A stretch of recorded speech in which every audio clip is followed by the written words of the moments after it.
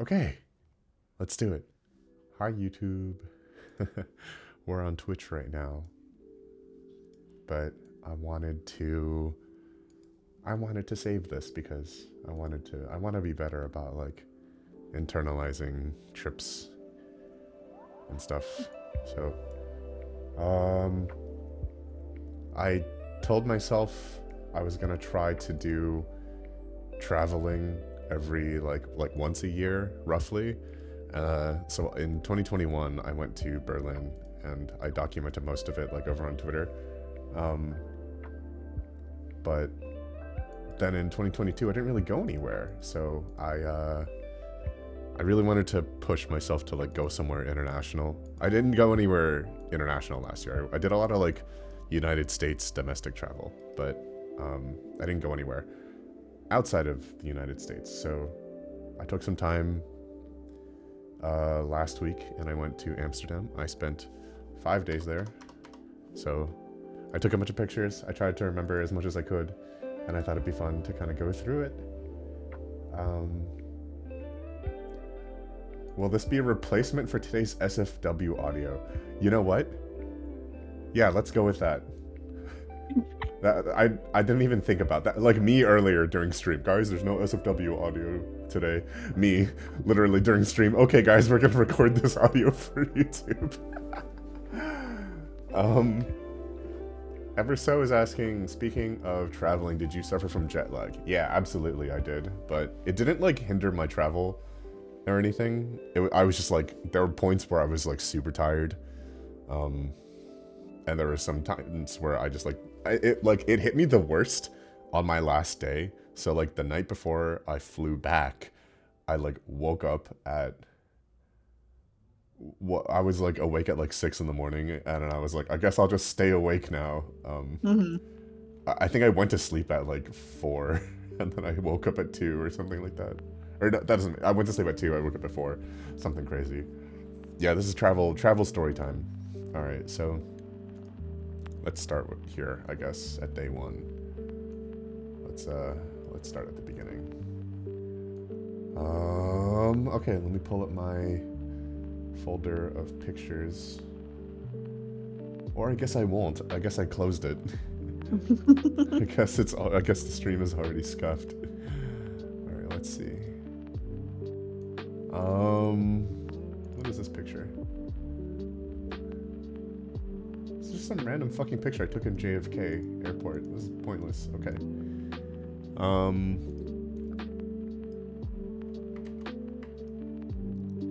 Okay. So we have our little slide templates.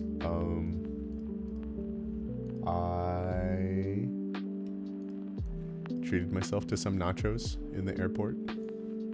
This is nachos. More like nachos.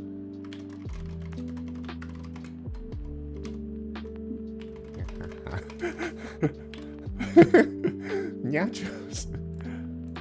I was like feeling really weirdly like introspective. So I was there like mega early because it was international travel. I really didn't want to fuck this up. So I showed up like super early, and then oh, let's put some borders on here. Let's make this nice. Hang on. How can I do this? Okay, there we go. Perfect. What drink? That's a okay. Hang on. Let's do this.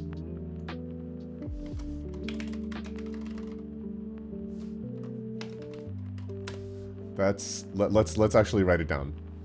That's a very good point. Hang on.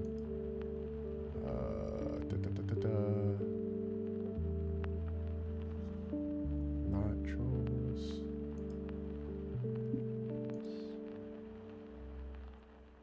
Yeah, I want to be better about like actually documenting what that stuff is. Did I tweet? I tweeted, right? Okay. We're doing so good. That is a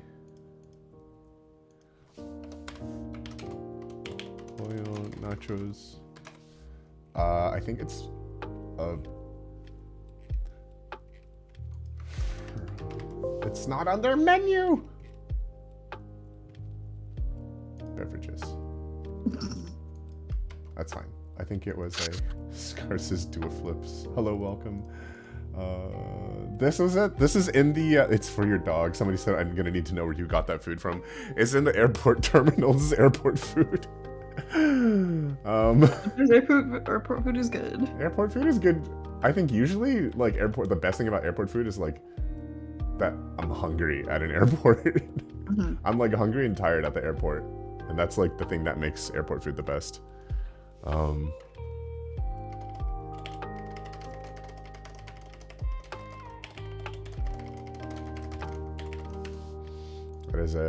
was gonna get like a drink, like a cocktail or something, and it was, and it's like airport cocktail is like somewhere between $17 and $20, and I was just like, I think I'll just get like a frozen drink instead.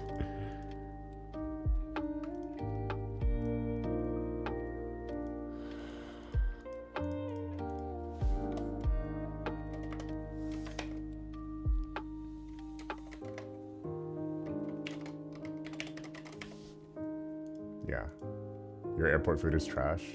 I feel like it really depends on the airport. Like, some airports have pretty good food.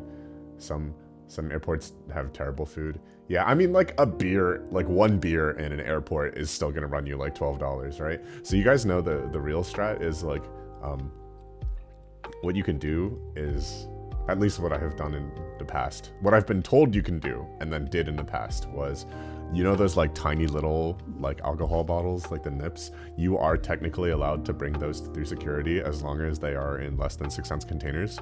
And you are just not allowed to like drink them on the plane. So what you do is you just bring them with you, and you either just like sneakily drink them on the plane, or you just get drunk in the airport and then you board. Show the nails. Yeah. I did the nails for the trip. I did not sleep well on this flight. My plan, I was like really underslept, and my plan was to sleep on the plane, and then I would arrive in the morning in Amsterdam, but I had so much trouble sleeping. Here's what we're gonna do. Some of these pictures I'll like show you guys. I don't think I'm gonna like leave them in the PowerPoint, but like shout outs to the person in front of me, like with their foot like up on the fucking headrest. Like, actually, now that I'm looking at this picture, you know who I feel really bad for is actually like this person here, who is like, why the fuck is the person behind me putting their foot by my head? I actually probably would have been annoyed if I were this person. But I saw this and I was like, this is pretty funny. You know what we can talk about before we get into the fun stuff? There's some unfun stuff we got to talk about. All right. Well, I want to start with this because I don't want to end with this. But on the flight back, the fucking guy that I was sitting next to was, okay, so I was in the window seat, okay? For the way back. Actually, what happened was I was in like a middle seat, right? So the way the rows in this plane worked, I was flying economy because I'm not made of money, all right? And the way the seats worked, whereas it's like 2 and then like 4, there's like an aisle right in between, and then it's 4 and then it's 2 again, okay? And I was originally in like this seat, okay? And the guy next to me, basically the person shows up over here, right? So here, let's be very clear about this. Let's insert a text box. All right, so this is me, okay? And then this is some guy, all right? And then some girl over here, right? So I'm in my seat, I put my luggage away, right? Whatever. And some guy is sitting next to me, and then some girl shows up, and some guy to some girl is like, hey, like, my girlfriend is sitting, you know, like 8 rows up in like a window seat, right? So this is like, let's put this here. This is a very detailed diagram, okay? 8 rows ahead. And then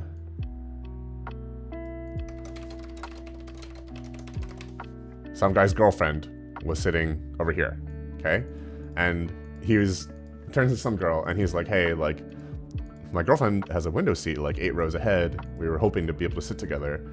Oh, okay, side tangent. I think it's fucking, like, I don't understand why airlines, like, when you buy like more than one ticket, they don't just seat you together. I don't understand why that's not a thing. I feel like they can handle it. They don't know, because they want you to pay They more. just want you to pay extra, which is dumb, but like, it's so fucked up. It's like, the cost is like negligible to just like put you next to each other. They need that extra $25, Av. Yeah, they're a multi-dollar company. They're just a poor, just a poor multi-dollar company. Fuck They're 'em. struggling. Ugh. Anyways, he turns to some girl and he's like, my girlfriend has a window seat up ahead. Would you be down to switch? She just turns to him and she's like, no. She's like, I don't really want the window seat. And I was like, Lamau.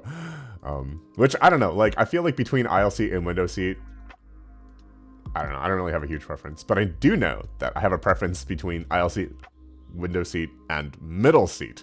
I was like, well, fuck being in the middle then. So I turned to him and I'm like, you want to sit with your girlfriend? I was like, I'll switch with her. And the funny thing was, I had actually switched with somebody. I had switched with another girlfriend on the way to Amsterdam, right? So I was like, man, I'm like enabling couples to sit together on the plane. This is great. Okay. So I turned to him and I'm like, I'll switch with your girlfriend, whatever, man. So you guys can sit together. I was like, I've been in this situation before. I think it's dumb that they don't just sit you guys together. He's like, yeah, I don't know why they don't do that. So anyways, he calls her over. I switch, right? So we're switching. And so this is where I ended up, right? And again, this is on my return flight back to the United States. And so now I'm here, okay? And we're gonna call this guy motherfucker, okay? So motherfucker is in the other seat. And this is the guy I sat next to. So my flight was delayed on the way back. It was cold, it was rainy, it was hailing. It was Haley. It was Haley. It's Haley Williams, Yeah. raining from the sky. And we were delayed for like an hour and a half. They had to like spray like defrosting material. They had to like spray the plane down. Actually, hang on. I think I can, let's do this. Insert video. Yeah. I prepared. I made sure this is docs proof. Hang on, where's my fucking video of it? Oh, did it not make it into this folder? Well, here's a little preview of what's coming up, but I don't know why this one video didn't make it in here. That's annoying. Alright, whatever. They had to spray the plane down. It's not that exciting of a... Did my plane wall fly off? No. I was actually a little stressed about it. Like, for context, right? So Noodles is asking in chat, did your plane wall fall off? Basically, like a week or so before I flew out, there was a pretty high-profile, like, plane accident. Hang on. Okay, sorry, I had a Twitch ad starting. I had like a pretty high profile, I didn't have one. There was a pretty high profile like plane accident where like the wall like depressurized incorrectly or some shit. And like the door of the plane got ripped off the plane halfway through. And then they had to land the plane, which is fucking crazy. I was a little stressed out about it because it was like Alaska Airlines, blah, blah, blah, blah, blah. And I was like, wait a second. And I look at my ticket, and it's like, Alaska Airlines, and I was like, oh god. So I googled the type of plane, and it was like completely different types of planes, and it was like the type of plane that I was on, they were like, you're fine. And I was like, okay. But like at some point on my trip to Amsterdam, I wanted to use the bathroom, and it was like right next to the door, and I was like, Anyways, return trip, right? I'm sitting next to this guy. His name is, we're calling him motherfucker, because he was a bitch, alright? So he's got his fucking, like, so we're sitting there just, like, waiting to take off, and he's got his, like, eye mask on, like an eye mask, like, to sleep with, and, and I'm in the window seat, right? And he's in the aisle seat, so he has like a little bit of extra legroom here. So like I feel like common courtesy dictates that like the person in the aisle seat has like a little bit of extra room over here, and then the person who is like here should generally have ownership, custody of this armrest in between, okay? And he was like using the armrest, and I'm like, that's fine, I can deal with you using the armrest. Like, whatever. If you're gonna be that guy, you're gonna be that guy. Like, there's no real rule that dictates who gets the armrest in a situation, right? But like, let's be real. Like, if you're like not a psychopath, right? If you're, hang on, if you're like not a bitch, right? Like this armrest right here, right? Like if you're this person, let's do this. Let's be very clear, right? If you're some girl, right, and you're sitting in the aisle seat, like common courtesy would dictate like you take this armrest and then you let some guy use this armrest, right? These people in the middle, it's just you guys. It's a free for all, right? But like if you're in an aisle seat, you like I feel like don't be like this guy. Don't be motherfucker, okay? Don't be this guy. Don't do this. You see this? Not only is he using the armrest, but also you see how far over he is? Here, look. I actually drew a line of how much of my seat space this guy was occupying. And so he was like, he had his eye mask on with the cup holders. No, yeah. But this is worse because he was edging over into my seat with his fucking elbow. So I told you to lick him. Huh? I told you to lick him. Yeah, I should have. I actually politely asked him to like move his elbow out of my seat, and he ignored me because he was pretending to be asleep. But I know he wasn't asleep because his phone like buzzed, and he very quickly like pressed the button to like, you know, like turn off his phone screen. So even though he was wearing his fucking eye mask, I was like, you're pretending to be asleep. And so I started pushing his elbow. I asked him politely. I like tapped him. I was like, hey, could you please watch your elbow? Could you just move over a little bit? I asked him like 2 or 3 times, and he just pretended to be asleep. So I started pushing, and he started pushing back. I was like, you're faking. You're a fucking bitch. Look at this shit. Look at how far over on my side of the fucking plane he's on. Like, this is ridiculous. I took multiple pictures. Look, it got worse. It got worse, by the way. I took a picture of his face, and I was gonna shame him on stream, but I decided not to. I was like, whatever. I don't want to remember his face. I could still do it. It's in my DMs with Eggy. Okay? Don't do it. I could do it. He deserves it, Don't right? dox a random man So if I use this as a parallel line, you see how much of his fucking arm is over here? Like, this is unacceptable. Chat says I should dox him. No, He you deserves shouldn't. it. I'm You should not dox him. I know I won't. I'm just saying he deserves it, though. Like, he deserves to be publicly shamed. And I will. Publicly shamed, that's what you're doing. But I am that doesn't publicly mean you shaming him. dox a man. No, he deserves it. But I'm better than that, so I won't. Because I'm better than that, I won't. But he deserves it. He deserves to be put on a no-fly list. Yeah, anyway. I took multiple pictures just to prove, like... Anyways, I was very frustrated. I was mostly frustrated by the gall that he had to pretend that he was asleep. I was like, you fucking faker. Anyways, eventually he put his head down on the table. He shifted over, and I was like, haha, sweet victory. Like, the armrest is mine now. But it was just the principle of it. Like, this is crazy. You should have, when he did that, flipped the armrest up. So that when if he came back to lean on it, he just like dropped. No, because he would have found a way to like elbow his fat arm into my space even more. Anyways, guys, that was the most negative thing about the trip. And I wanted to get that out of the way before we talked about the good stuff, because I'm a pretty staunch believer in like bad news first. I would have drawn on his elbow. Oh, I was thinking about like spitefully like spilling something on him, but I didn't. I was also going to like purposefully pick a time where like the flight had stabilized and he had like actually fallen asleep to like nudge him awake so I could go use the bathroom. But like my instinct took over. My instinct is like, after you were served a meal on an airport, in an airplane, is when you get up to go use the restroom, and that's when I did it. And he was awake for that, and some part of me is like, I could have just waited. I could have woken him up, but oh well. Anyways, that guy sucks. I landed in Amsterdam, and I was immediately quite confused by the station, by like the airport, and then I immediately figured out how it worked. Oh, I got this thing called like, hang on. I got this, the Amsterdam City card.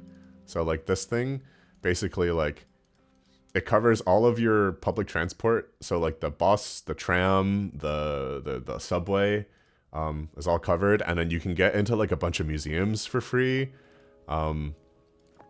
So I did this for like 5 days. I don't know if the 5-day one is worth it, because like it kind of depends on how many museums and stuff you go to. Yeah, some of them is discounted, some of them is like they're free. So like this museum, right? Like the tickets I got in for free because this museum was awesome, by the way. Really good museum. Yeah, so it's like €22.50 to enter, but if you have the Amsterdam card, you can go for free, right? So basically, like the cost of that entire day's worth of Amsterdam card was made worth it by me going just to that museum. Yeah, I don't know. By the way, I don't know how to pronounce anything. So I'm gonna admit, for any Dutch people watching this video or like in chat, I'm so sorry for what I'm about to do. I don't know.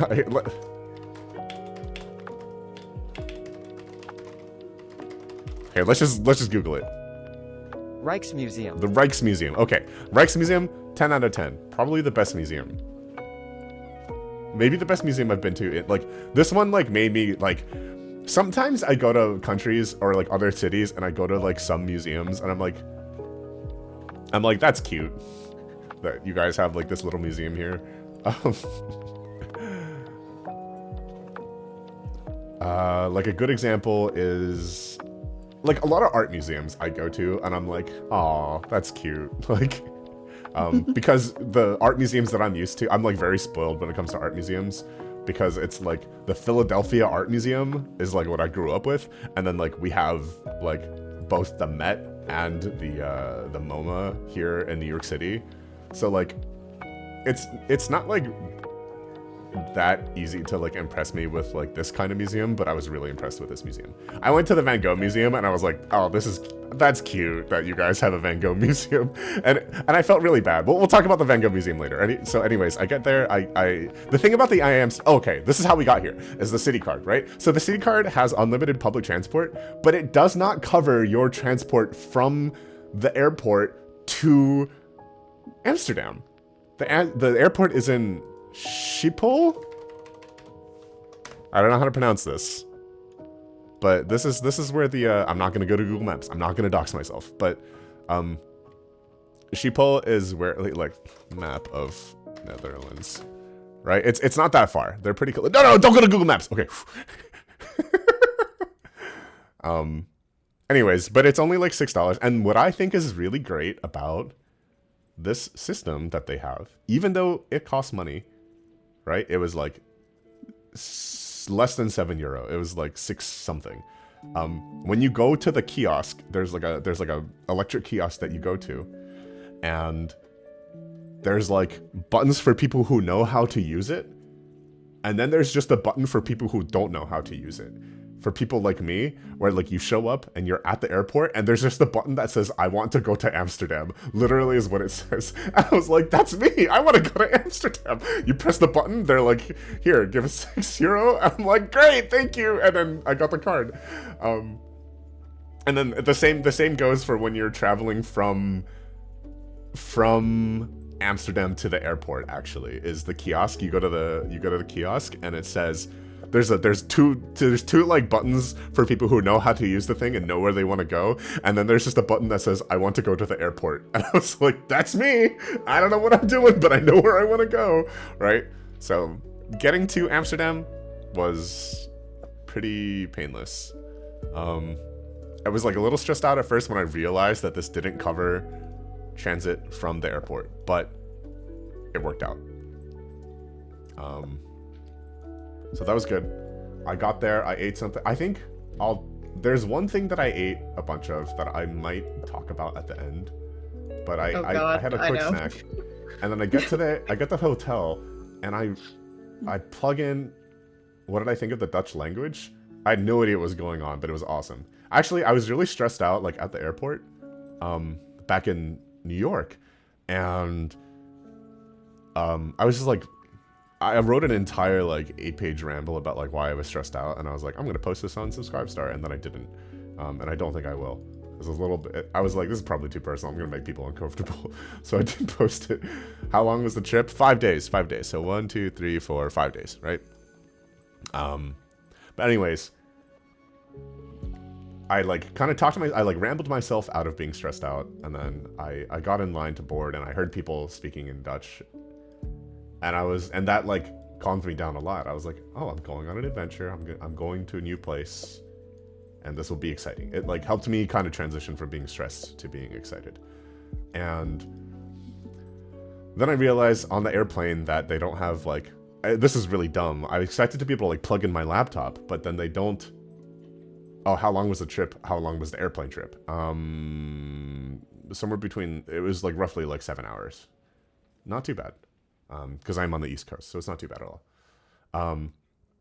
But this was stupid of me, but like, because like I travel by train a lot in the United States. I travel by train. I travel by Amtrak to get back to Philadelphia, which is where I'm originally from and where my family is, right? So I'm used to being able to just like plug my laptop in.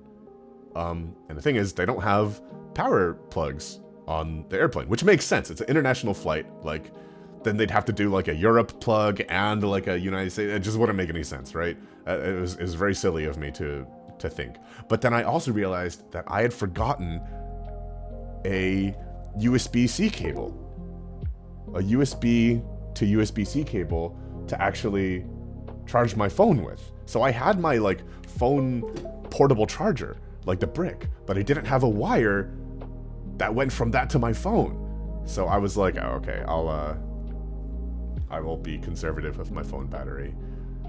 But then I get to my hotel in Amsterdam, which, you know, it's been a while since we showed a picture on this picture stream. So let me real quick, let me see if I can find it. It should be, wait, did not all of these upload properly? I'm missing videos. Oh no. Oh wait, no, here it is. It's this one. Okay. The fucking hotel I was at had a spinny door, and inside the spinny door are these fucking polar bears. Look at the fucking polar bears. They're so fucking cute. Look at these little guys. Aren't they precious? Let me zoom back in again. Hang on. My stream screen is so scuffed right now. Oh, it's because of the format options. That's why it broke. There we go. Oh, but look at them. Look at them. Why can't I play the video now?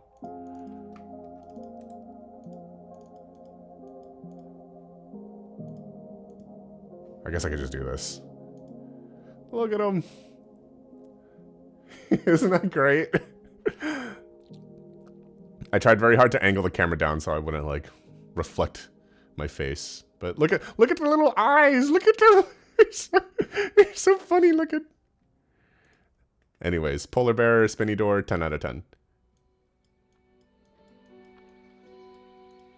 Let's grab some text.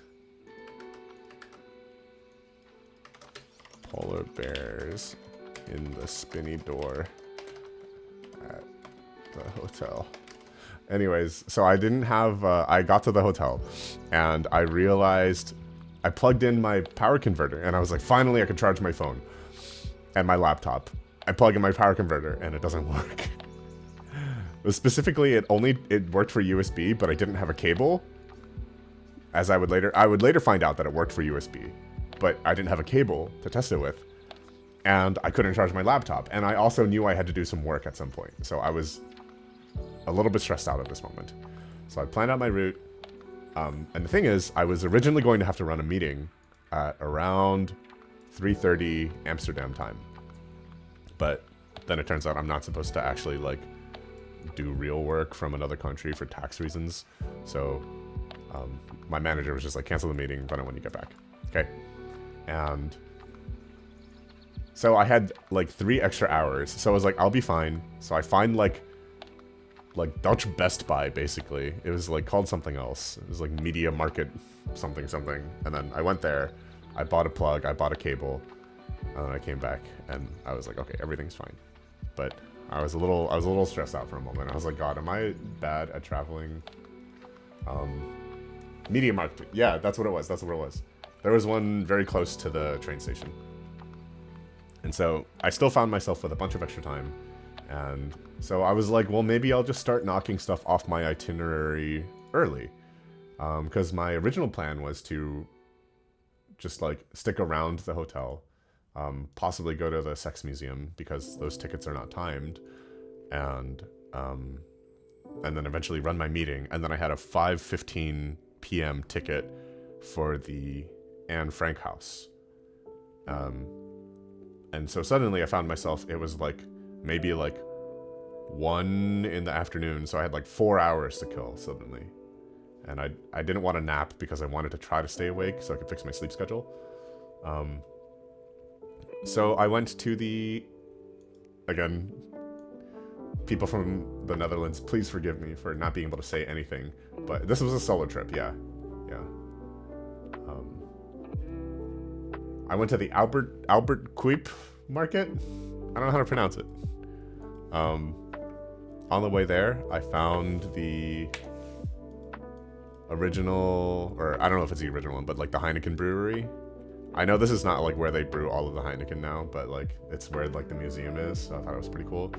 But this is the Albert Kuip market. It was like there's like a ton of restaurants along the side, and then also there are like little stalls. There's like a couple of them, so it's pretty cute. So let's grab some of this, right? Let's grab this.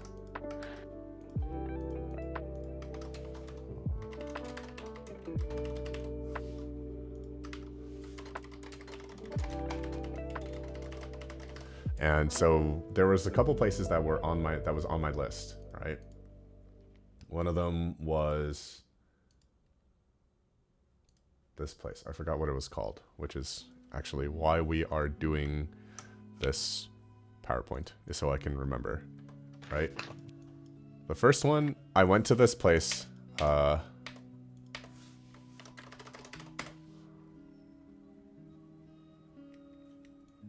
think it was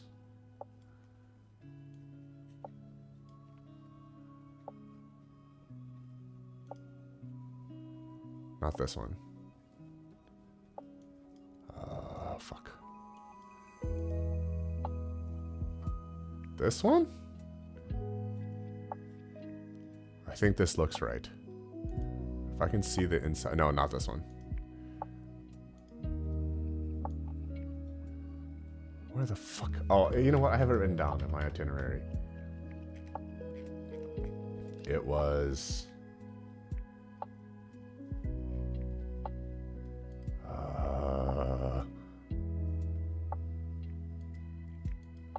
Oh no. I don't have it written down. What do I do?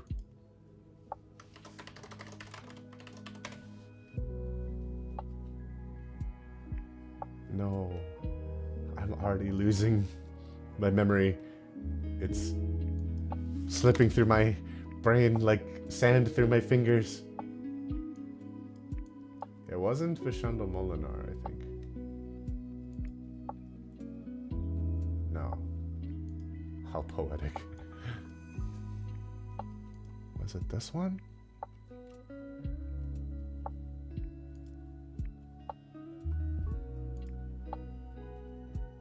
No, this is a stand. Oh, that place looks good.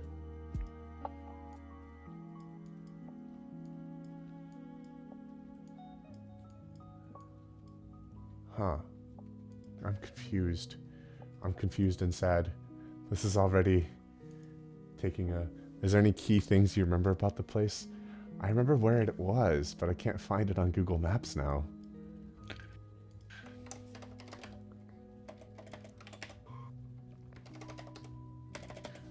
I think I can check past versions of my itinerary though. I like edited my itinerary to like account for changes, and then I didn't like save the actual place that this place was.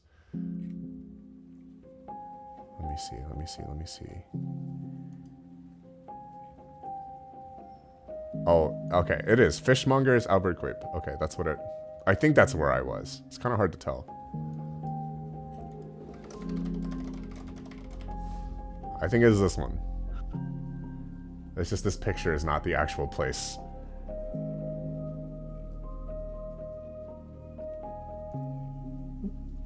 I don't know, whatever. It was good. So I got there, and I had already eaten like something, but I got to this place, and I was... So like, I figured out a couple words, okay? So it took me up until like after I ordered here, but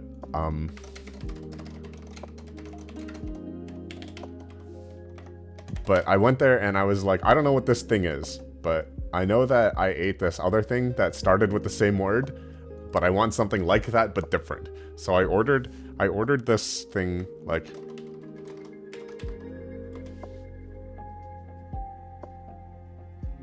I ordered this. Brewed...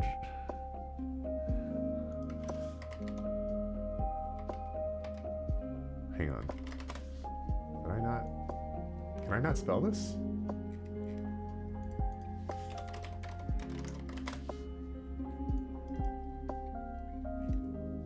Am I going crazy? Does this word not exist? Sandwich, right? I'm Googling for Bruges, but now it's not telling me that it's a real word. Alright, well, I ordered this, right? Bruges Zom. And I wanted mussels, because I heard that they have a good serving of mussels.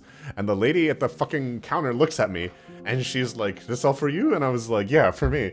And she's like, that's a lot for one person. And I was like, oh.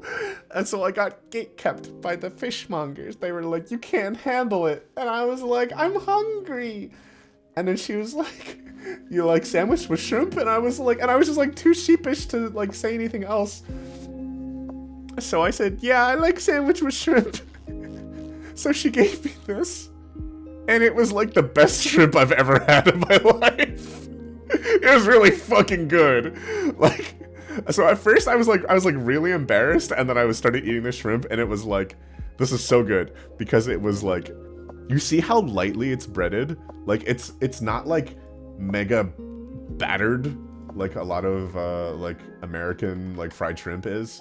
It was like, it was really, really light battering, so you could like really like feel and taste the shrimp. And then, but it was also like really flavorful. Hang on, sorry, my Google Slides is like not cooperating with OBS. It was also really flavorful, because like, you know, it wasn't just like taste like bread. It was like, you know, so like the breading was light, the shrimp was like hot and juicy and like fresh out of the fryer. It was really good. The sauce, there's some, you can't really see it, but there's like some sauce in the background, so it like went really well. There was like the piece of bread, so like you could have like some, oh my god, this is a disaster. Let's do it like this. Sure, fine. Have your way, OBS, whatever. So I like filled the bread up with shrimp, and there's enough shrimp that you could like fill up the sandwich and have it with sauce, and then like still have like a bunch of shrimp to just eat. It was really good. I was like, damn, the lady was right. I do like shrimp sandwich. So I was like, that's fine. And then I kept walking, and then there was another place, and people were eating there, and I was like, they have what I originally wanted, but like also they have like the mussels that I wanted. So I went to a place just a little bit further down, and they had the mussels.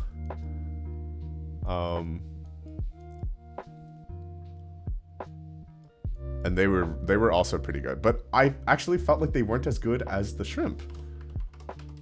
They tasted like a lot more oily, which I think is like partially just a like a side effect of like it being mussels, but like the frying was like a little bit heavier here, so I didn't like the mussels as much as the shrimp. I actually liked the shrimp better. Hang on a second. Let's see if I can get the names right.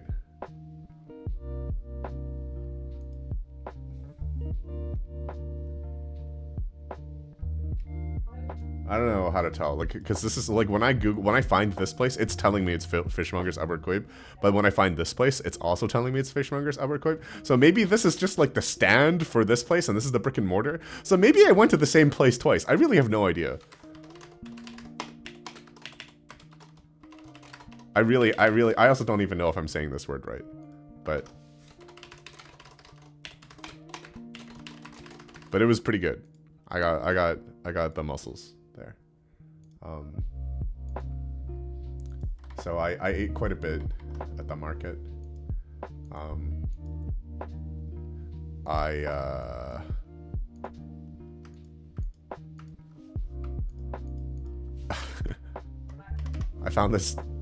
just found this card, which I thought was funny. I just looked at it.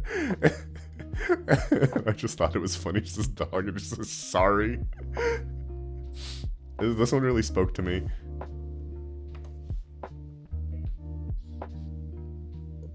Well, you know what? The sorry card can make it into the PowerPoint.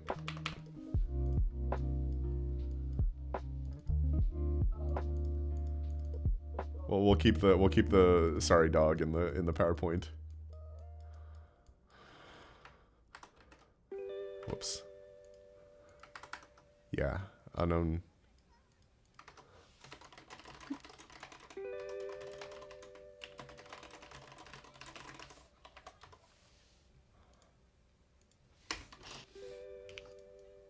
Yeah. There we go. Does our stream still look okay? I don't know how. Okay, cool.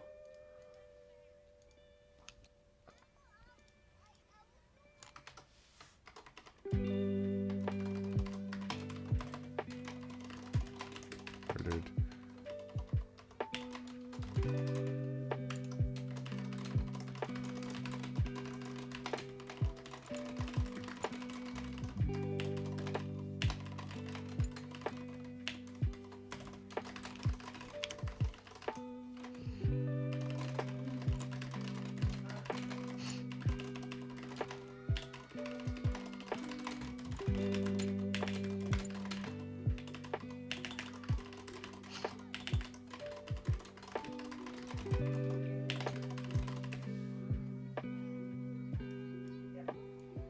So the lesson here from the fishmonger place is sometimes it's okay.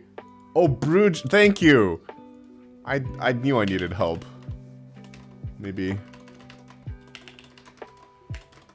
Yeah, that looks right. Thank you. I don't know how to spell or operate or function.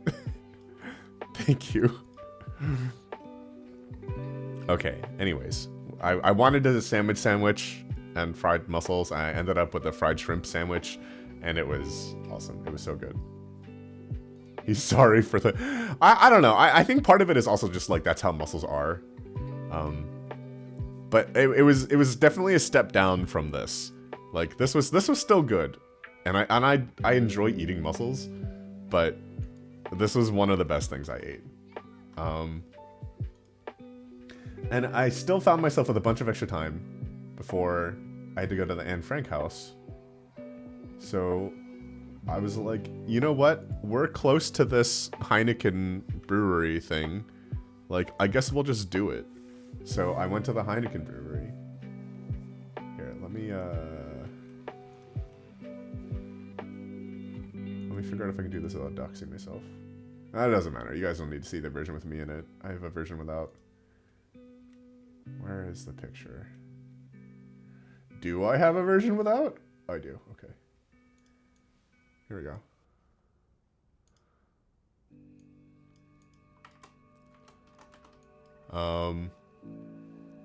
And I expected it to be like really like tourist trappy, which is actually originally why I didn't go, because I was like, I don't really care for Heineken beer that much. It just tastes like it was like, even when I was in college and like drinking shitty beer, I was like, wow, this is like extra bad. But I didn't know Heineken was Dutch. I thought it was just shitty American beer. But I went, and they were like, and it was actually much better because it's like it's fresh, like it's much fresher. So like even like a mass-produced beer, like when it's fresh, I feel like it's much better. And it ended up being pretty cool. Like they had all this like random shit. Like look at like this is what they used to sell Heineken. Oh, I took this picture for you, Eggy, because it was at the World's Fair. It wasn't your World's Fair, but it was at a World's Fair, and I know how people in your state feel about World's Fairs. She's here. Oh wait, no, this is what I wanted to show you guys.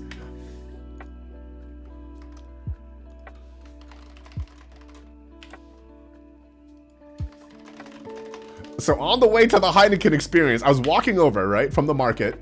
It was pretty close, which is why I went. I was like, it's on the way. Like, I literally walked past it on the way back to the subway. So I was like, I'll walk to the fucking Heineken thing. I like literally like bought a ticket and then like walked over, right? And on the way over, I found this. I found the Lucky Charms ATM. And I don't have an explanation for this. I don't know what's going on here. All I saw was Lucky Charms ATM. And it was like a sweets store with the ATM. I just don't know why Lucky Charms was here. Like, out of all the things, I like took a peek inside. I didn't see any Lucky Charms. I just saw a sign that said Lucky Charms ATM. Anyways, I got on the Heineken experience. I thought it was gonna be like cheap and touristy. It was kind of cool though, because like they show like the original bottling machine. The lady like demonstrated it for us. It was really interesting because it was one of the very first things that I'd done here, and it was also one of the first English things that I had done here. And so the tour is fully in English, and the person was talking real, like, even for me, and for those of you watching this stream, like, you know that I have the tendency, sometimes when I'm excited, I can talk really fast. So if I'm listening to someone talk and I'm like, oh my god, this person is talking really fast, they're going really fast. Great tour guide. I was just like caught off guard by how fast, especially because like I assumed like a lot of people in this tour might be like, English might not be their first language, because we weren't in a primarily English speaking country even. And there's like, tourists coming from other countries. So like she was speaking English, she was going really fast, which was great for me because I was like, you know, but look at this old ass bottle for Heineken. Would you drink out of this? I don't know if I drink out of this. Well, we'll put this one in the PowerPoint. Oh wait, no. I liked this one. This one was cool. Oh, can I not fit this into the frame? I want to drag and drop this into the picture frame. There we go. Oh, I had to drag it into the circle. Yeah, the brewery was pretty cool actually. They had like the whole like the big ass like mixing machines and shit. It was pretty cool.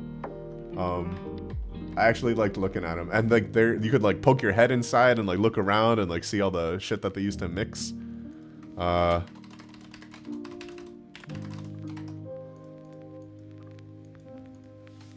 Better than I expected it to be. Yeah, it was definitely like a exceeds expectations thing. I was like, this is gonna be like dumb and touristy and like overpriced, but I was like, the ticket was only, I don't know, like how much was the ticket?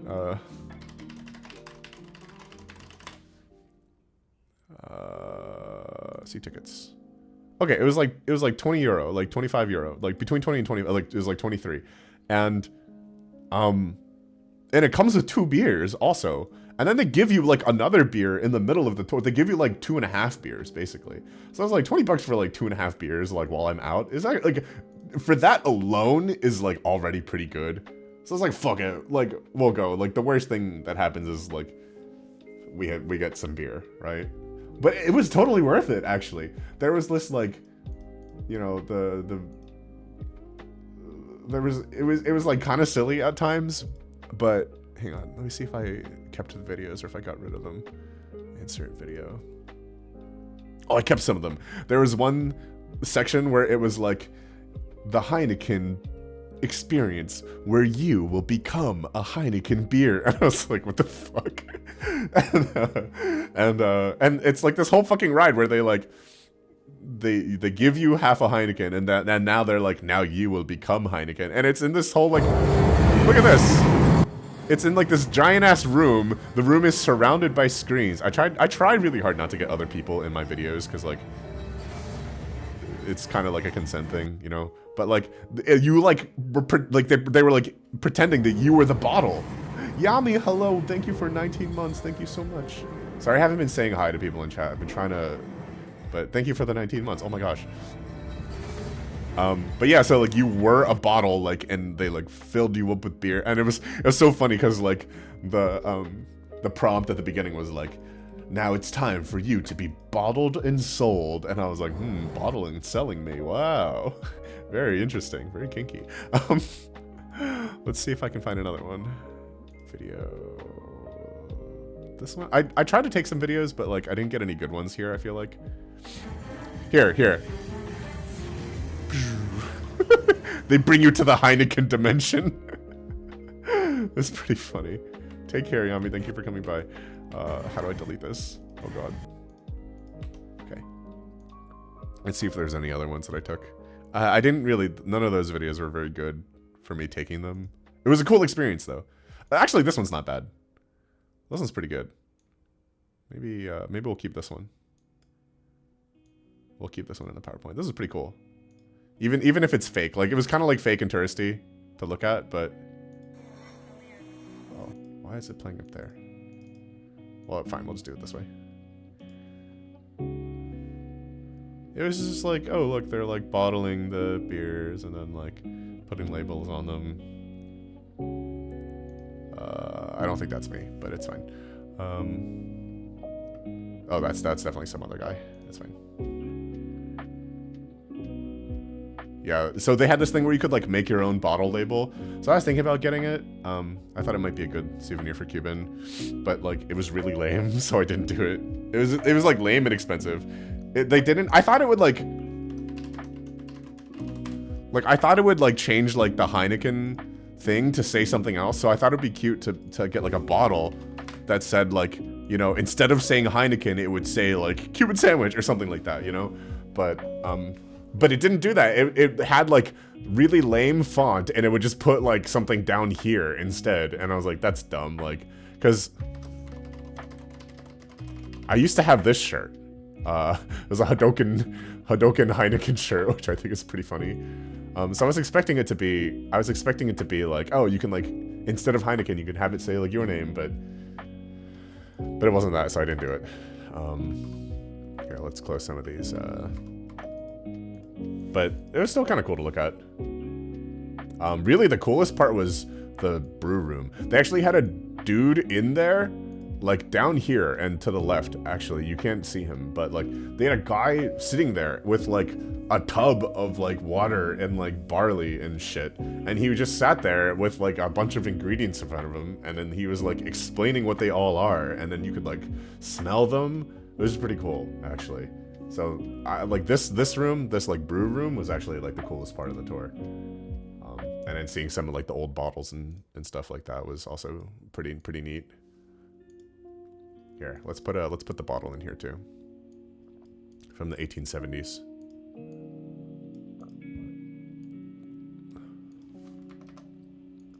I'm running out of room in this slide. There are some like cool places to take selfies, but obviously I'm not sharing my selfies here, so Heineken experience is pretty cool. Oh, here. You know what? We can do this.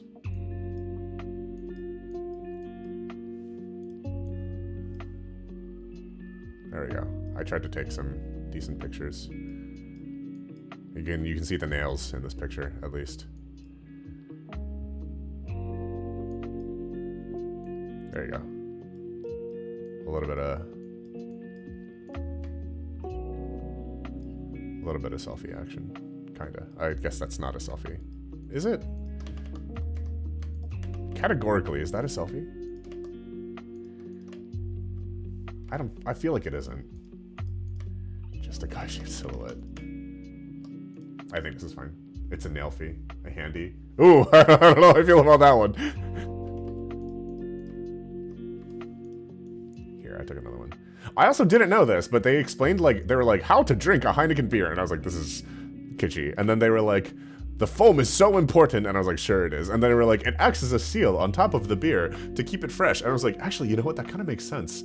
And then, like, they were like, you don't, like, you're supposed to drink in big gulps. Like, you basically tilt the glass up so that, like, the foam goes up past your lips. And then you drink from under the foam. And I was like, you know, I've never thought of it like this before, actually. Well, I'm not performing them live on stream. I'm just showing you pics of the handies. But then, and then they gave you beer to drink like that. And I was like, huh, this actually kind of changes the way I drink beer. That was kind of cool. I was tired as fuck after this, but I already had time-slotted tickets for the Anne Frank Museum. So I went there. It was far of a walk. It was like a 20-minute walk. Very easy to navigate, by the way. The city is really easy to get around. I was just tired from walking. No pictures were allowed, but I do want to remember it. But like,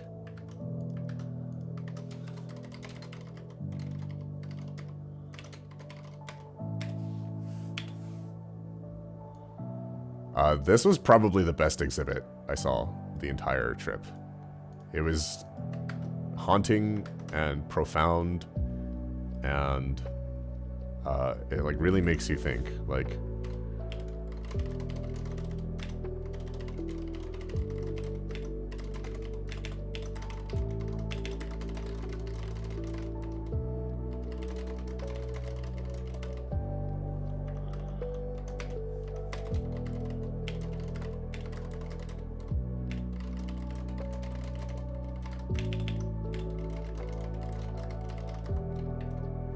it was like crazy because, like, you know, I'd read about Anne Frank in school and like having to like hide in the secret attic and all this shit, and like this place is like the actual house with the actual attic, and they like let you walk, and they're like every single room they're like, this is the room where like this guy's office was, and like they talk about who he was and like how he helped the families, and then they like, as you get deeper into the exhibit, they like go in, they're like, this is like the room where like Anne Frank's parents like lived while they were here, and like this is Anne Frank's room, and here are her roommates that she shared the room with. And it was like, you're standing in this place where like such a crazy time in history was like documented. It was crazy because it was like, man, people like had to hide here because of terrible things that terrible people were doing. And I think it really made me think a lot, because like in high school I really disliked history, because I don't study history well. Subjects like history and like biology I really dislike, because I couldn't figure out like how to remember information from them other than like rote memorization, which I don't enjoy. I like subjects like math and physics and music, where there are principles that you can internalize and then you can figure stuff out. Like, if you understand how math works, you don't have to like memorize shit. But like, even if you understand how, like, you know,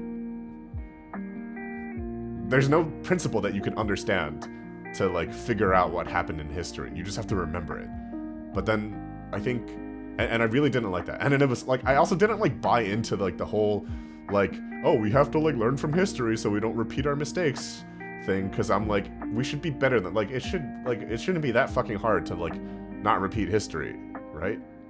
But then like, obviously that's not the case because we're in a world where the Republican / neo-Nazi party is a thing, and you have all this like the attempted genocide that's going on in like Palestine and stuff like that, and I'm like, this stuff is still real. Like, we didn't learn anything from history. Like, we failed to not repeat history. So I was like, just being here and thinking about all the stuff that happens now, I was like, it is important, you know. I don't know, it just like really made me think, and it made me feel, and it was a really good visit. I really liked it. There was a very good audio tour. As someone from Russia, you could never learn too much from history. Yeah, like as an American who like, you know, like was in high school at some point during like the Obama administration, I was like, we're fine now. Like we don't have to learn this shit. And then, you know, 2016 happened, and I was like, oh, never mind. Like, yeah, teach that shit. Like that shit needs to be taught. Or people who don't learn it shouldn't be allowed to vote. Like, I think I lie on like the extremist other side where like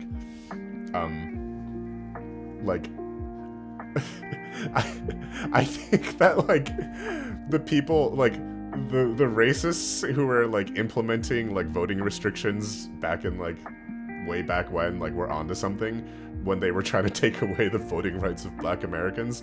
But I think of it in reverse, where I'm like the like uneducated Republican voters like should have to pass a reading test. I think we should bring back the reading tests, because I think if we'd implemented reading tests, like, I like to imagine there would be so many fewer Republicans in power, because I don't think the people who vote for them can read. And so it's important that we teach this shit so that we can start voting them out, so that we can function as a fucking country again. Anyways, Anne Frank House, 10 out of 10. I literally I have nothing bad to say about this. Like walking up the stairs, like feeling the stairs creak underneath your feet, and going like, people had to try to walk up and down these stairs without making any noise because they were afraid they were gonna get shot, and then they did. Like, that's so fucking crazy.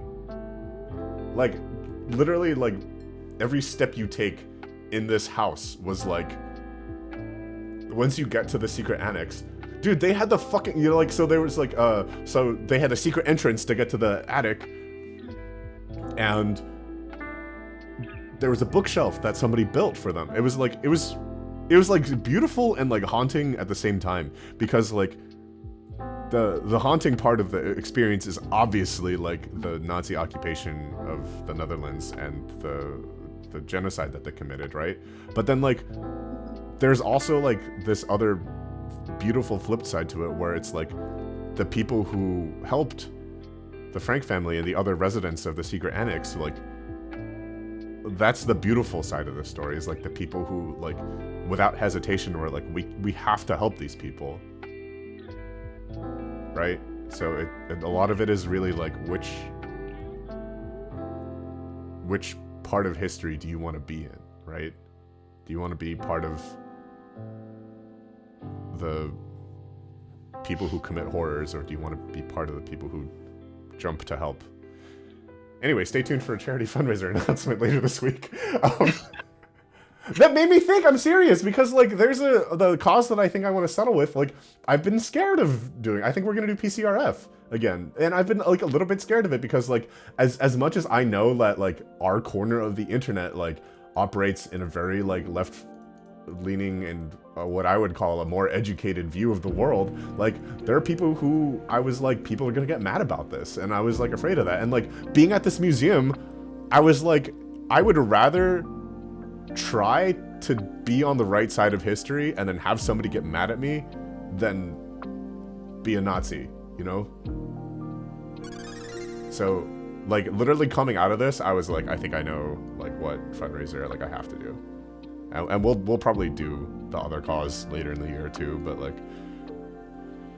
you know, it was like really profound. Like, the Anne Frank house was really, really good.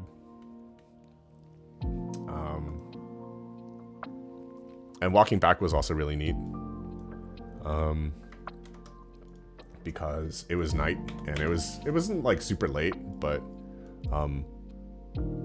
I just liked this street because there's some lights. But like there's a couple points where I was like, here, I'll put this on the same slide for the sake of being concise, but like some of these little streets were just like, anyways, instead of pictures, here is a picture.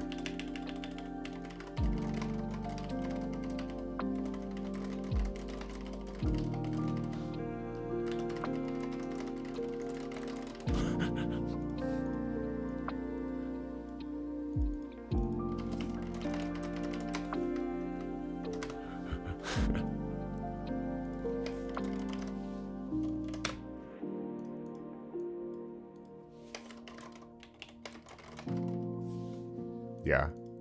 This was just cool. I was like, man, like I can, like there's like no people here. Part of me was like, I'm gonna die. Like, it was weird because like I live in New York City, and like I think outside of New York City we have this reputation for being like a very dangerous city. Like people like travel here and they think they're gonna get shot. And it's like, yes, there's a lot of crime here, but it's like not per capita. Like there's a lot of crime here because there's a lot of people, not because there's like a high amount of crime per like person. It's just that there's a lot of people. But the other thing, the other thing about it is at night, it's very well lit here. Like there's lights everywhere all the time. The light pollution is probably the worst light pollution in like the entire country. If I had to bet $5, right? And so I'm just like not used to it being dark. So like there were parts of Amsterdam where I'm like, I know this city is probably like way safer, but like because it was just like not as light polluted, I was like, I felt like I was in danger. Which is a little sad. Like when I go other places and it's dark and it gets dark at night, I get scared. I'm like, there's like no people, and there's always people on the street. So like I know that like whatever, like if something happens to me, there's like always gonna be like a witness somewhere. But like there are points where I was just like alone and it was dark and I was like, am I okay? I was fine. Anyways, I went on at night. I think on my way back, I picked up some water and I went to go get some more food. And there is a statue somewhere. It's in Belgium, okay? Called Mannequin Piss. And it is a statue of a pissing... It says Little Pissing Man is the name of the statue. And the fries place that I went is named after the statue for some reason. And they had a ton of like different sauces that you could try. And the sauces, you know how like you have like a beer tap sometimes? They had like taps for the sauce. And the sauce taps at the top were all little versions of the Little Pissing Man statue. Like, let me see if I can find it, like a picture of it. Because I couldn't get a picture. Here, you see this? This is where it was. Oh, that's not helpful. Okay. Here, you can see in here, all of these are like faucets that the sauce comes out of, and on top of every single one is a little version of the Little Pissing Man. You did have to pay per sauce, and they do it for you. I actually was a little bit overwhelmed with the sauce. Like, they gave me a lot of sauce. Actually, I got there, I got like a large fries, and I was like, how much could a large fry be? And here, this is the first time where we will need to bust out our handy dandy Raster image tool. Our favorite one. Here, let's do this.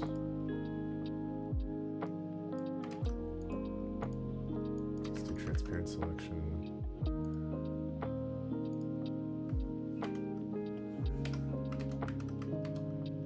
Let's make this 150 maybe.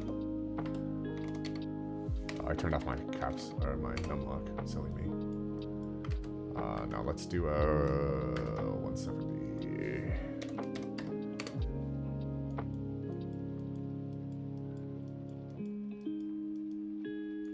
Okay, this is our first docs-proof image. There we go. It's beautiful. You see how this cone of fries is the size of my head? I felt like I was, like, weight-wise, I was like, I'm carrying, like, 2.5 potatoes worth of fries. This is for, like, €9, is, like, the large fries. It was, like, it was a lot. It took me, like, 2 sittings, given I had eaten a bunch earlier that day, but it took me, like, 2 sittings to, like, eat all these fucking fries. Which is great, which is exactly what I want when I buy a cone of fries. So that was great. I was really happy about this. Let's see my nails. And then, like, the city is so pretty, like, behind me in this picture. Like, look. Like, all the buildings are, like, lit up. It was very picturesque. Like, I felt like I was in a... Kind of felt like I was in a fairy tale, almost. Gotta love the subtitle being... Fresh Flemish fries, fresh Belgian fries. Yeah. If I go to Belgium, you know I'm gonna eat a lot of fucking fries.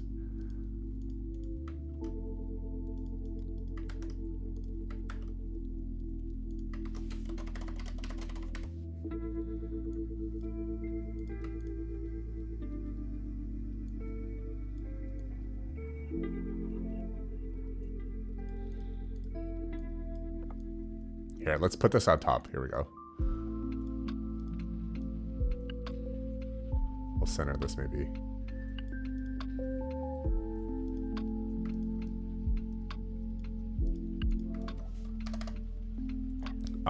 This one I got like frites sauce and like mannequin piss sauce. I don't know what they were.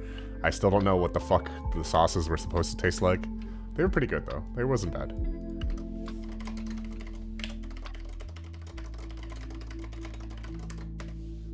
They gave me a lot of sauce. It was like too much sauce. The guy who was like saucing my fries was like putting sauce on and he like pressed the wrong button and he like looked at me panicked because he had like just finished putting together most of this giant cone of fries and he was like, "You're not allergic to ketchup, are you?" And I was like, "No." He's like, "Is a little bit of ketchup in here fine?" I was like, yeah, it's fine. I just like, it was very sweet that his like first reaction was not like, "Oh, is it okay that there's ketchup?" But like, "Are you allergic to this?" I was like, "Oh, that's nice." Like, I thought it was pretty funny. I'm not used to having that much care being given to allergies, so.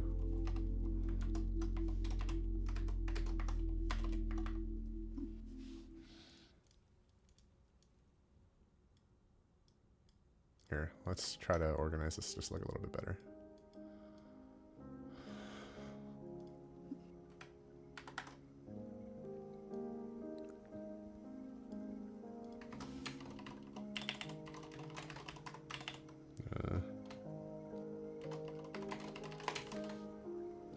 I think that's fine.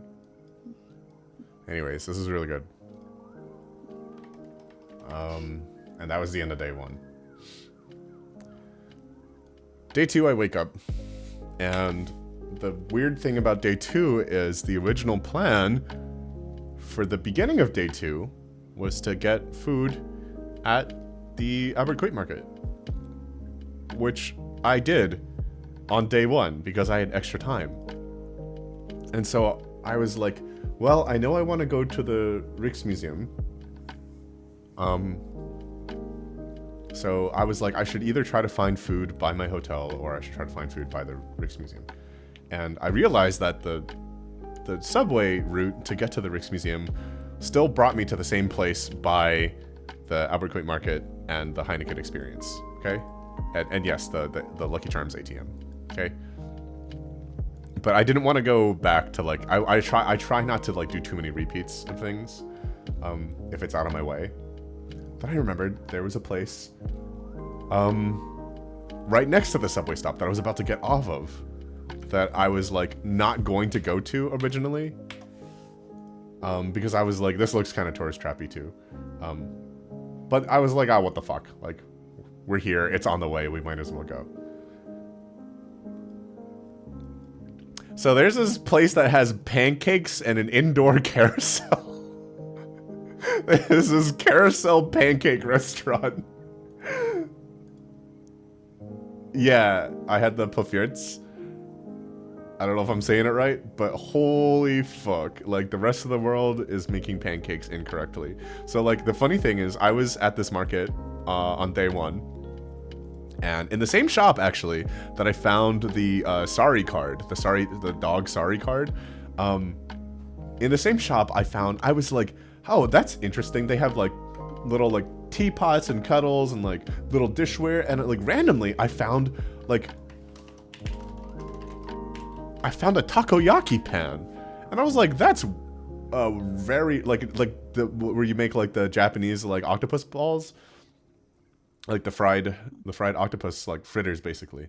And I was like, that's a random thing for them to have here, but okay. And then this was the day I figured out that it was not a takoyaki pan, but it was a mini pancakes pan. It was a Dutch mini pancakes pan. It was a pan for making these, for making the pofferts. And I was like, oh. So I got the Nutella and strawberry and whipped cream with powdered sugar on top of these. So basically they're like roughly the size of donut holes. And you can like literally eat them in one bite.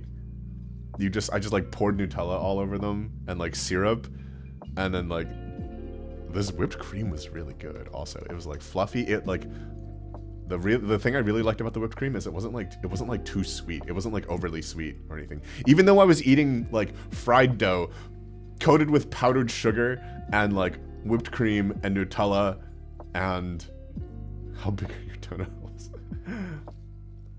and like maple syrup. I don't know, whatever syrup. Maybe it was maple syrup. I didn't feel like overwhelmed by the sweetness, which I think is very good. There you can see.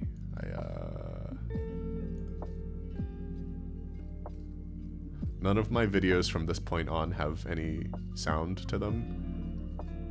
Oh yeah.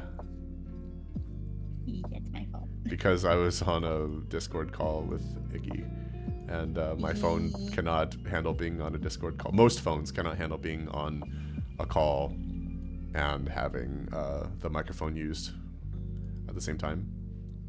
But, oh man, this is so good. Let's play it again. Oh yeah. I'm salivating too. Though to be fair, I like to think I saved you all because it was loud as shit wherever he went. Sorry. I guess I didn't have to be on the call. It's okay. But anyways, let's grab some text boxes. This place is called the Carousel. This was called the Anne Frank House. There's a carousel inside.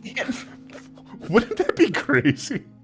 Just like so highly insensitive that would be. Just like the Fault in Our Stars.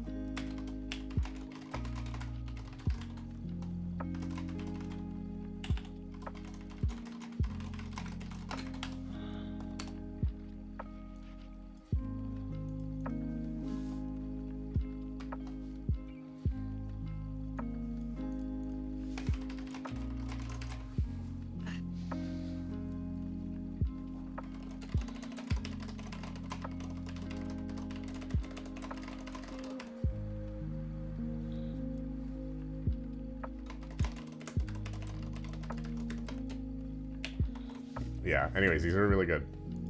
I have nothing bad to say about Dutch pancakes. Dutch pancakes are amazing.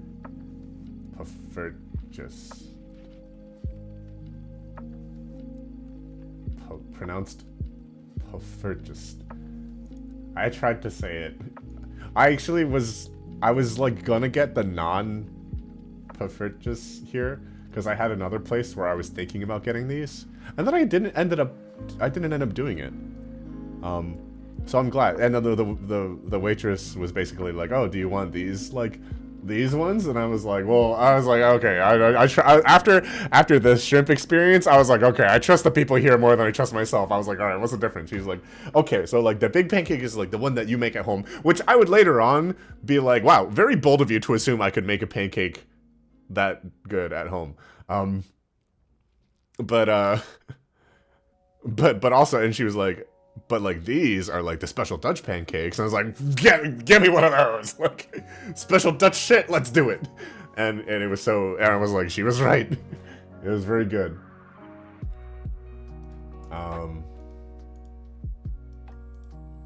Anyways, so this was delicious. It put me in a very good mood as I walked out, and then I went to the Rijksmuseum, which was awesome.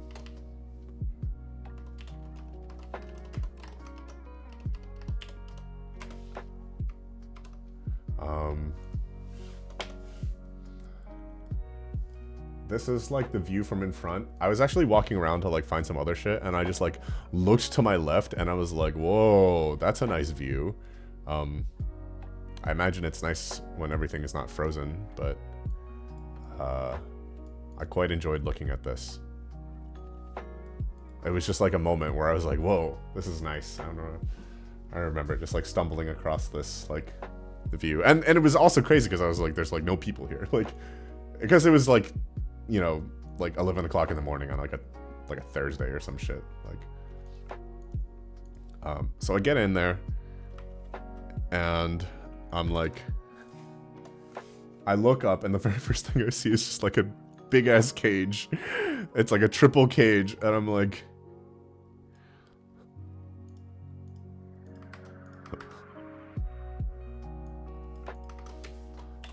literally the first thing I see when I walk in is giant cages hanging from the ceiling.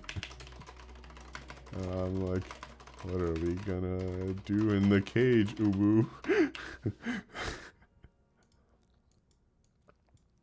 Anyways, this is a pretty cool museum. I honestly wish I had had longer at this museum, but I had a timed ticket for some stuff afterwards. Some of the more noteworthy stuff, I tried not to like take pictures of everything, because I feel like that's kind of silly, but I tried to take pictures of stuff that like I thought would be kind of worth like showing you guys. What is this? What is this picture? Oh yeah, so I found this, I've like found this like shield and like chainmail, and I was like, that's kind of cool.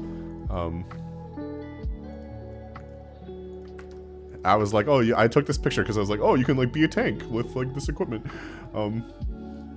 in the critically acclaimed MMORPG Final Fantasy XIV, which I'm gonna restart summer camp now that it's winter. I think I'm gonna move the date to Sunday though, because Saturday is just not gonna work for me anymore. Like I just don't have free Saturdays. But and I look at the panel. Oh, we'll just leave the English part in because I'm running out of room here.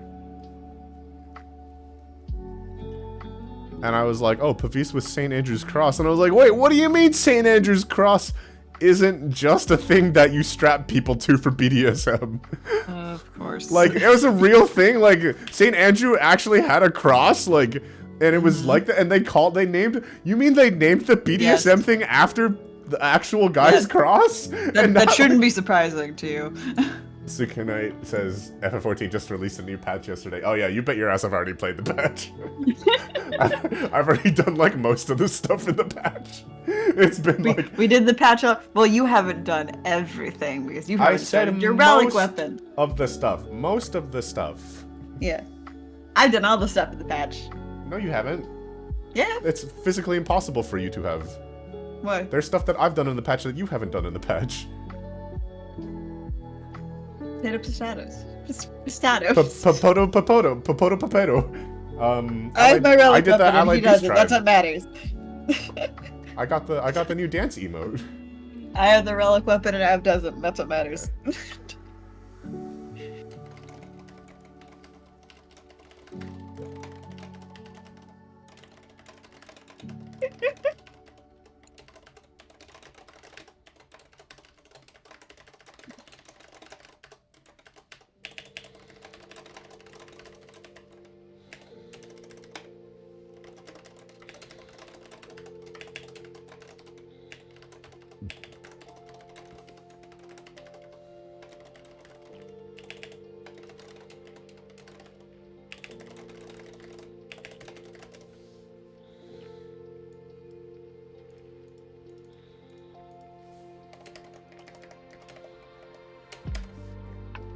Here, this is a live reenactment of my reaction. Like, I was actually like, oh, this is kind of cool. I like shields. Like, I was like, ooh, big shield. And then I was like, wait, what do you mean it's not just a kink thing? Anyways, that was pretty cool. What else was worth? I wanted this stream to be as much of like a, I'm gonna like bring you guys with me on my trip stream as possible, but like obviously just not in real time so that I can't get like stalked or anything. But I thought this wooden chess set was really cool.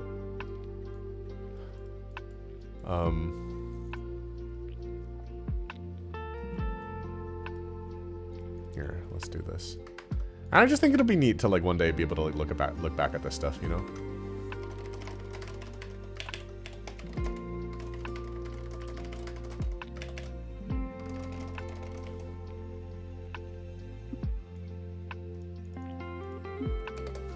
Got a bit closer and was just like, is this?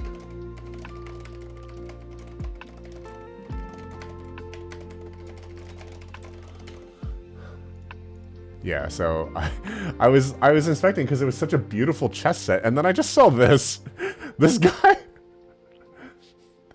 getting like ridden and like getting is this like ass getting exposed? Maybe I should have taken a picture from the other side.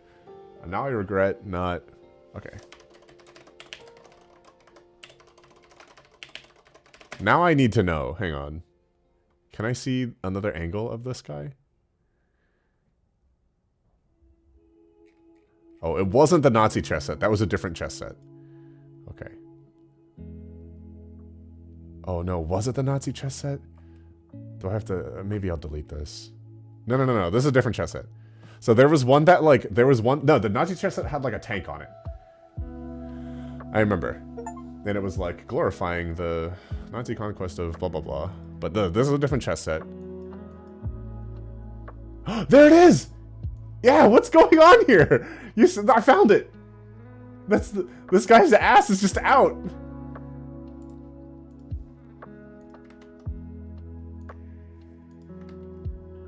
I don't know if you guys can see it as well, but you can kind of see it. This is the same chess piece. I don't know what this monkey's doing here. Like, there's not really... Here, more details. Let's see. Oh, fuck. Monkey. Can I view this in English?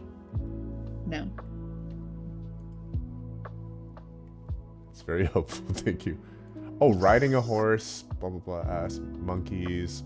Here, there's gotta be a... There's gotta be an English somewhere. Oh, it's in EN already. Okay, here, we can just, We'll have to use Google Translate, guys. Oh gosh.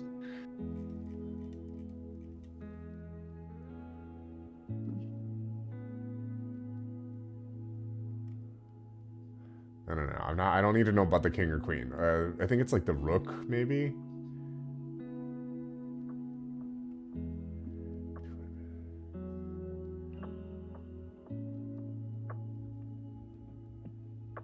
Sitting without saddle and harness on a rearing foal, which rests with its front legs on a jester's head. I don't think that's it. A white and a black jester, each ridden backwards by a monkey. The jester stands bent forward with his right hand on the ground while his left holds the fool's hood, which envelops his head, which is turned to the right. The monkey with a ladle in his right hand lifts the jester's jacket with his left, whose pants have fallen, exposing his hindquarters. The fool's cap is decorated with bells. The sleeves of the jacket are rolled up. The feet are in low shoes. Okay, so there's no explanation really, other than I think he's a jester. And this monkey is holding a ladle. Like, the Chrome does have an auto-translate, but I think that was, like, the site was already translated. I just... Anyways. There's the monkey-ridden jester with his ass out.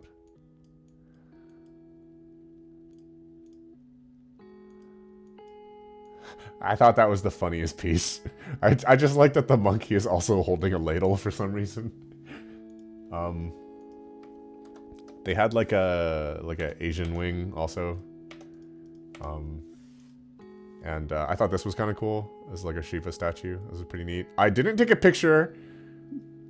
A, because I thought it might be a little bit disrespectful, and B, because like I had already taken one picture of this, but like I later stood in this room like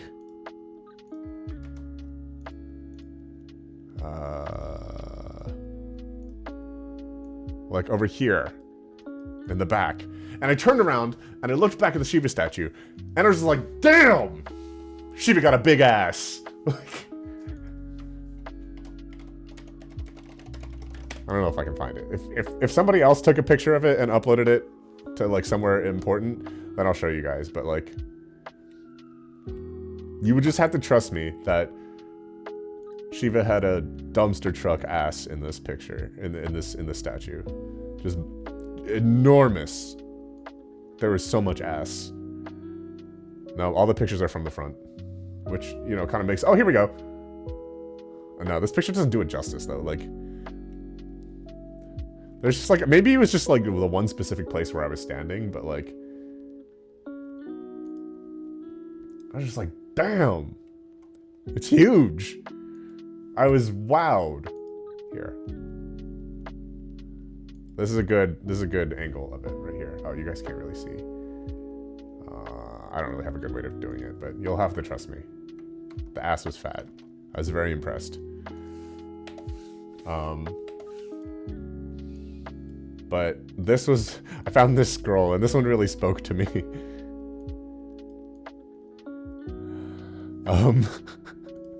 Just the drawing, where it's just like,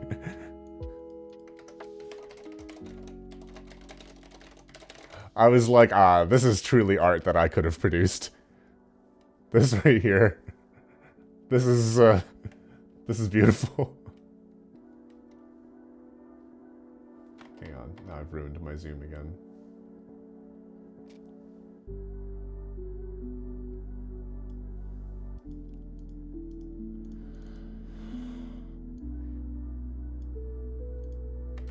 No, we'll keep the scroll.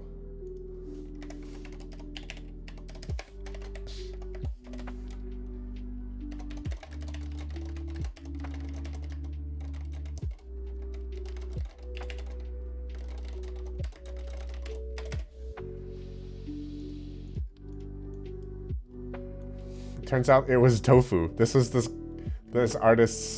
monk's best drawing of tofu, which I just think is even funnier. I just think that's great. It's just a poem about tofu, and then a drawing. This cube is just it's tofu.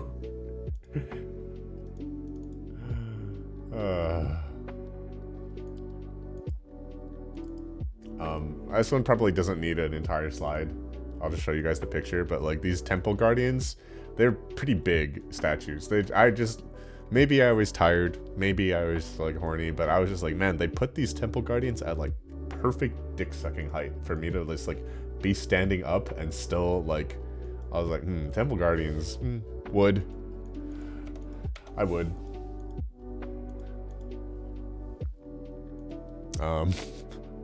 Where were we?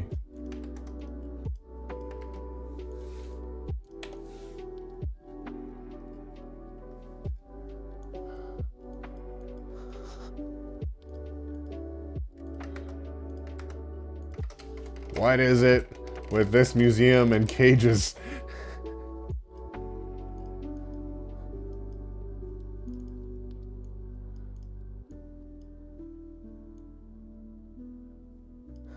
There's just like it was like an exhibit about like human form or some shit like that.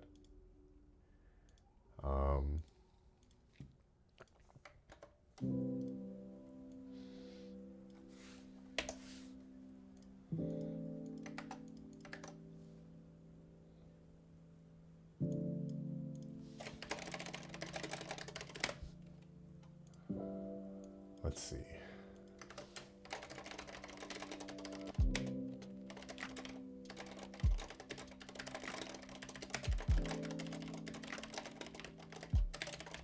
Oh, you know what? We gotta change the music for this part.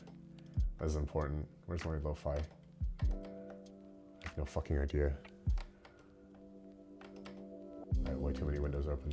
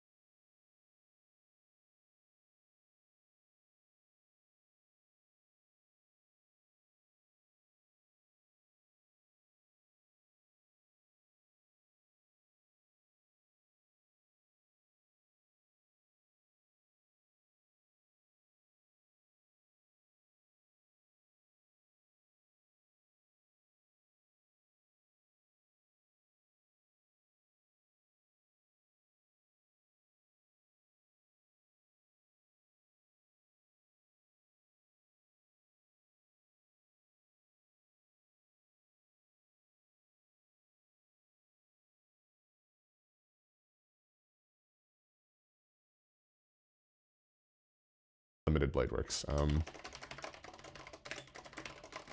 Unlimited Blade Works is a thing from Fate Stay Night. It's actually like from the same thing that Ever Distant Utopia is from. So basically, like, it's this guy's ability, blah blah blah. I don't want to like get too much into it, but like he basically says this entire incantation, which is like what I was writing.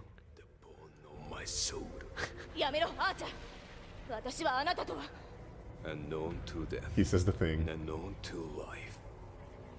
Saber, いつかお前を解き放つ者が現れる。だが今の俺の目的はエミやシロを殺すことだけだ。それを阻むのなら、この世界はお前が相手でも So there's Saber. That's who my username is based after. Unlimited Blade Works. So he basically turns the world around him into... What? He didn't even show the fuck... Fuck this video. Alright. Not helpful. I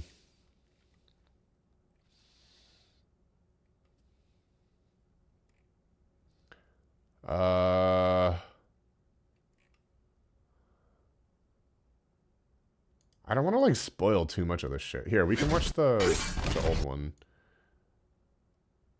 Basically, they turn the world around them into a... This is also not helpful. What the... They turn the...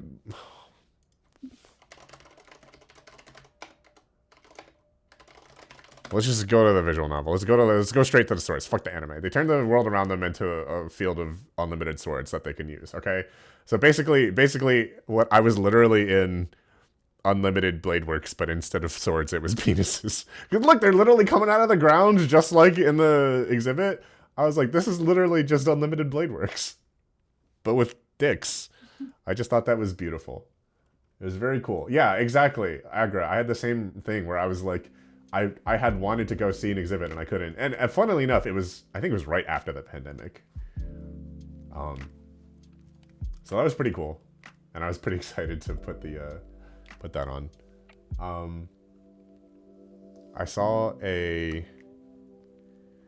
I had the pleasure of seeing this Rembrandt.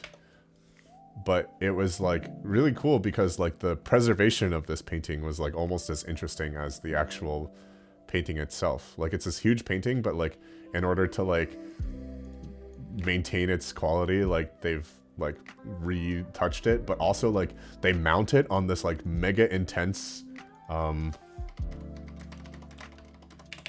like aluminum frame basically, and like it's done specifically so that the pressure on the painting is like evenly distributed throughout the canvas.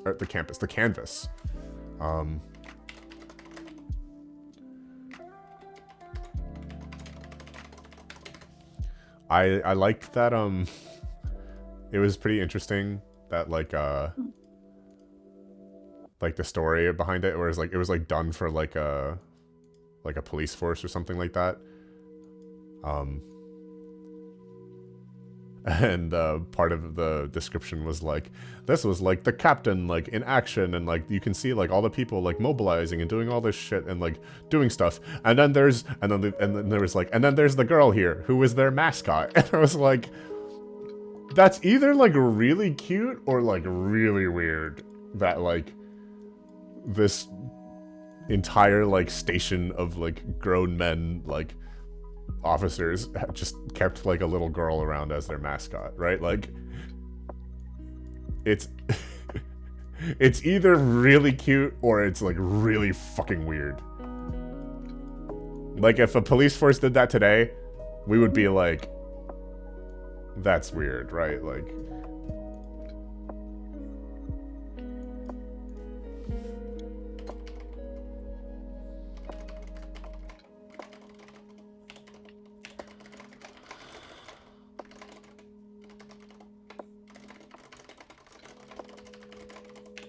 but yeah, anyways, that's why I took the picture from this like wide, like weird ass side angle, because I wanted to get like this giant like display frame in the picture. I thought that was really cool. Ominous, yes, ominous at best. So that was interesting. But the painting was cool. It was huge. Like you can see, there's people back here, like people for scale. Like this painting was like 2 or 3 times my height. I also thought this was kind of cool. I thought it was funny because like they were like, oh, here's like this like general's like war display case. I thought I had another one. Oh, here, right? Let's just do it this way. Can I copy this and then...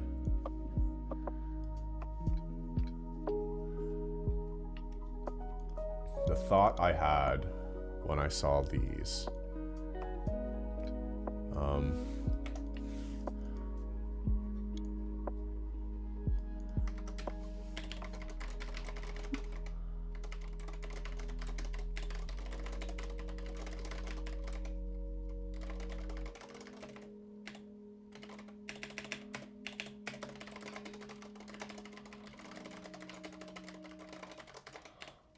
We've come so far from generals displaying trophies and weapons in glass cases to me displaying trophies and anime figurines in glass cases.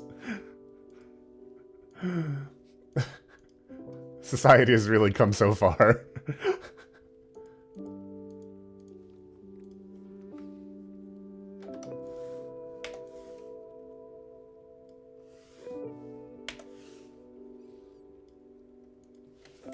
Me going, I should make a pirate audio.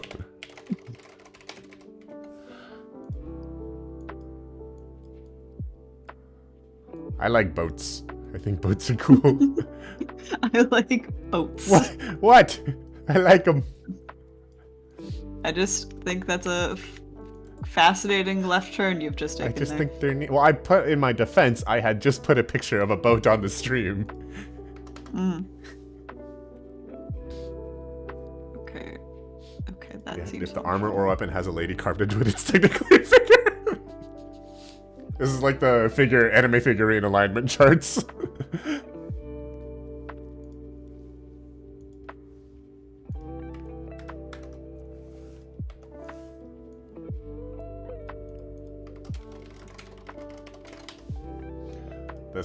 This was awesome though. The library, like, look at this. This is beautiful. This is like apparently they have like a lot of like historical and like artistic like texts in here for like people to study. So like it was a section of the museum. There's like a soundproof door that you had to go through to like get in here, and there's like a giant sign that says like please be silent. And like there was somebody down here like trying to study and shit.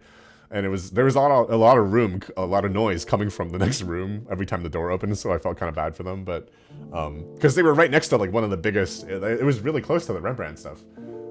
So there was a lot of people. I want to live in that library. Yeah, I'm pretty sure I've had like dreams about a library like this before. I remember there was one time where I was a kid and I had a dream that I like owned and managed a library, and I woke up and I was just like desperately trying to like sketch out on like graph paper like the layout of the library so that I could like remember one day, you know. I miss libraries. I like libraries a lot. But I thought this was really beautiful. They also had this, I don't know if I need a whole slide for this, but like the picture's still cool. Like this dollhouse, by the way, was like, it was very tall. It was like 6 or 7 feet tall. So like each of these rooms is like 2 to 3 feet tall. So it's like a big dollhouse, but it was really, really cool to look at. So anyways, I thought this was a really cool museum. Oh yeah, there was one other one. Like I don't generally, like I'm not like a huge paintings guy. You'll notice like that most of the shit that I showed in these slides was like physical like objects or like things or like locations, right? Like a library, giant boat model, like guns. Like this is a painting, I guess, but I didn't even like take this for the painting. I took this picture because of the aluminum frame, right? Unlimited Penis Works, cage. I guess this one is kind of a painting, right? Like I'm not really a paintings guy, but I don't know, something about this one, something about this painting really just like when I find a painting that I like, I will sit there and I will stare at it for like more than 5 minutes. Like most paintings, I'm like, okay, that's cool, great, it's a painting. not to like knock painters. It's just like not something that like I usually get sucked into, but like some paintings I just get sucked into, and I got sucked into this one. It's just like I felt like there was so much like depth to it. Like you could just get lost. You could just get lost in it. Like a really good painting, you could just get really lost in it. So I really like this one, so I took a picture because I wanted to remember it. I actually looked, like, this is the first time I've ever, like, looked for you know how, like, when you go to art museums and shit, there's, like, they always have, like, postcards of, like, the famous paintings or, like, magnets of, you know, whatever. I tried to look for this one, but I didn't find it. I don't think this is, like, a famous enough painting. It's, let's see if I can find the title. White Lilac Tree by Charlie Turup. And yeah, you know, this is, you know, but I don't know. As somebody who's not like a huge paintings guy, I really liked this one. Like I walked past it and I just like stopped looking. Look at the theater library. Let's take a look.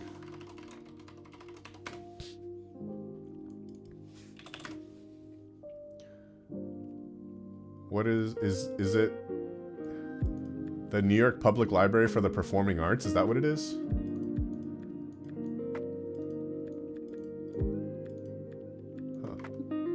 It's in Argentina. Oh, all right, cool. I have not been to South America, and I would like to go one day. So maybe on a future trip, I will note that. Okay, we've been live for 2 hours. I'm going to use the bathroom. I'll be right back.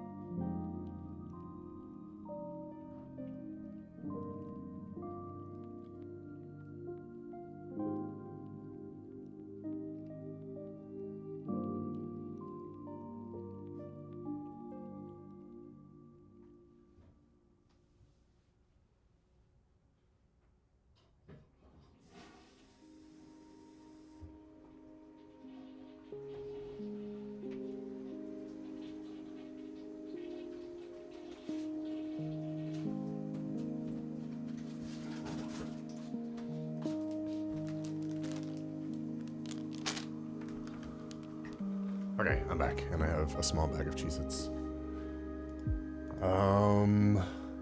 Okay. Anyways, I almost like wanted to spend longer. I did. I wanted to spend more time in this museum, but I had tickets for something else that I had to go to. So I left a little earlier than... I kind of like wish I had gone to this museum after. I don't know. I think really this is the only way it was gonna work out. But anyways, this is a cool museum. I really liked it. And like, I've seen a lot of really nice museums, so I like to think I'm not like the easiest to be like, wow, amazing museum. Like, so anyways, the next place I went was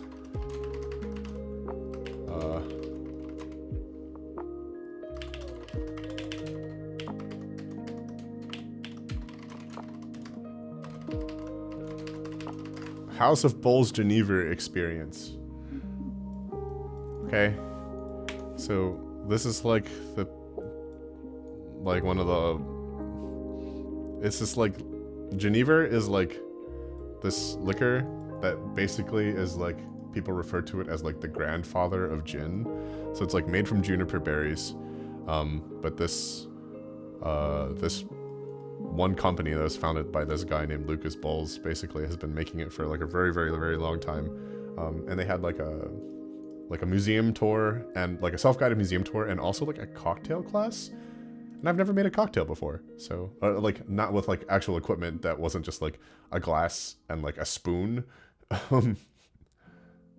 So I decided to take the cocktail class and this was pretty cool. And it was in English, which was also great. And it like included, and another thing was like similar to the Heineken one, like included in the price of admission was also like 2 cocktails. And then they gave you like another like shot when you got there. So I was like, fuck it. It's like worth its price alone in alcohol. So, so it was pretty cool. They had this room where basically like they had the sense of like, they had like 30 to 40 like different flavors of this like liqueur. And then it took me a while to realize that you could flip these open and it would actually tell you what they were. So I made it like, I'd like kind of like picked a bunch of random ones and I was like, this one has like a pretty color, and I would sniff it and I would like try to figure out what it was. And then when I realized you could flip them up, I went back to the beginning and I did every single one and I tried to like identify all of them. And at the beginning I was like pretty good at it. I was like, oh, this one's mango, like this one's chocolate, this one's cherry. And then like after 10 of them, like after smelling and trying to identify like so many scents at once, I just like started to just like lose my sense of smell. Like I was still smelling things and it smelled like things, but I like lost the ability to like identify what each scent was. Yeah, nose fatigue, which was kind of cool though. It was like sensory overload, which was pretty cool.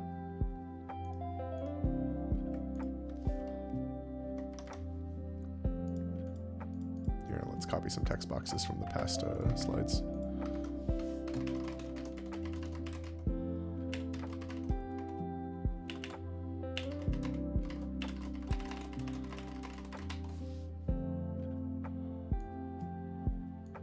Whatever, the PowerPoint doesn't have to be amazing, but you need something neutral and nothing is more neutral. Oh, interesting. I'll have to try that the next time I'm faced with 30 different scents to try to identify.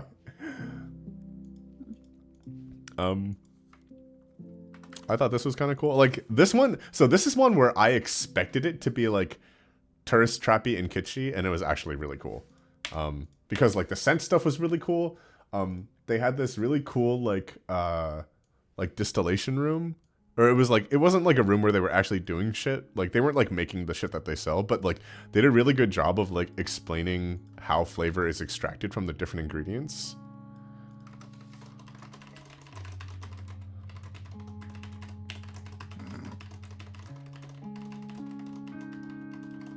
And I was there at like a pretty good time. It's like my timing was really good. So like oh, hello. Oh, okay. I didn't know if you were laughing at something or if you were like asleep. No, I'm messaging someone right now. Okay, okay.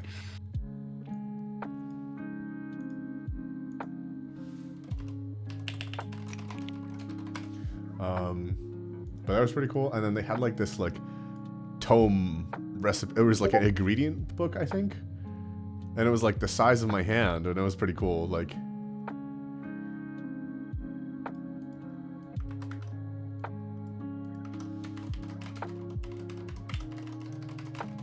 I just like big book.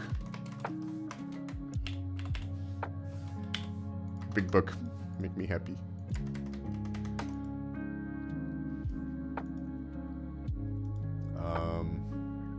A cooking tome, yeah, exactly. This is like not a very important video, but I just think it's kind of funny. It's just as me pressing a big button. Oh wait, this is the wrong one. Fuck. I thought I deleted the ones that I didn't want involved. I thought I went through and pruned these. Apparently not. Bam!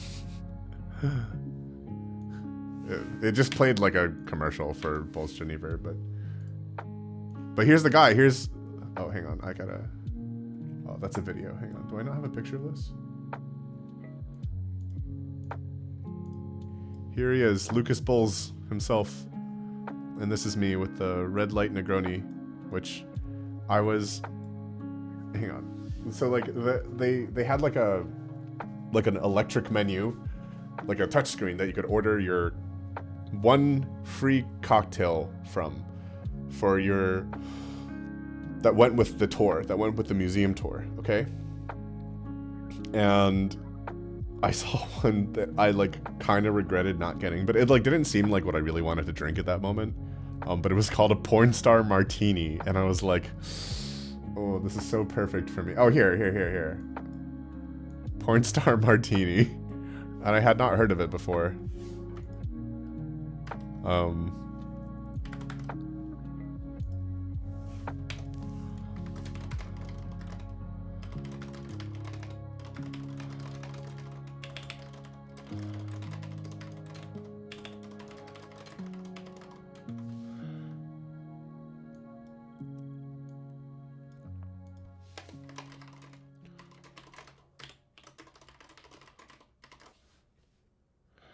I was actually really tempted to get this.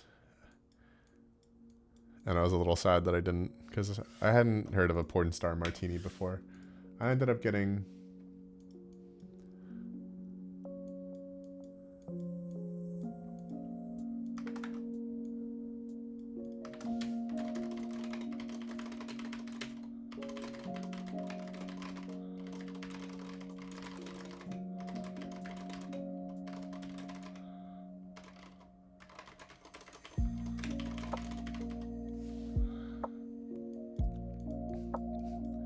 Yeah, the bartender was like, oh, where are you from? And I was like, oh, I'm from New York. And he's like, oh, have you been to this bar? And I was like, no. And he was like, oh, it's a really good bar. It's like one of the best bars in the world. My friend bartends there. And I was like, oh, I should go. And I was like, I kind of want to go there.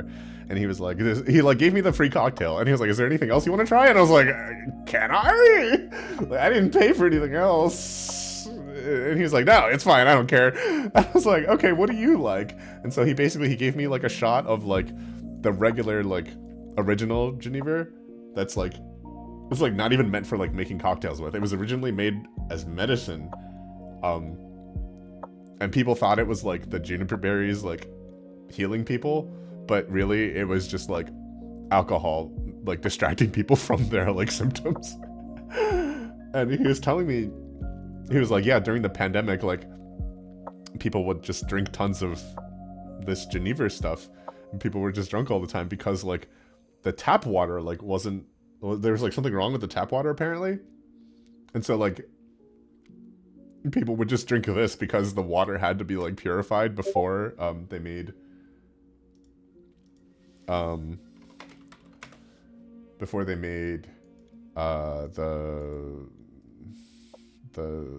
liquor. Like, sorry, I got mega distracted for a second.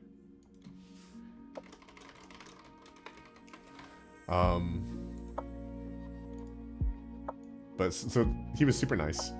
I appreciated that a lot. And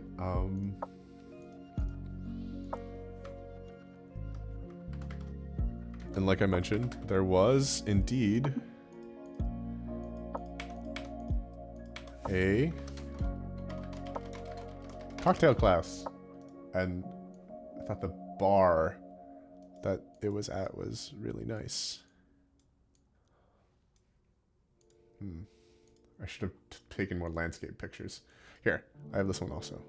You can see the stuff. This is my first time using a shaker ever.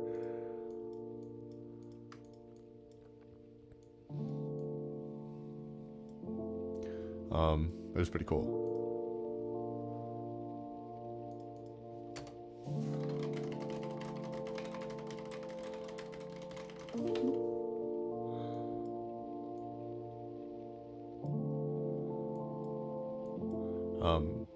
And the cool part was, in the end, you'll never guess what was in the cocktail class. It's the porn star martini!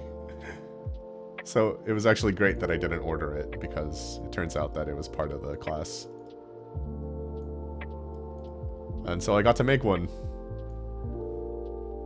So I was very happy about this.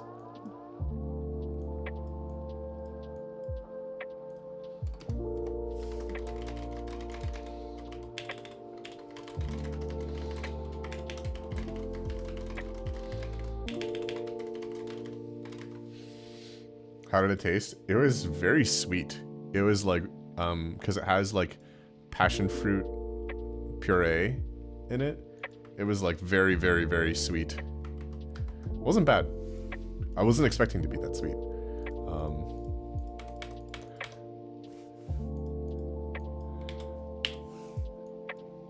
So this is my first like real cocktail that I made. I guess these two were like the first like real cocktails that I made. So that was pretty exciting.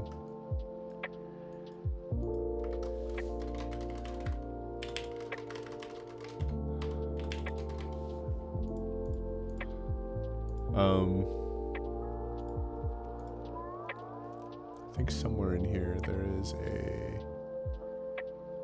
Is it this one? Yeah! You can see the pour. It wasn't a very great pour, but I did my best.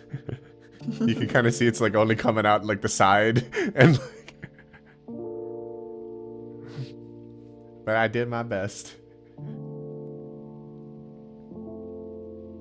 Yeah. Well, we'll keep this in here. Why not?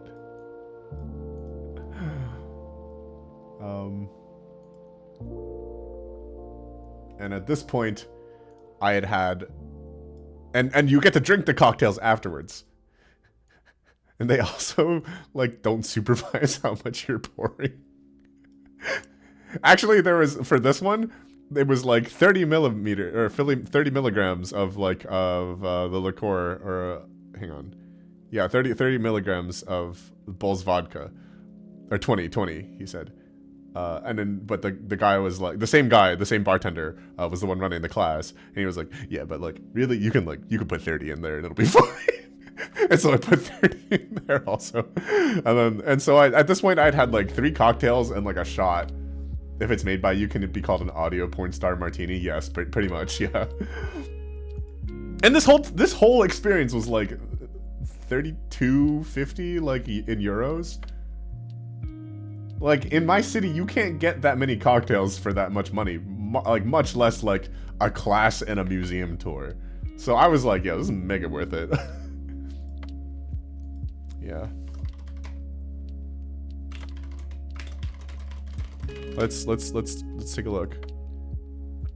Tickets for House of Bulls. Yeah, $32.50, right?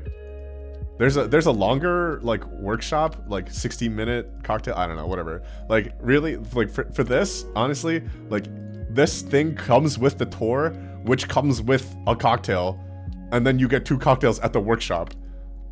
So like what does this come out to in like American dollars? Like $37 maybe? Like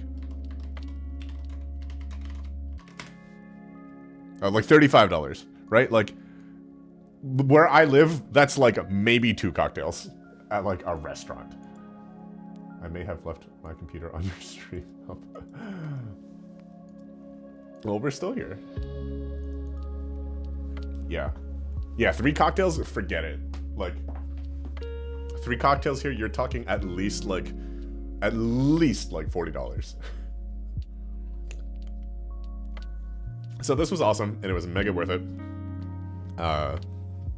The tour was cool. It was way less tourist trappy than I expected it to be. I was gonna be like kind of like a goofy little thing, but like it'll be kind of cool to do. And it was like, wow, this felt like really legit. So I really liked this. This was really fun. This is probably one of my favorite things. And also afterwards, I was a little woo-woo tipsy, which was great. And I had timed tickets after this for the Van Gogh Museum. Oh, delete files for more space. Oh, do I have to? Oh, hang on a second. I think my Google Drive is full, so I have to.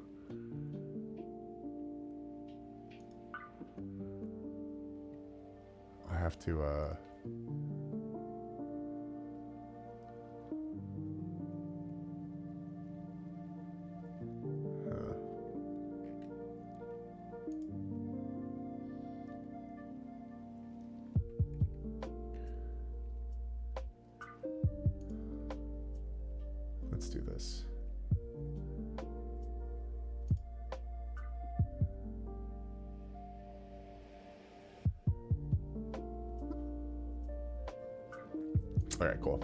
That's gonna make my life easier.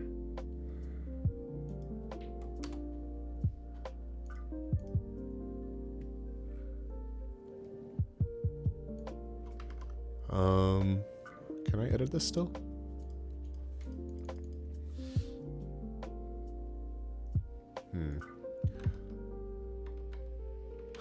Can't believe I ran out of Google Drive space.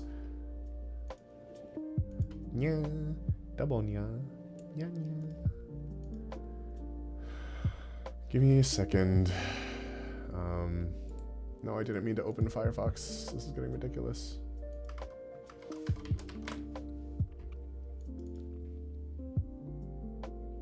It's still telling me I need to delete more files. I thought I... No. I got more space, so I can...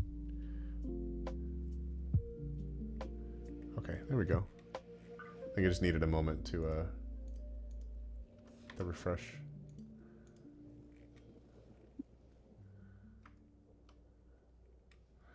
Oh god, now the zoom is all fucked up again.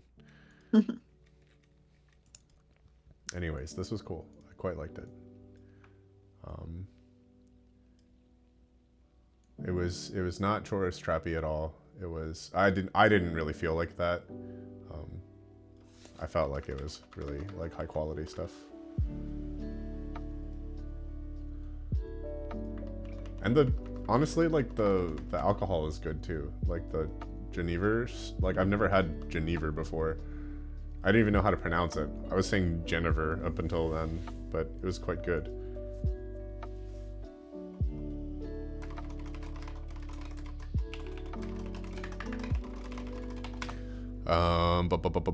Okay.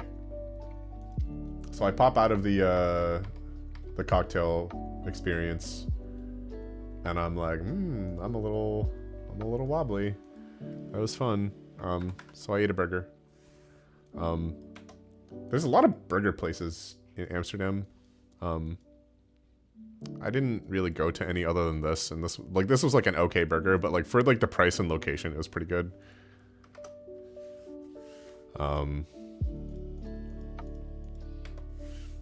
But I just like hadn't eaten anything at this point, and at this point it was like maybe like almost 3 o'clock p.m.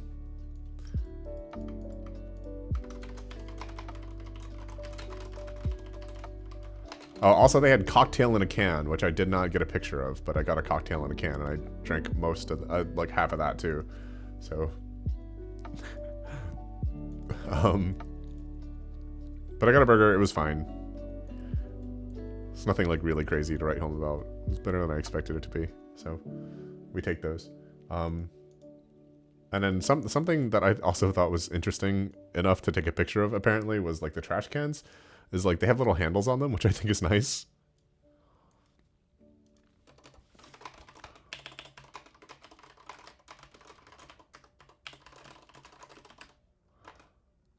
Yeah, I had like a cocktail in a can with my burger after the other 3 cocktails.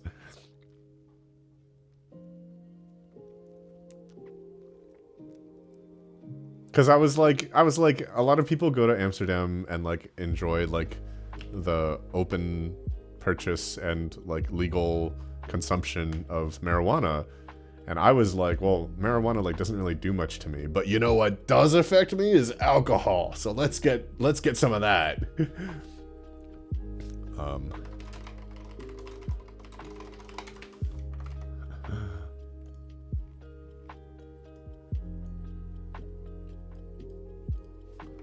But anyways, I just thought it was kind of cool.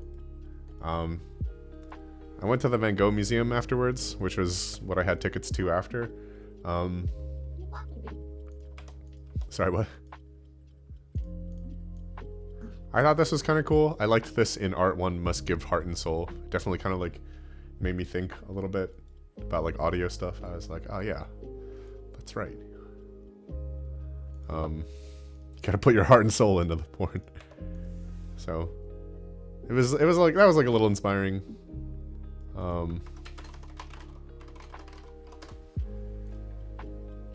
Here, we'll I don't think we need more than one slide. I saw the one of the copies of the Sunflowers thought that was kind of cool.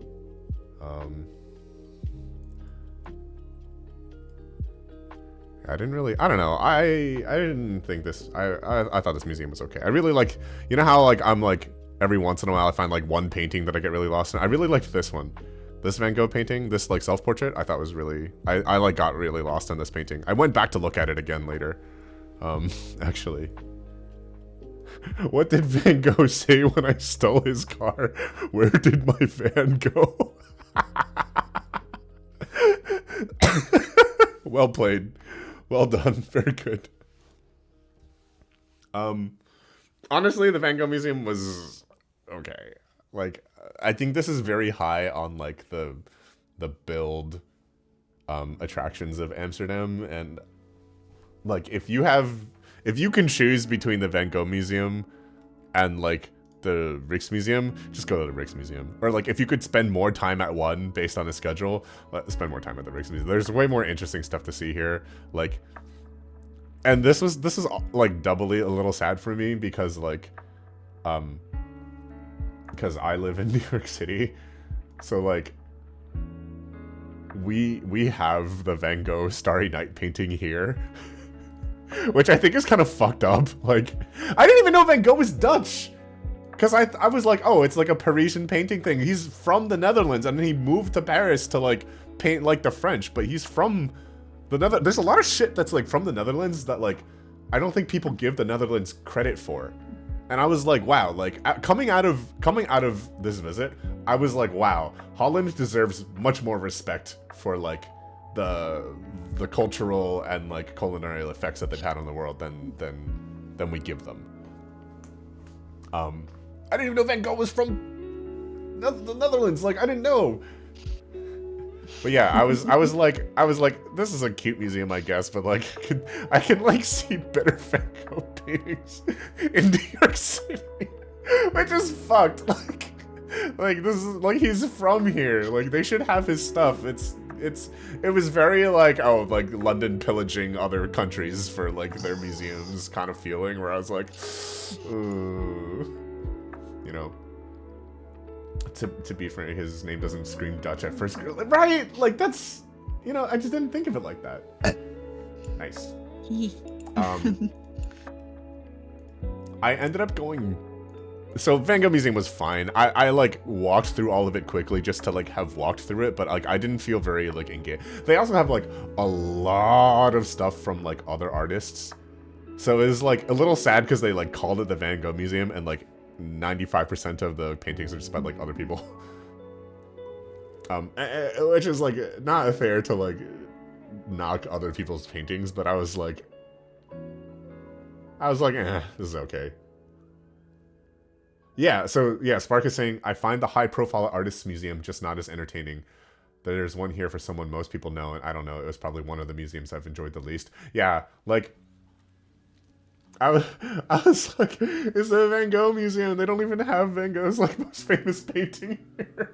Like, I don't know. Do you guys think Starry Night is more famous than Sunflowers? Here's the thing: is Sunflowers? There's like 5 copies of Sunflowers. Like.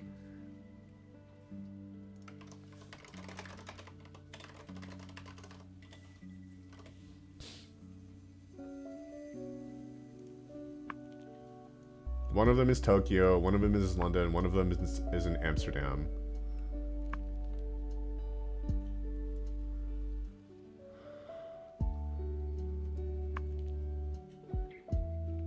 Oh, and oh, wouldn't you know it? One of 2 cut sunflowers. Some of the sunflowers are also at the MoMA. So like, I feel like the MoMA has more like famous Van Gogh paintings than like the Van Gogh Museum has famous Van Gogh paintings. Which is kind of fucked. But whatever. I was drunk and hungry also at this point, so I was like, I'm out of here. Van Gogh Museum was okay. Like 5 out of 10, maybe. Tops. As somebody who uses like an entire like 1 to 10 scale, maybe like a somewhere like maybe a 4 even. Except for this one painting. This one painting was good. I really liked this painting. I just felt like he was staring into my soul directly, but also staring right past me. Felt like he was judging me. Felt like he was like waiting for me to like justify my own existence. I stared at this painting for a while. I liked that painting.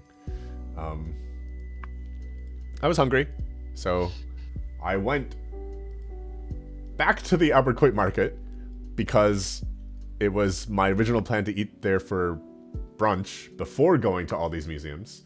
And I got kibling, which is like fried cod.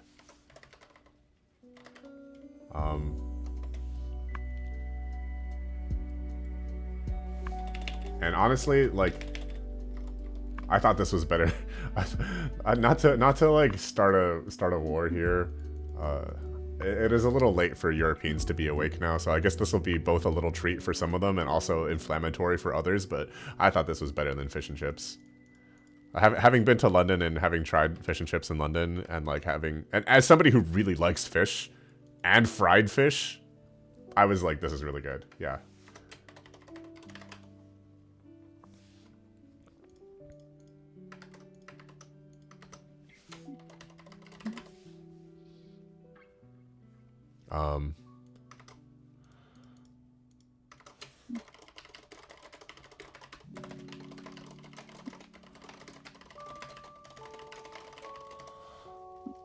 It was really good. I actually spent time on a later day just like roaming through the section of the city that I happened to be in, trying to find another place to get more of this, and I was not successful. This is the one thing where I was like, wow, I really wish I'd eaten more of this. But no, I like this a lot. So I ate some more. I did a lot of eating because this was on the way to dinner. Oh, this was my snack on the way to dinner. I went to...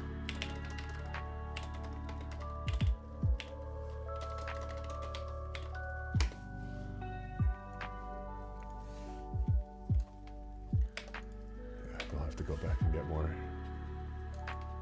Yeah, I like a fish and chips, but also like, I don't know.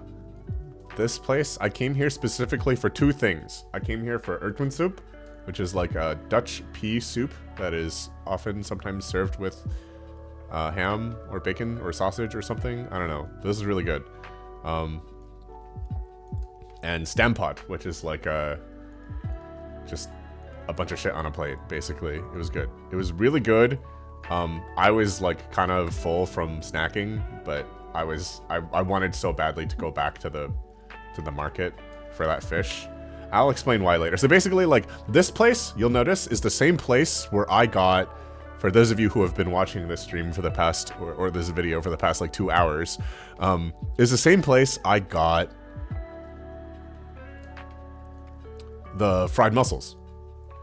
And I got the fried mussels from here because I didn't get them here. So I came here to get mussels, and I saw everybody else ordering and eating the kibling. And in that moment, I was like, I like the mussels I'm eating, but man, I really want to eat the kibling. So I went back and I got kibling. You're still not over the apologizing, Taco. Yeah. So I went back.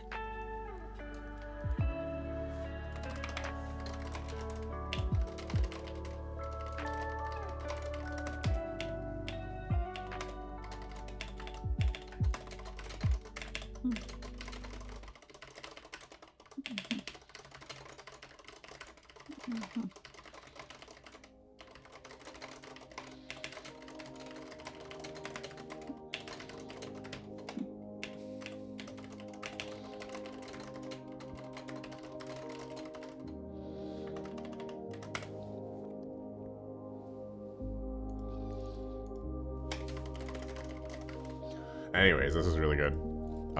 It was like piping hot, standing in the cold, just like super tender, very tender.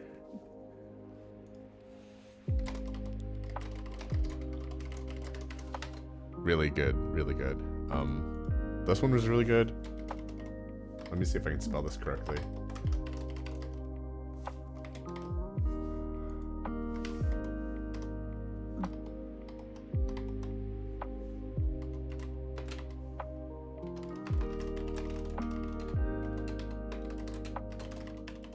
don't even know how to describe Stampot. Oh, it's 2 P's, first off.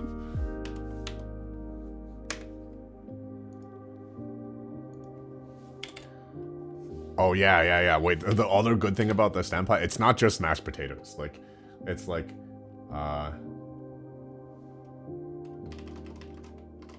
like, they had different options that you could get. So there was, like, a spinach one, which I kind of wish I'd gotten. But I actually really liked what I got, so I was quite happy with it. They had a spinach one, they had this one, and they had something else. I forgot what the other one was. But this one was carrot and onion, and it was quite good. The pea soup, no. I know it looks like a pile of green goop in a bowl, but like the pea soup was really good. Like, it was so comforting. Like, and like, pea soup is not like an explicitly like Dutch thing. Like, if you have a chance to try like a good pea soup, like it is actually really good. And this one had like chunks of ham and sausage in it too.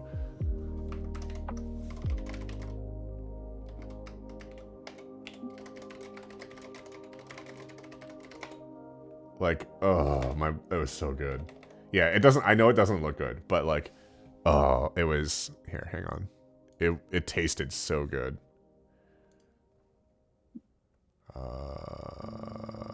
It's Amsterdam.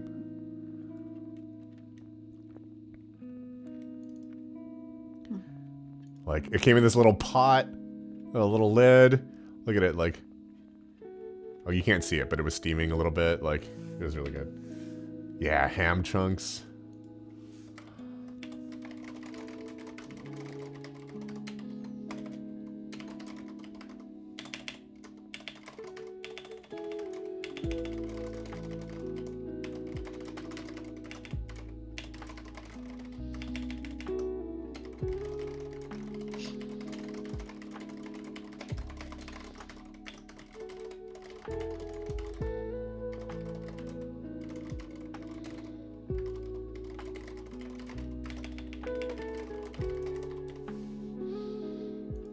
I couldn't finish the potatoes, but I made myself finish the meat.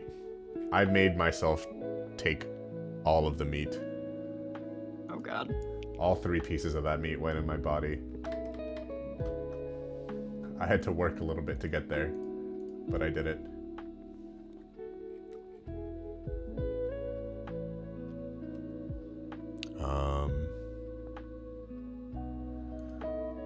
Let's go back to the Anne Frank house slide.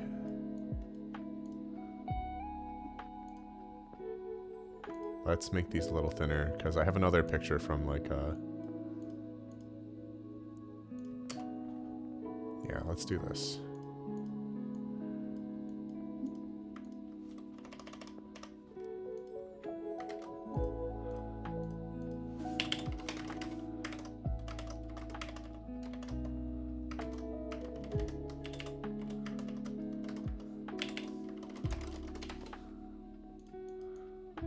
Okay, because I have another one where I also thought was... I did. I took that meat. Are you guys proud of me?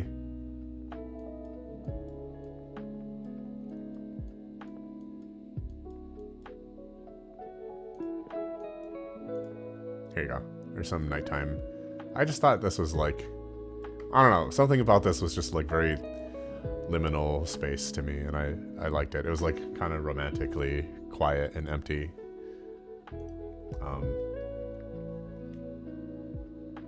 I think I took a nap at some point. I don't know what happened, but then I was jet lagged and I was awake and I was hungry, and it was like 1 or 2 in the morning, and I'm used to like more places being open at 1 or 2 in the morning, but there wasn't a lot of stuff open.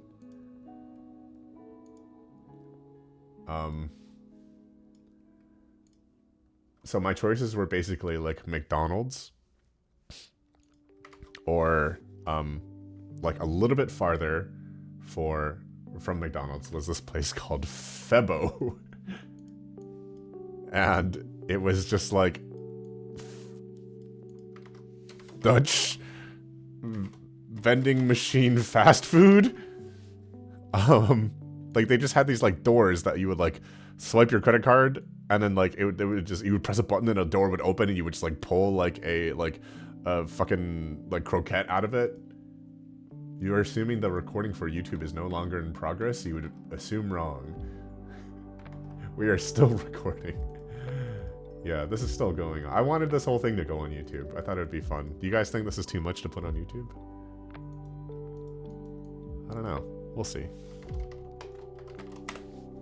But I thought this was pretty good actually. For like, I looked at reviews and like it got like Febo like did not have like very good reviews on Google. But honestly, like for like late night food, this is pretty good.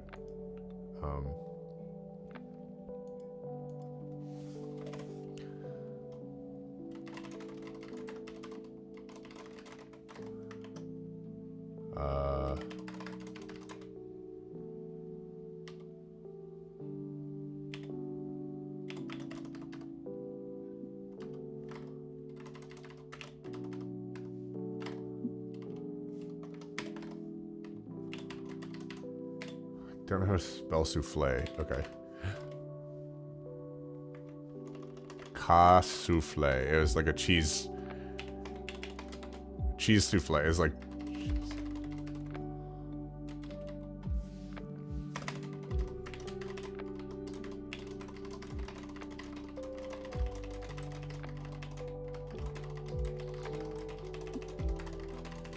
it's hit the spot. This was like exactly what I needed in that moment. It was like kind of like creamy sauce and beef in here. It was pretty solid.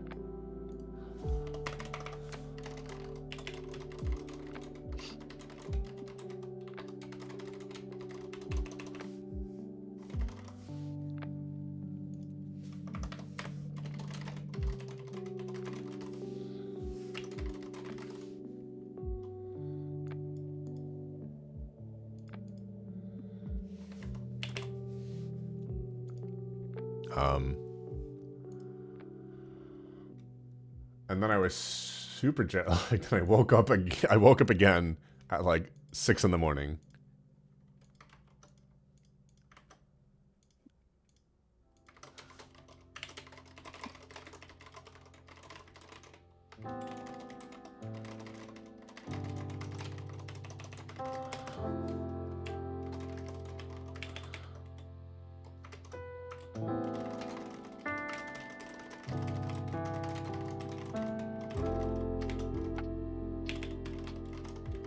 So I woke up early and I was like, I'm so hungry.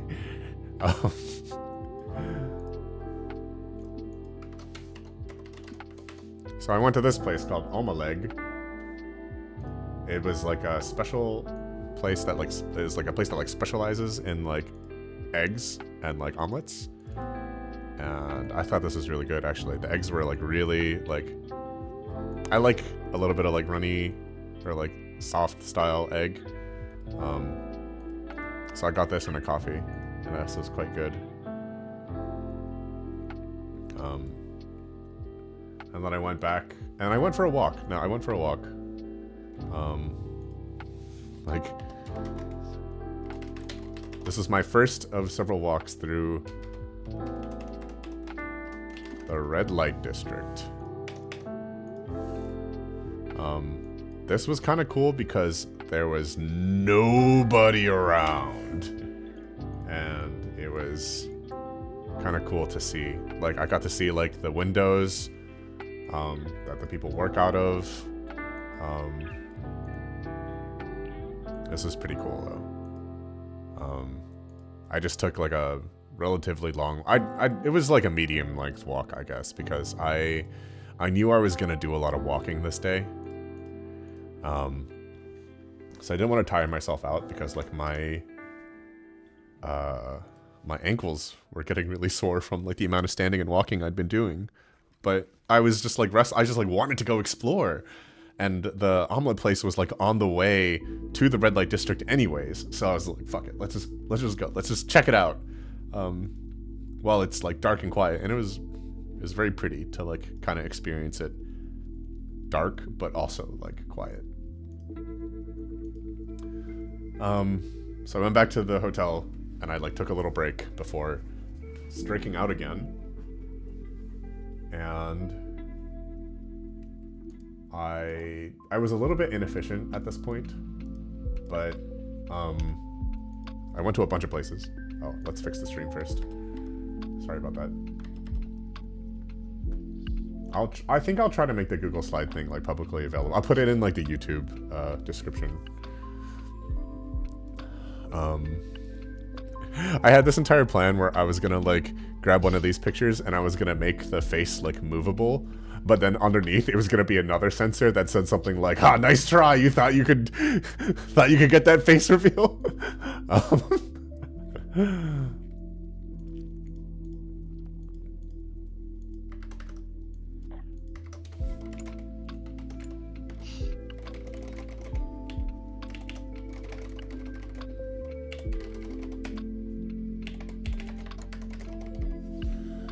Let's put the artist credits because we like artists.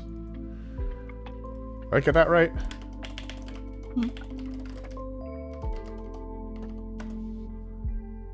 Nope, I did not. Hang on. What is the artist? Fuck. Oh god. I have it in my PowerPoint.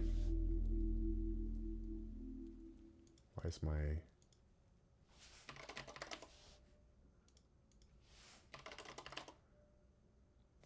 Ugh, I hate it when sometimes Windows is like a little bitch and it's like, I need to be updated. I'm not gonna let you search through your start menu. I'm like, I'll update you when I'm ready to. Please let me use Windows properly. Okay, PowerPoint. We gotta stop. We gotta stop to make it Reka underneath. Yeah.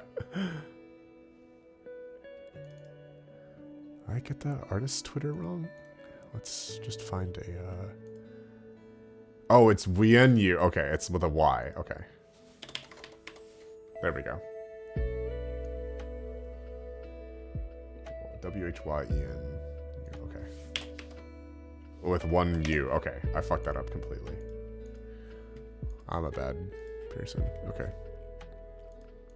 Anyways, this was very cool. I went back for a walk. Or I went back for a break, and then we did... Where's my pictures? We're kind of just going in order.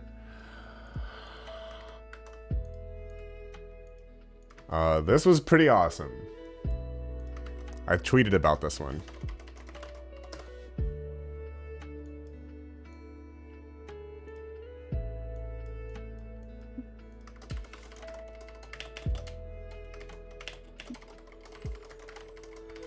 Amsterdam Cheese Museum.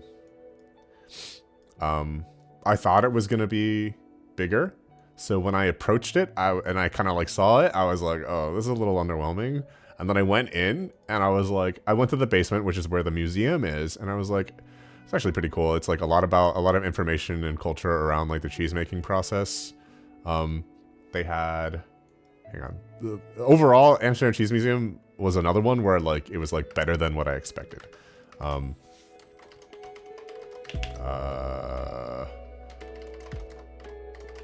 First off, admission is free. You could just walk in here. Like, there's not even like a time slot you need to get. You literally just walk in. It's like a store, and then they just have this like thing underneath.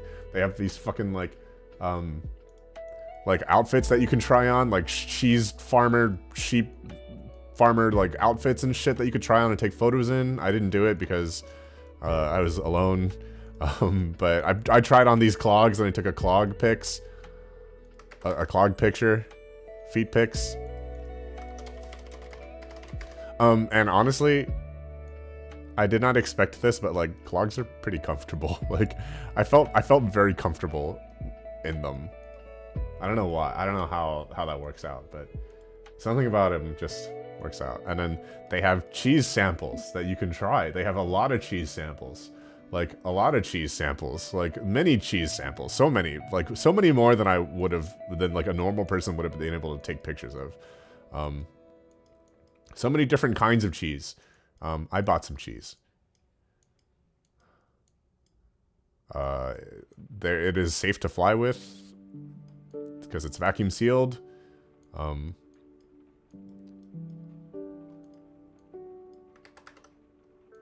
Great museum, 10 out of 10.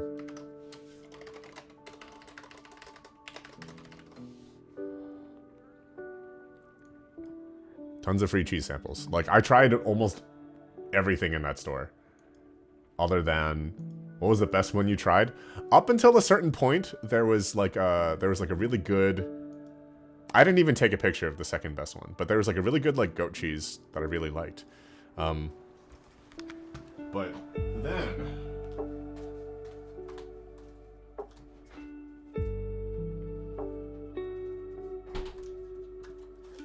I tried this.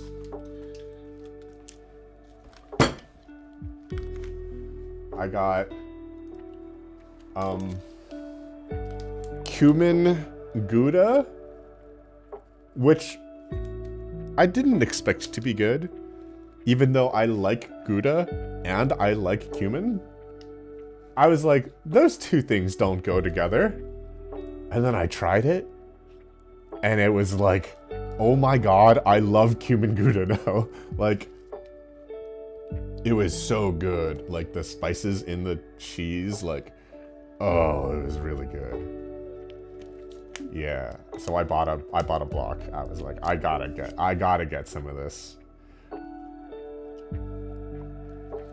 Oh, it was so good.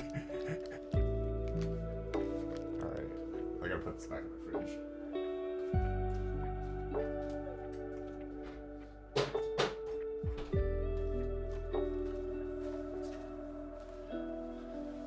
All of chat collectively trying not to make cum jokes.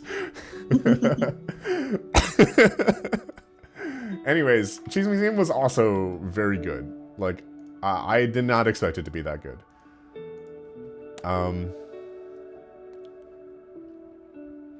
Afterwards, I kind of went in like a bit of like a roundabout pattern that was not very efficient with my time, but it worked out. I didn't like...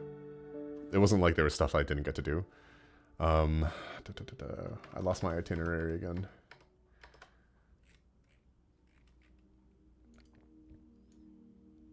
Oh, I wanted to go to the automatic piano museum, but they were closed.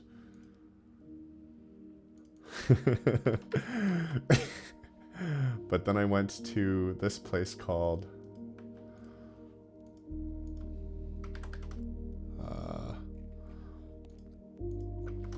the Pancake Bakery.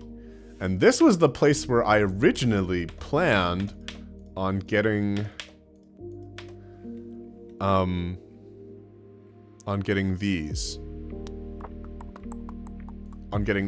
The mini Dutch pancakes, right? But because I'd had them at the carousel, I was like, well, I should try something else. And the idea of a savory pancake like did not really like appeal to me that much. I was like, if you're gonna get pancakes, it should have like fruit or like chocolate, like and I was like, I don't know how I feel about this.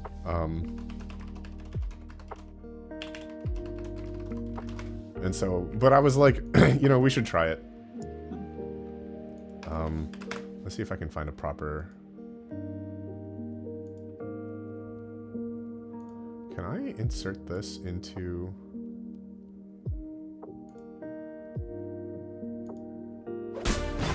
What the? What is making noise? Stop that. Why is it still doing that? Oh, okay. Fucking Giphy site.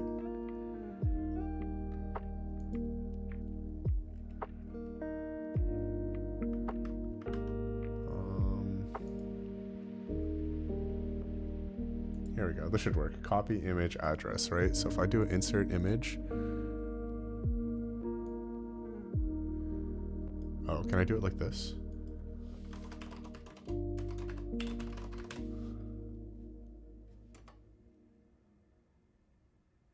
There we go. Okay. So, you know the scene in Ratatouille where the food critic like eats the fucking food and like it flashes him back to his childhood?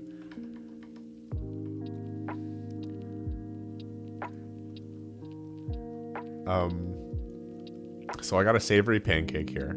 It was ham, cheese, and onion. And this pancake like fucked me up, man. Because when I was a kid, my mom would make pancakes just like this. Like I haven't had like a crepe, like a thin crepe pancake before. At least I thought I hadn't. It turns out that growing up, my mom would make these. Like, these were the kind of pancakes my mom made. Like, we didn't make like very good like American style like fluffy pancakes. Honestly, like I love my mom so much. Her like American pancakes are like a little flat. But we're not like a family that like, she has no background in making pancakes. At least I thought she didn't, but it turns out my mom knew how to make Dutch pancakes the entire time for some reason. Like these like thin, like crispy on the outside, like on the rim, like where the edge of the pan is, but like kind of like soft on the inside. Like fucking, I don't know why she knew how to make these. Like these are not like conventional pancakes, and we have 0% Dutch blood in us. I will eventually tell you guys my ethnicity, and it will confuse you even further. But I don't know why.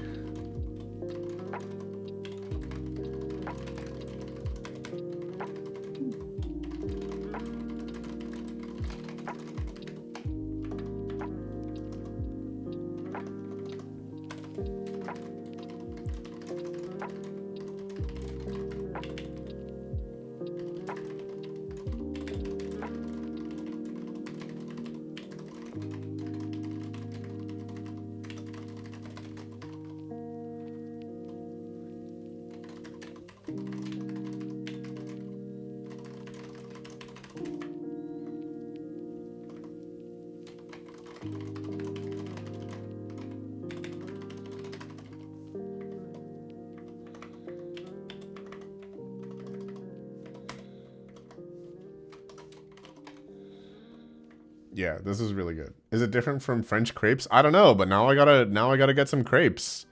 Now I gotta get some savory crepes to find out. I gotta go on this pancake journey. How do I tell Google to stop trying to autocorrect me? I know it's fine. Oh, do not autofit. Don't underline this. That's so rude. Okay, I think it's fine. Yeah, like, she didn't do them with ham or cheese or this kind of onion, but she used to make literally just this, but like with like a little bit of scallion, like a little bit of green onion. And I loved that shit. Like I used to fold it into like slices and like, oh man, this brought me back. I don't know why, like, this is not like the kind of pancake that it makes sense for her to know how to make. It does not make sense for my mom to know how to make American pancakes either. So I don't know where this came from. So it kind of hit me out of nowhere. I was not expecting that.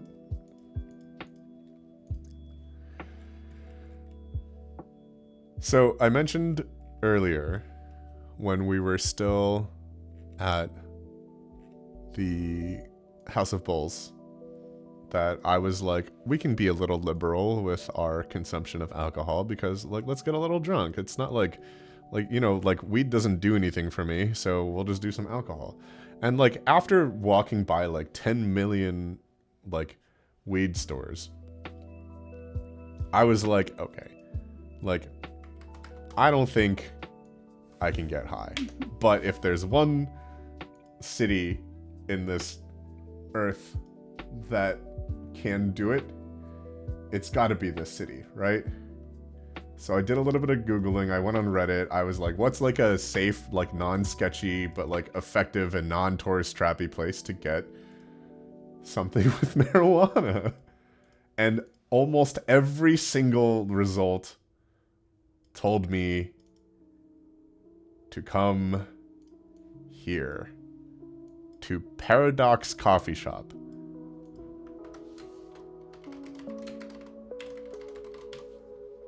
in Amsterdam.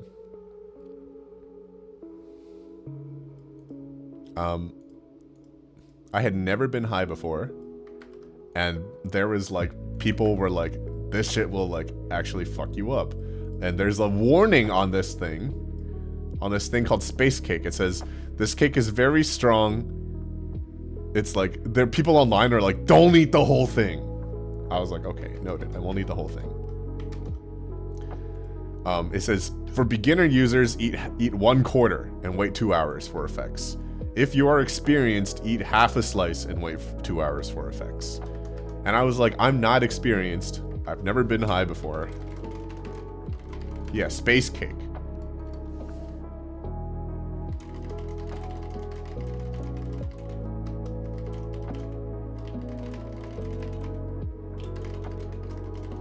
So I was alone. So I didn't like do anything rash. I ate half of it.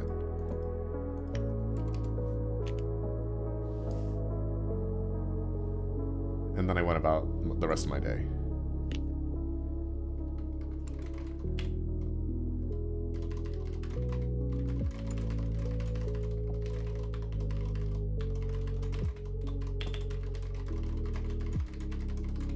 Was I in my hotel room? No. I went on a boat.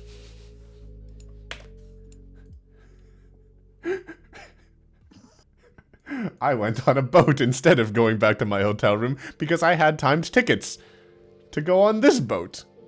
You'll notice it doesn't look like a conventional boat. That's because this was a very special boat. Where, yes, for those of you who are paying attention to the pictures, I was on the cat boat.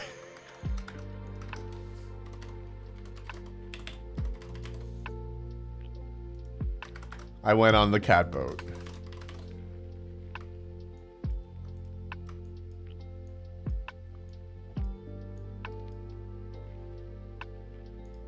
I went on the cat boat. I had tickets ahead of time. There are people who are like trying to do walk-ins and they got turned away. It was like very good that I got tickets, that I had. It was free to enter, by the way. You have to get a time reservation, but they don't charge you. But they recommend or ask that you donate, which I did. They have merchandise, so I bought a bunch of shit, and then I like, my total came out to like, it was really cheap. It was like 20 bucks. And I gave them like, it was like 20 euros. And I just like handed them 50, and I was like, the rest is donation, for the boat, because they're trying to build they're trying to like make a new one, but they take cats. I got myself a sticker, and I got something for Iggy. So there's your hint, I guess, is one of your gifts came from the cat boat. Go figure, right? Yeah, they're gonna get a bigger cat boat, and so basically you go in, and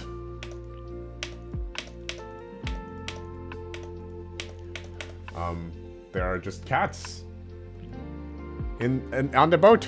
It was like, basically it's like a cat shelter, and they like have all these cats that you can like visit.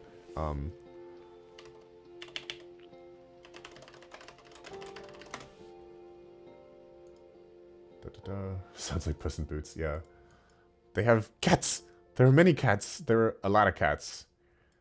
They were wonderful. They were precious, precious babies. This thing kind of looked like a Minecraft, like, Lego, like, large cat creation.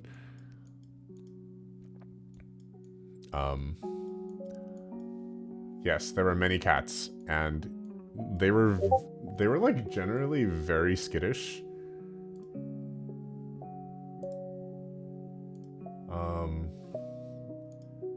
They were all very skittish, which makes sense because they are like shelter cats. So, like, you don't know like what they've been through. But like the staff was very nice, and they like gave me some treats to like give to the cats to like try to make them a little bit more comfortable around me. But like a lot of them will like kind of come up, and then like if you tried to pet them, they'd kind of be like no, and they would kind of like inch away. There's this one cat who was like hidden away in like a cage with like a towel over the cage, and at some point she just started meowing like pretty loud. So I went over because I was like, well, she's in the cage, she wants attention. And there was a sign on there like warning about the cat, and also one of the employees was like, be careful, that cat scratches. She is loud and she scratches.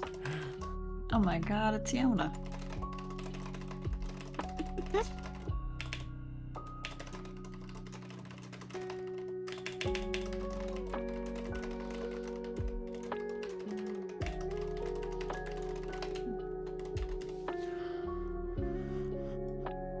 So I liked this cat. I just kind of like meowed at her from like a slight distance where she couldn't like reach out and scratch me, but I wanted her to have some attention too. And then but my best friend in the, oh wait, hang on, I have another cat pic. This one is very cute. Oh, look at this kitty cat napping.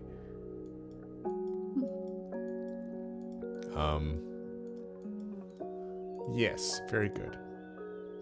But this one was my best friend, and I was very proud. This is Beaz. You can see he don't got no eyes.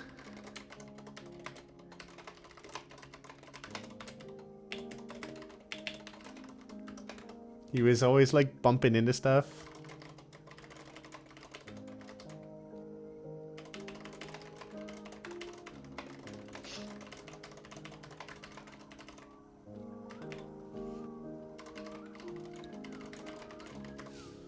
But he was just a blind baby. And eventually I was just very slow and very gentle, and he let me pet him. I was very proud. I was very happy that Beaz let me pet him. Beaz is apparently the Turkish word for white, which is where his name comes from. But I got to pet the blind meow meow. He let me pet. I just kept like, I turned on the audio voice a little bit. I was like, it's okay, like you're safe, it's all right. Like I turned on the Avalon audio voice quite a bit to like seduce this cat into like allowing me to pet him.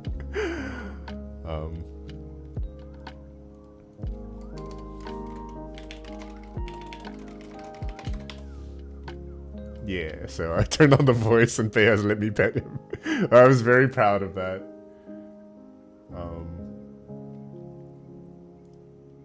Yes, the cats, they're very good. So the cat boat is great. Love the cat boat. I then, instead of going back home or back to the hotel, I went to the Katten Cabinet, which was basically cat museum. So this was the cat day.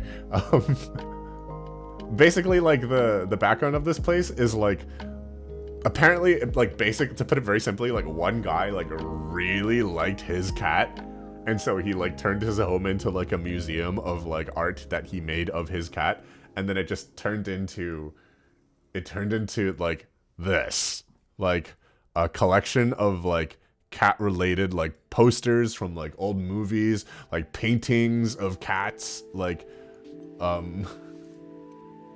this cat museum was pretty intense.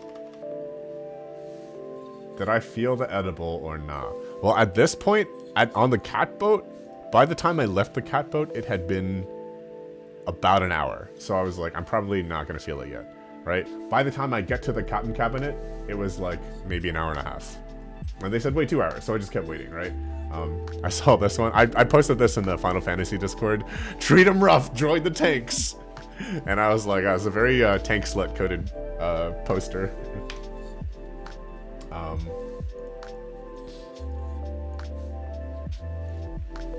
There's this very cute cat statue. Oops, I didn't mean to squish that cat. There was this like cat scroll, which was pretty cool. There was I don't even know what the fuck this is, but it was like not quite pinball, but like it's just like a cat like art thing. Let's bring this up front. Here we go.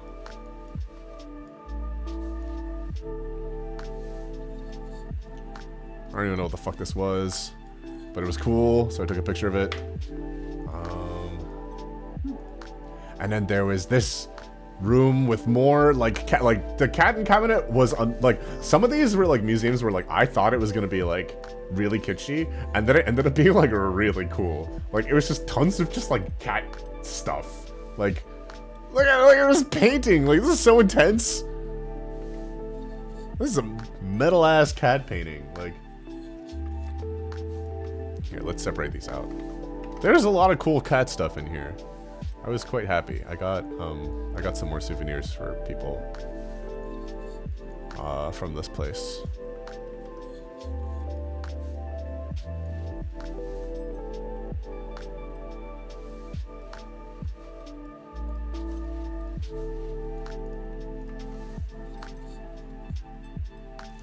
And I was like, you know what would be a great place to go if I were high is to the cat museum. So this is where I went.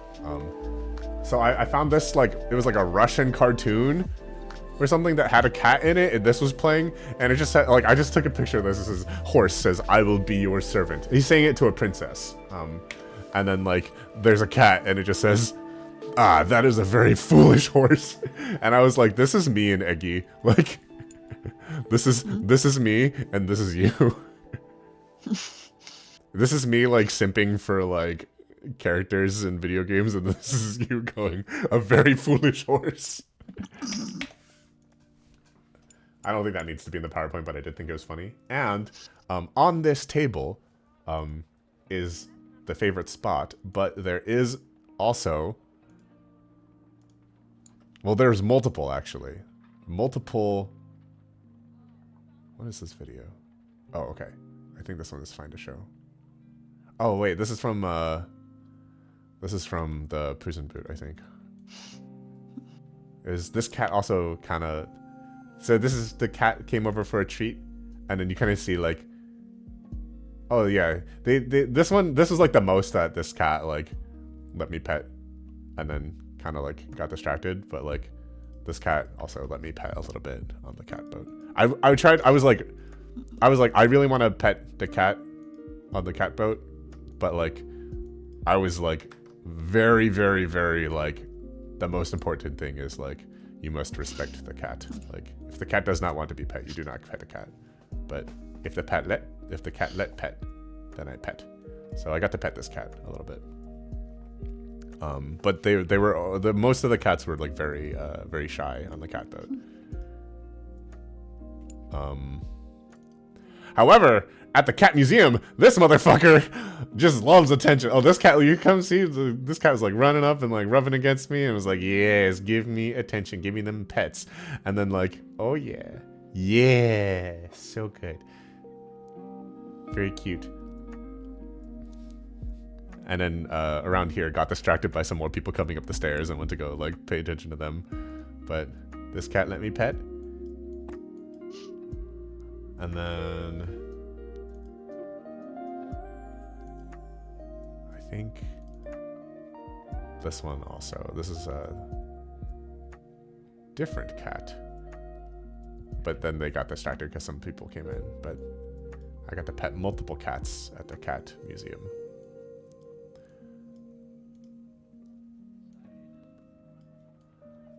So, Captain Cabinet, 10 out of 10. Highly recommend. And like the theme is like a lot of these were like I thought they were going to be tourist traps and they were actually awesome. The cat boat I did not think was going to be a tourist trap. I was like, this is obviously like a cat shelter, but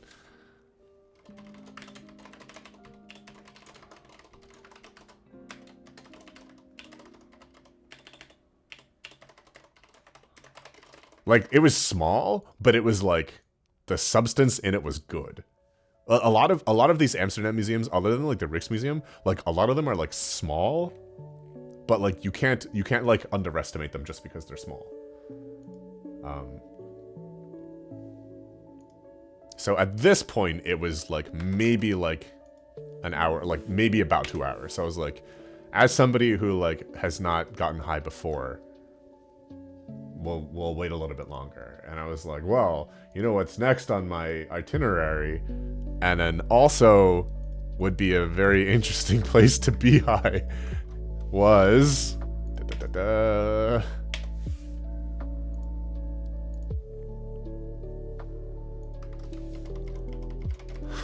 the Torture Museum.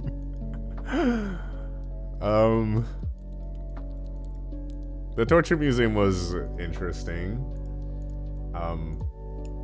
I saw one of these. I haven't seen one of these outside of hentai before. I thought this was just for hentai, so I hadn't seen one of these. Like, I thought that was pretty funny. I was like, oh, I've only seen these in hentai.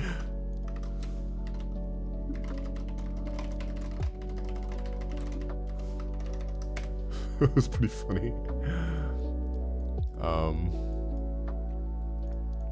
So that was kind of cool to see in person. There are some more cages. There's a shit. I don't know. Honestly, Torture Museum, was like the first destination where I was like, oh, this is actually like a bit of a tourist trap. I didn't think the Torture Museum was that good. Like, this is kind of like a you could skip this one, but.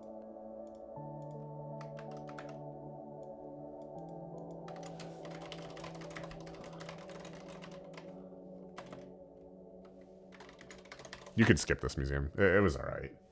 I thought this was funny, but it was like I expected it to be like more like serious and like historical, but it kind of wasn't.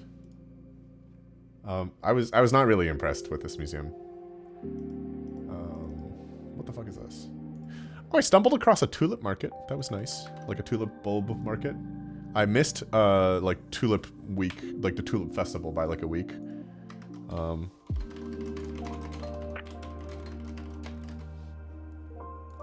But I think it's okay.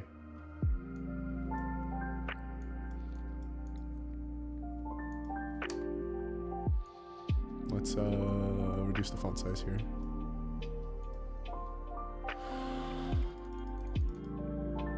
I thought that was kind of cool though. There's like a lot of flowers and stuff, which I thought was pretty. And then there was also a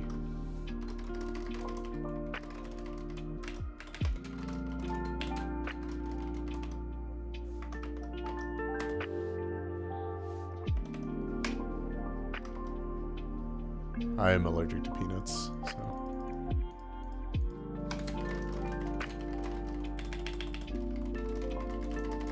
I found this place. I just thought it was funny because I am allergic to peanuts. I found this, like, the world's first peanut butter store. I was like, no! De Pindakaaswinkel.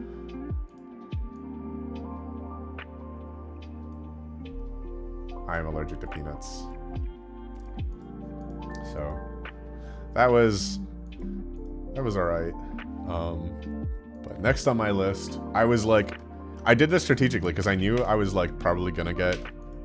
I was like, if I'm gonna get, you know, if I'm gonna get space cake on any day, I think it should be this day because this is the day that I had the most delicious desserts planned into my route. This is the Stroop waffle. For those of you who are not familiar with stroopwafel, this is like like two extremely thin, like hot, fresh wafers, and in between them is sandwiched like a thin layer of caramel. And this one is half dipped in chocolate. The ones you buy in like stores in like packages are usually not like dipped in chocolate and like topped with stuff, but like they have stuff topped with like caramel pieces. They have stuff topped with like, you can get like Snickers, like a ton of stuff. So this was pretty good.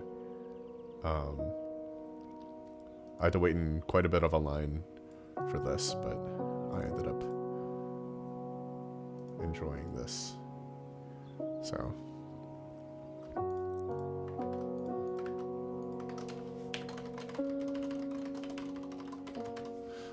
I got mine topped with like a Dutch cookie. It was very good. It's like a biscuit. Like, what is this called?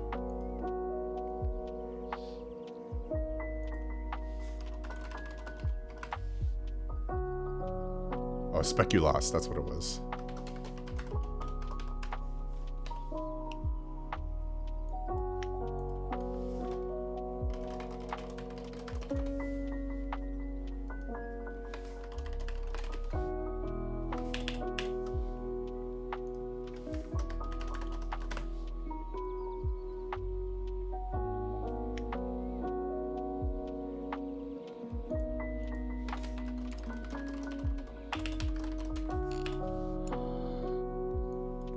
So this is really good. Why hydrate if you're eventually going to pee? So please, I'll hydrate too.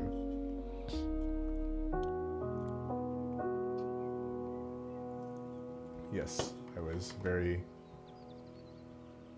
good.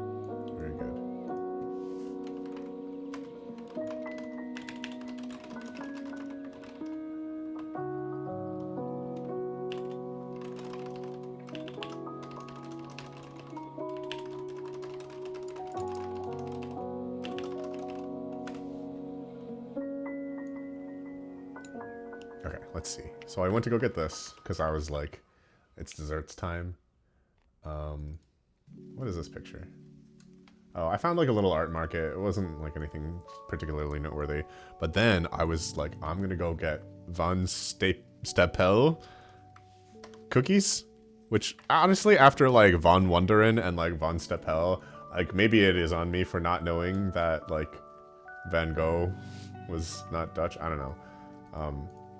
I went to this cookie. I found this like cookie place, and it was like apparently like really good cookies. And I got there, and they have this clock, this wooden display clock that tells you when they ran out of cookies, because running out of cookies is such a normal thing for this place. And I was like, shit. Those cookies must be really good. I wish I had some. Oh, man. Seeing the clock made me sad. I was like, damn, like, this is such a legit thing.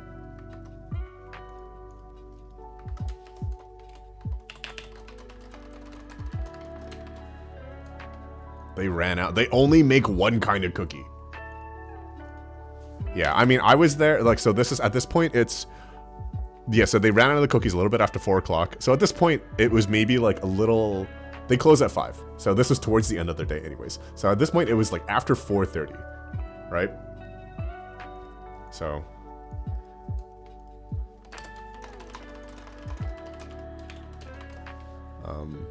So, like, if I had been more time efficient, maybe I would have gotten to eat the cookies, but it was okay. There was another cookie place that I saw, but I did not get cookies from. Yeah, they tell you how late you were for cookies. I didn't get cookies from here, but they did have a cookie Ferris wheel. Which I do think is pretty great. I took this picture while I was standing in line for something completely different.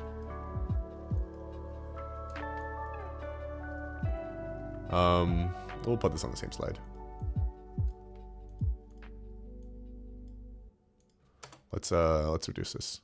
So I actually kind of stumbled across this place, and then later realized it was on the itinerary. I just like there was kind of like a wandering day, so I didn't really I didn't plan like a really direct route. I just like found a bunch of stuff that happened to be like in one area, and I did all of it, as much of it as I could at least. Here, we can crop this a little bit. Whoops.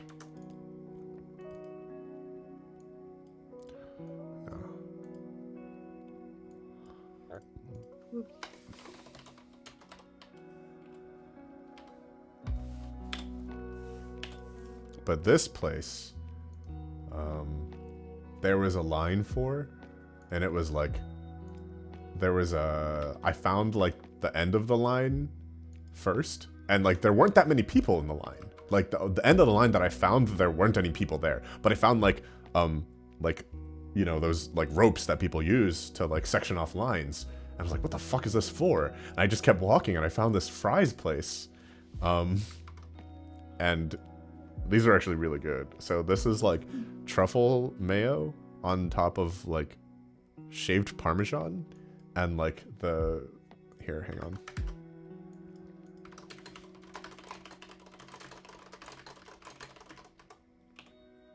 I don't know how to spell Parmesan, okay. I clearly don't know how to spell Parmesan.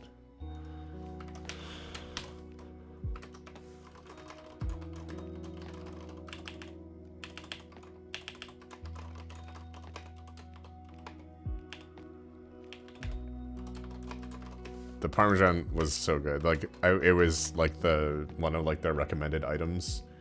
What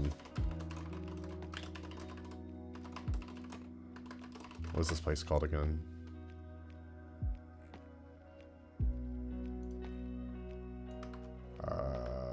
Where's my itinerary?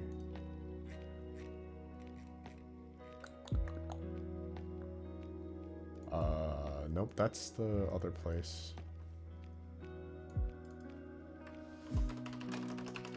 Wait, what? Okay, I know where it was, so I know if I just go back there on my Google Maps.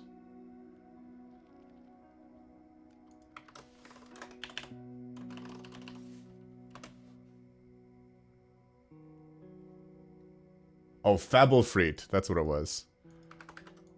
Or Fabel's Fries, or whatever. Yeah.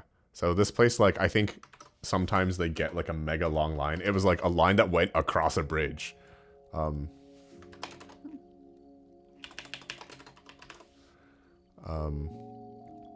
But I got pretty lucky. There weren't a lot of people there. So, this is really good.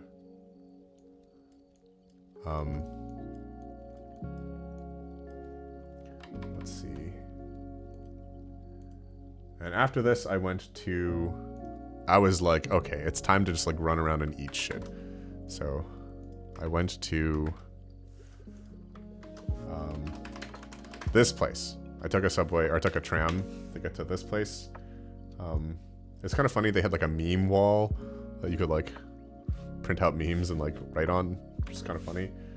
But what is this picture? It was like a mall and like a food court. It was a food court that was in a mall. Like the Holland is like a, I guess, mall and food court. The food court was pretty cool. They had a lot of stuff. I like expected to be hungrier. So I was like gonna get like a bunch of shit, but then I was kind of just tired. So I didn't get that much, but I got this like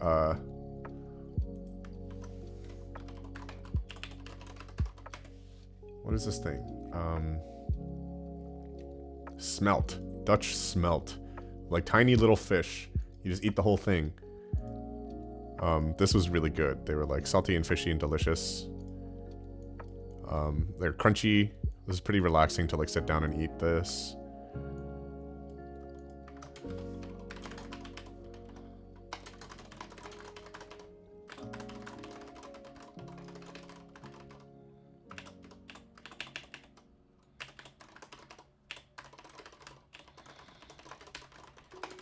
They were good. And then I got some meatballs.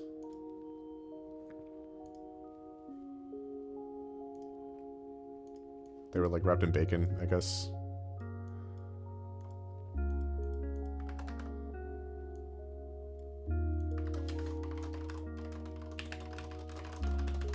And I like wanted to get like some sushi from here, but I just like wasn't that hungry in the end.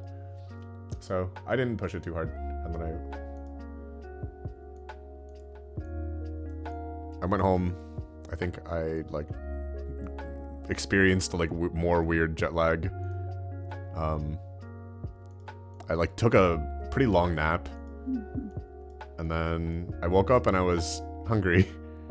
So, and like not a lot of stuff was open. I didn't want to go like back to Febo, so I went to Dutch McDonald's and I got a Stroopwafel McFlurry, which is pretty fucking cool. And I got a Big Mac, which is not noteworthy at all. Then I finished the weed cake thingy. Dutch McDonald's.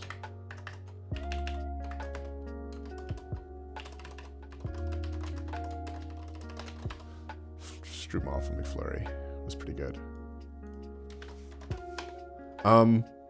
No, because I didn't want to like stress out the people who I was. I like talked to Eggy. I talked to like Mawal about it, and I like talked to my sister. My sister was like, "Do not eat that whole thing." I texted her. I was like, "Hey, like, you remember that time you tried to get me high? Like, how much did you give me?" And she was like, "I don't know, like maybe like 25 milligrams, like no more than like," or she was like, maybe 10 milligrams, no more than 25, definitely. And I looked at this thing, and it was like 1 gram, and I was like, half of that is 500 milligrams, right? Which meant that I had just taken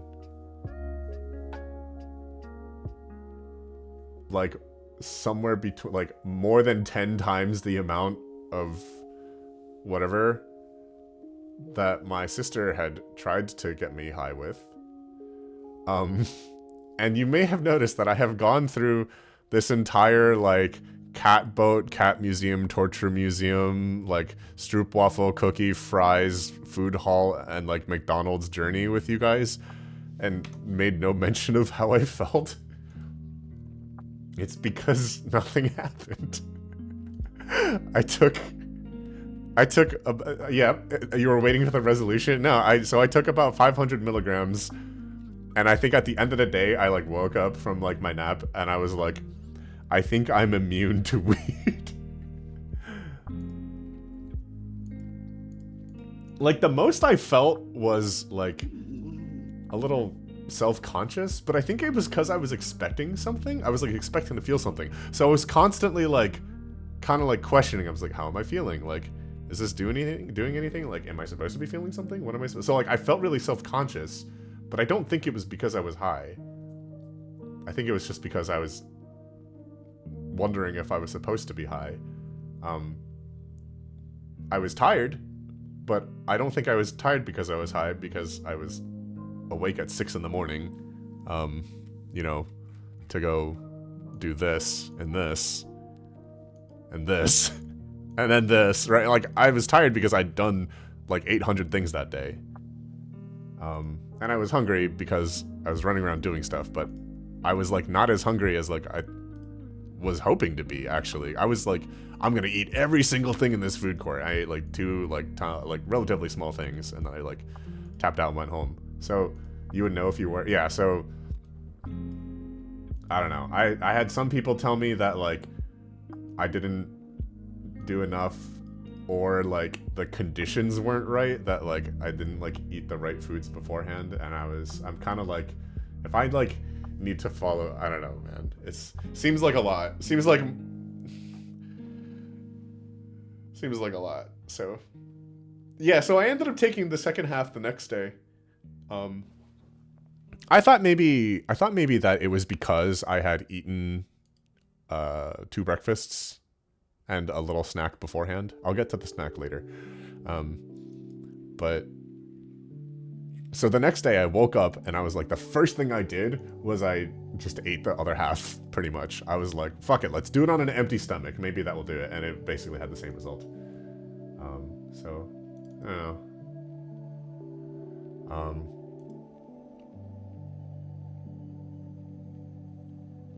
Let me see. Let me see if I do this right.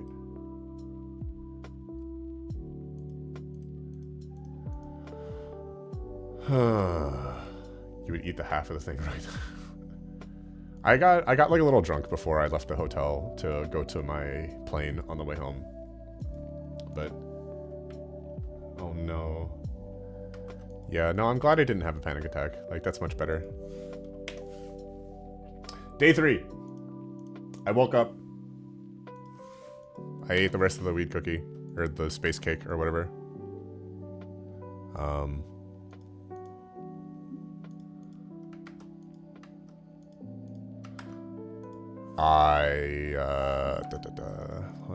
Let's take this one.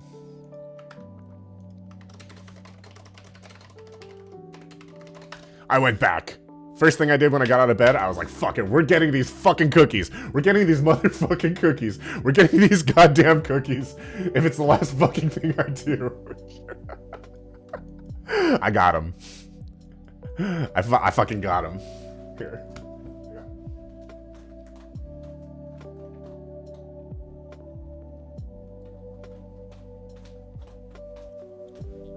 I got sucker punched. Yeah, I got there and they were like, you can get like a nice tin for like €5 extra, and I was like, fuck it. I took 2 trips to get to this place. I'm getting the fucking cookie tin. I got 6 cookies. I ate them all over the course of like the next 3 days. Yeah, so these, and I didn't even know like what kind of cookies there were. I thought there would be like multiple kinds of cookies, and I got in. And I like Googled it. I was like, fuck, like I should figure out if they have like nuts in them or anything. I Googled it and they're like, we only make one kind of cookie. And I was like, holy shit.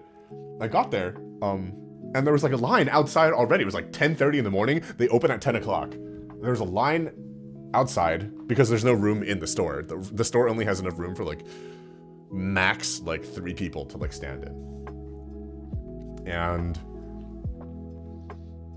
I got there and there's like 10 people in line already, and it's like a relatively slow moving line because there's like one person like dishing out cookies. The rest of the people are making cookies.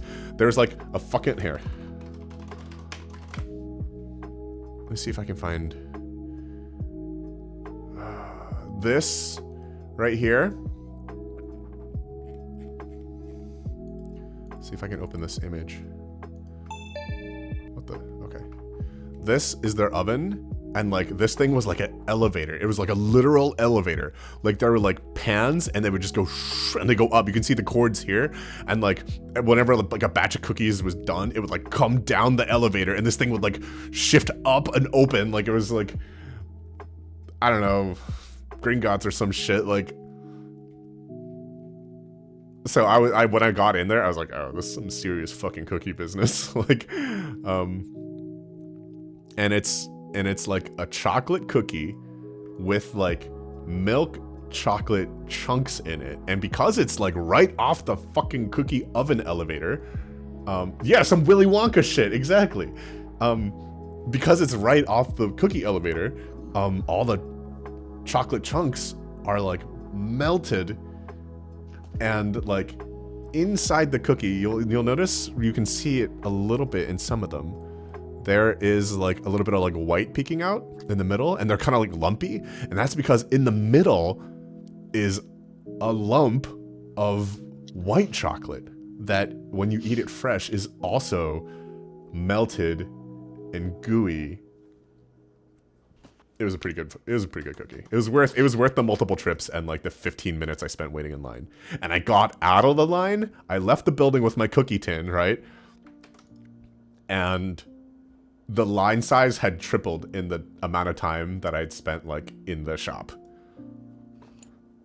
And I was, so at the beginning I was like, is it stupid that I came here at like 10 in the morning?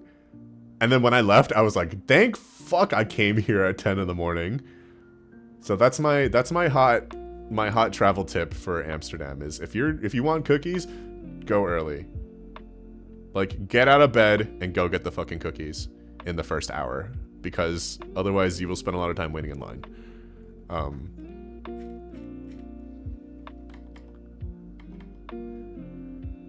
But yes, I was very happy to be successful in my cookie mission. I'll write a caption for this later. I want to move this along because I don't want to keep. I don't want the stream to hit like 5 hours.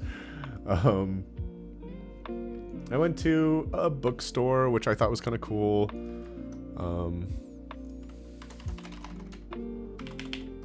Forgot what it was called. Oh,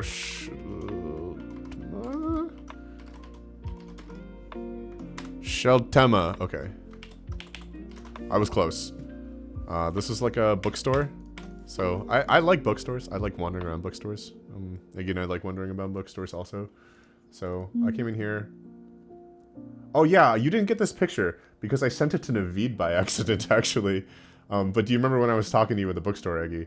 I was like, who's that author that you don't like again? Cassandra Clare? How do you feel about Cassandra Clare's Zvardvanger? Oh no, you sent this. Oh, I sent it to you? I don't know why I sent it to Naveed also. Oh wait, maybe I didn't. And this is the Dutch Name of the Wind cover. They had two different ones. It's pretty cool. So this is pretty neat stuff.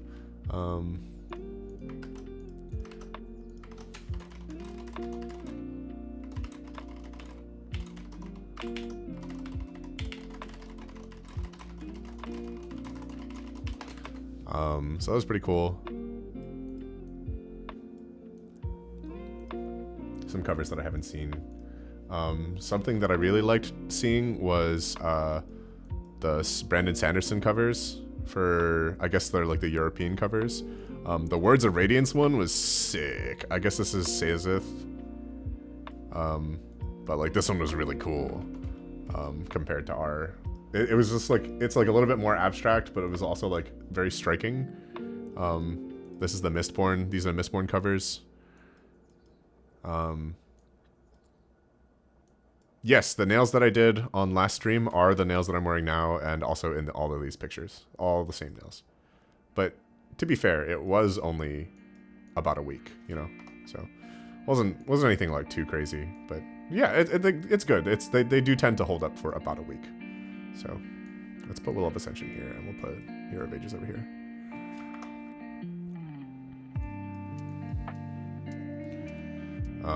They did survive Amsterdam. So this is kind of cool. I had a pretty good time in here.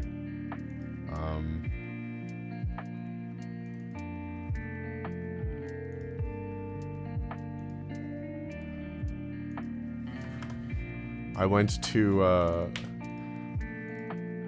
there was, I found one of these on Google Maps, and I thought it was like a big deal. I found one in the red light district, and I was like, oh, this is important. I like, it seems important. I should go to it. But it turns out that there's like 100 of these all over Amsterdam. But I went to a rubber duck store. I still went to the, I didn't walk into any of the other ones that I passed because I was like, well, there's one in the red light district. I should probably go to that one. This was kind of silly, but I mean, I kind of expected it to be silly. One thing I really did not like was Rubber Duck Pikachu. I do not like Rubber Duck Pikachu.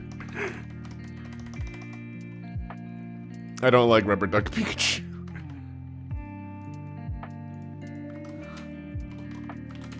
Do not like Rubber Duck Pikachu.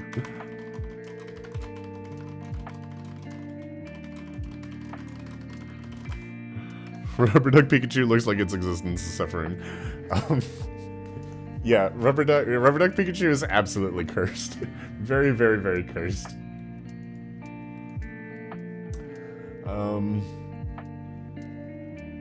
Yeah, it makes me very uncomfortable. But at this point I was at the red light district again, during the day. Because that is when the Red Light Secrets Museum is open. This one was kind of fun for me in particular because they had an audio tour audio guided tour. It was like, I am Inga from Russia. I am prostitute in Amsterdam. And she was like walking you through it. And I was like, she's like my cool porn grandma because like she's doing the audio thing. And I think she was like doing interviews and stuff too. I thought this was kind of funny. Become a successful prostitute. I had 10 tips for becoming a... Here, I'll share you guys the successful tips. You posture, pout those lips and work those hips. Stand upright and accentuate your curves. Make sure you look cheerful. I think like these were just like tips for like standing in the window. So like the way the red light district works in Amsterdam is like there are these windows that are lit in red lights. And those are the windows that the sex workers will stand in and attempt to like entice customers to go in and like negotiate like price and stuff. Oh yeah, I like this one. Fallback option. Is your customer still in doubt? Use your assets to convince him. Your breasts, your behind, your thighs. Show yourself from your best side. So basically these are like tips on like how to like pose or like act in like the windows, I guess. Not everybody taking notes. They had a window that you could sit in. So that was kind of cool. You are not allowed, you are absolutely not supposed to take photos of the people in the windows. That is like very, very like looked down upon and not okay. You are not supposed to do that.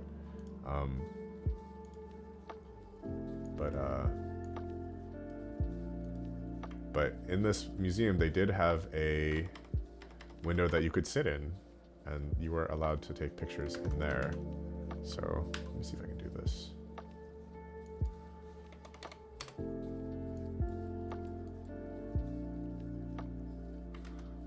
Let's do this. How do I...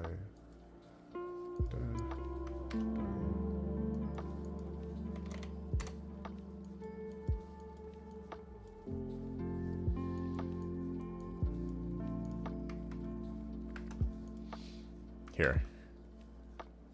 Here's your docs-proof photo of me sitting in a red light museum window. Or a red light window, I guess. I thought that was kind of cool. I kind of liked that. And there's a sign outside saying, like, this is the only window you are allowed to take pictures at.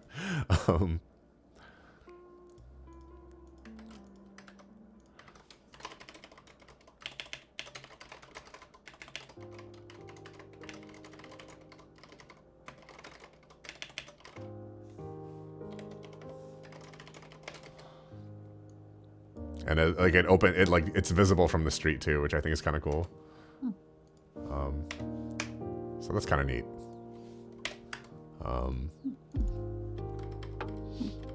They had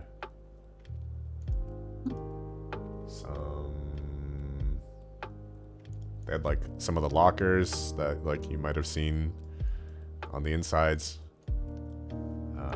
They had some like kinky stuff. Overall, this was a okay museum. Like the museum wasn't like that interesting, but the interviews were actually more interesting than anything else. Like the audio tour was pretty good for this. So like I would say like kind of worth checking out if anything just for the audio tour. It was pretty neat. I got a snack later, but we'll talk about that some other time. What is this? I got a ham sandwich somewhere. It was okay. I don't even know if it's gonna make it into the thing. I don't know. I don't think I'd say I regret getting the ham sandwich, but it was like not in like the top things that I ate. But it looked really good. So, and I was hungry. And they had it like sizzling on a pan, so I kind of got baited.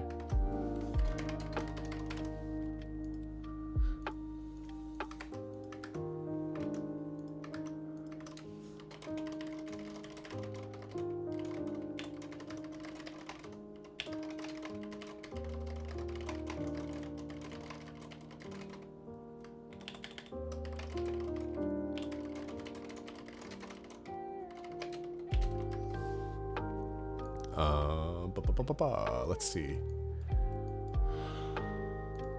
I went to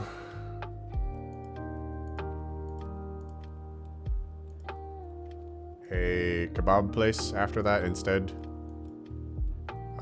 This is actually pretty good.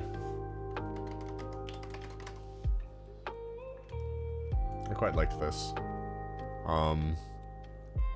It was kind of like a little bit stereotypical in the sense that like, what like passes for like hot sauce or spicy food in like this part of Europe is like very, very mild actually, but it was still good. Like the doner was good. I'm you guys know I love a spit roast. You know me. And any meat on a spit situation, I'm like, all right, that's gotta be good. And the meat was good. The meat was really good. So I quite like that. And it's served on top of fries. So I wanted to get a video of the meat spinning on the spit, but a guy was like there and I didn't want to like be weird. So I found a bookstore, like a little manga store. It was kind of cool. I tried to find Cuban some like Dutch trading cards, but all their stuff was in English. I found this like Ace playmat from the One Piece card game, but I figured like he's probably already aware of it. So I did quite like this, their "We are open" sign. We are open, and they just got Waluigi on here going wah. I think that's great.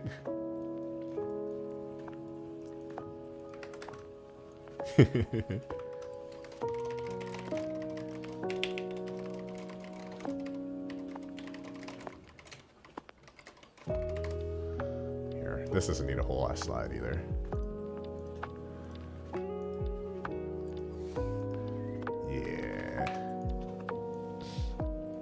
I was also like setting I would like get back to my hotel at like 6 or 7 and I'd be like, I'm exhausted, I need to lie down and sleep, and I'd be like setting alarms to like wake up at like 11:30 p.m.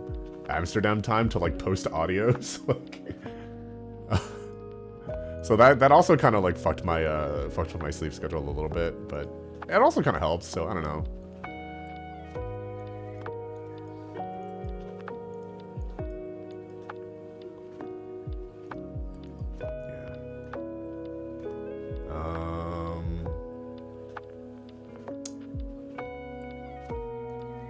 I went to...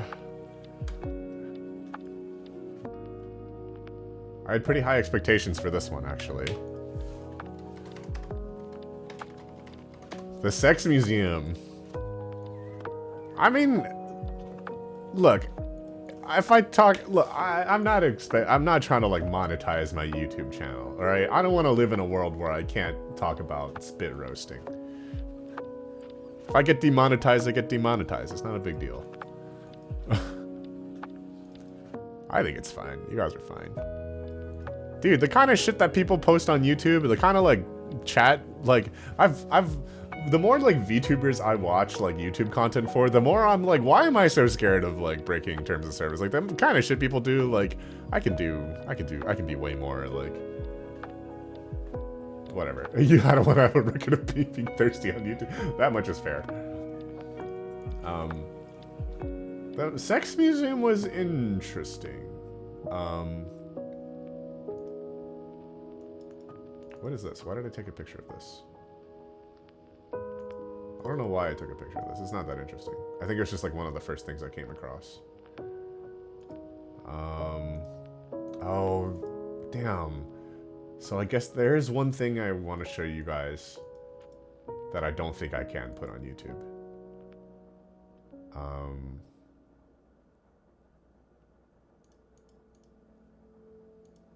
Actually, I guess a lot of this stuff I probably can't put on YouTube.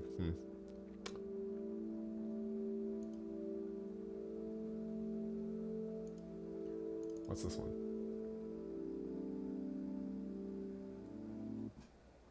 Oh, I thought this was interesting. This one you can put on anywhere. These are like pamphlets from like the 1800s, or sorry, 1900s, 1930s, saying that like masturbation is lethal. Says around 1900 masturbation was lethal according to these brochures. So I thought it'd be fun, just be like, some of us should definitely be dead by now, like if that were the case. But I'm glad it's not.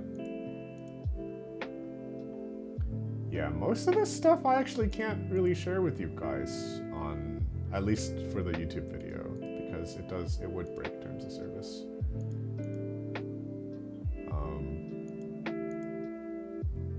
Okay, somebody remind me after I end the YouTube video to show something to stream, because it will be important for later. Sex Museum was alright. I thought this was kind of funny. It's kind of weird. It was just like a little weird. It like both like took itself too seriously, but like wasn't like, I don't know. It wasn't like a tourist trappy thing. Like it felt like pretty legit. It just like wasn't as interesting as I thought it was gonna be. I think it's just like I'm probably so just like desensitized to like sexual content that like what is like, whoa, sex stuff, like for other people, for me it's just kind of like, oh, this is normal. Like, so I feel like that's probably what it was. I thought this was funny. There's like a lever that you push, and then this thing just like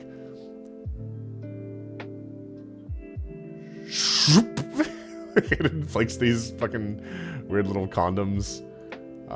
Maybe we'll leave this in here for lack of, since there's not much else I can actually share. But no survivors in this chat, yeah.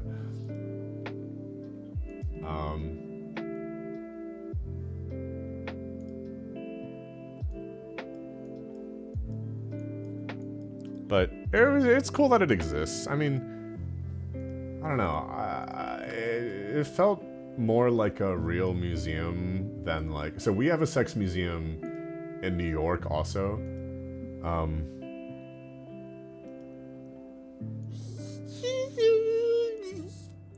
I think this was a better museum than the New York one, but I think the New York one is more fun. I think the New York one takes itself much less seriously, but like manages to kind of embrace itself a little bit more. This one like kind of took itself seriously, but like was not like as exciting as I like kind of hoped it would be. That was pretty good though. It wasn't a bad museum. I like 6 out of 10. But like that's like a solid like 6 out of 10 for somebody who uses all 10 points. That's 60% at least. All right. Here, let's crop this person out of my photo, and then let's grab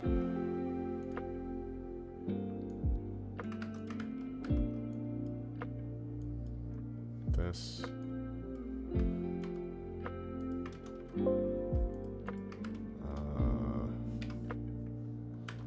This.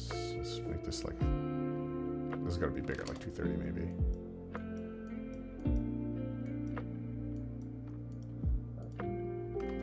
Here. One more Av picture. This is me at the sex museum.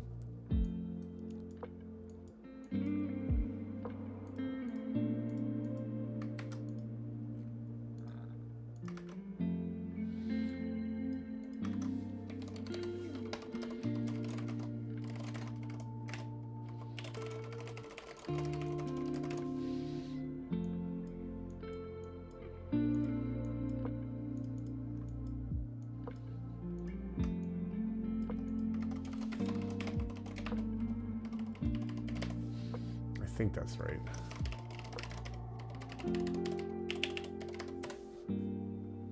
One eye. Also, we gotta credit our artist back here. What was the other time we used a Av picture? We did it here. There's one more. Oh, it's at it's in the Red Light Secrets Museum. This one.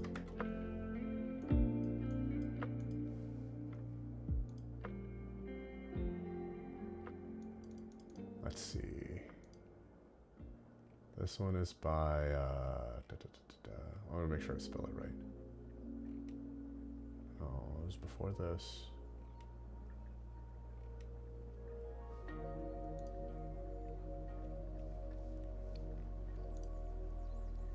Oh, this one's by... Okay, there we go.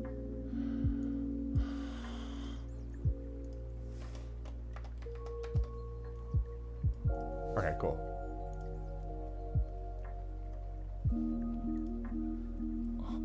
No 6 out of 9.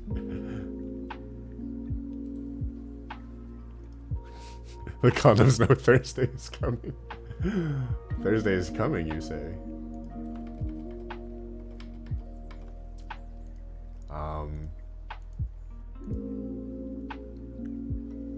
And then there's some places I kind of wanted to treat myself to a little bit.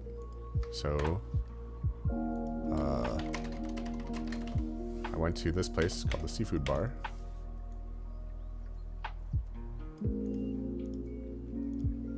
This is gonna make some of you guys upset with how good it looks.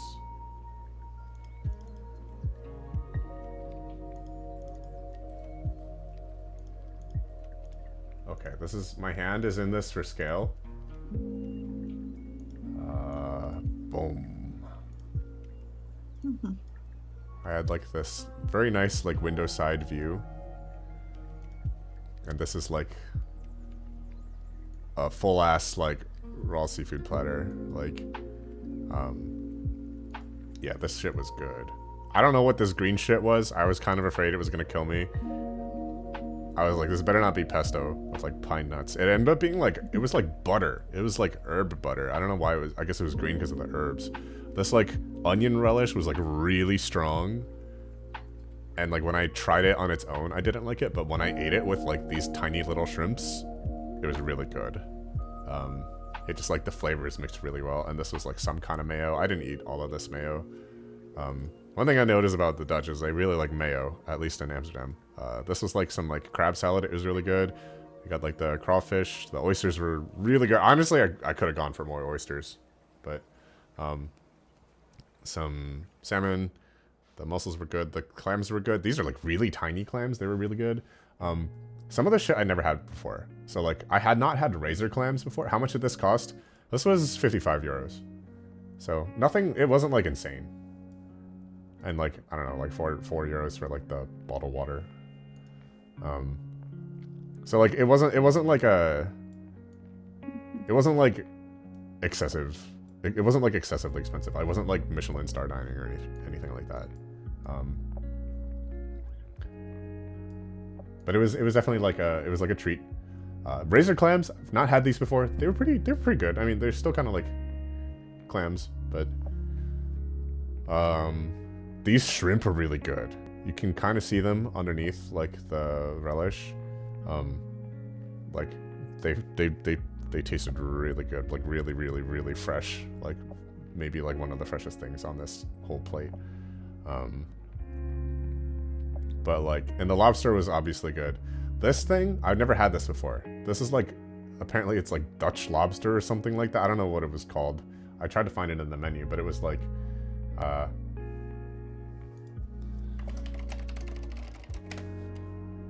is it Dutch lobster? Is that what it is? Menu, Amsterdam. Here, let's do a caption.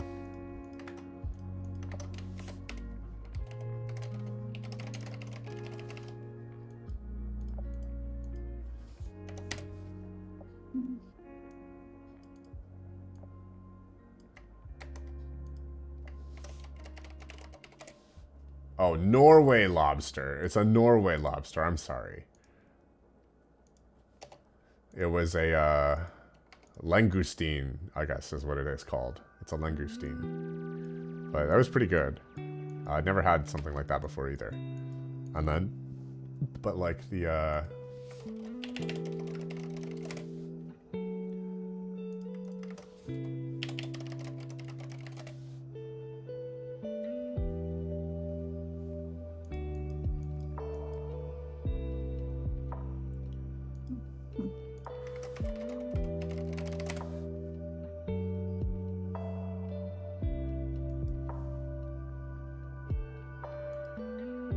price is more insane than the fish. But yeah, so like this thing right here though, this crab claw and leg was like the absolute most like delectable thing on this entire platter. Like, I don't know what it was. Was it this one? Tortoise crab?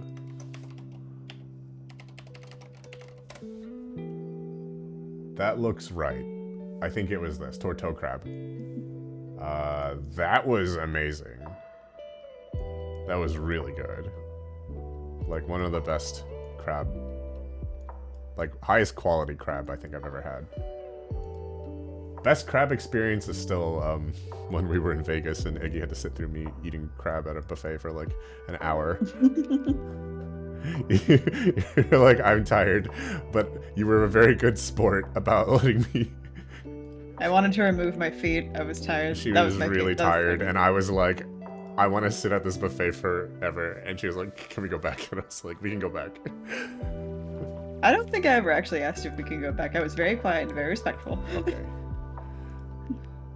I just put up with your shenanigans the I entire time. remembered you asking because I really wanted to stay, but I was like, we should go back. But this was really good. And then after that, I was like, okay, it's nighttime. Now is time to like experience the red light district.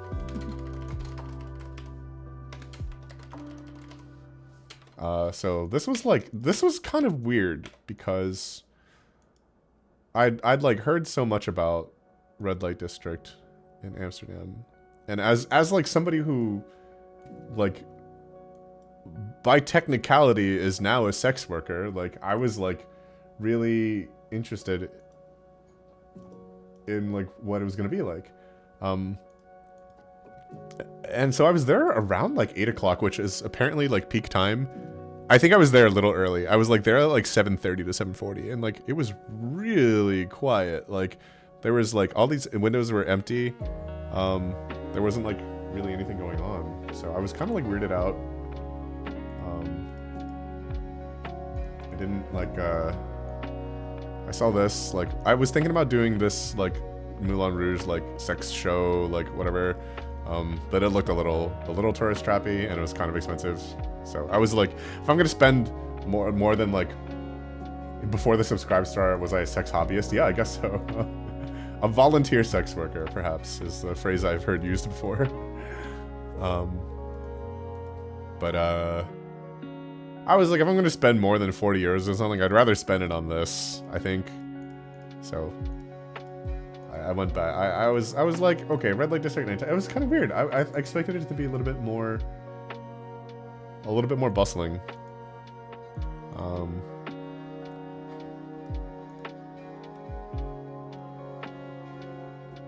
What is all this other shit?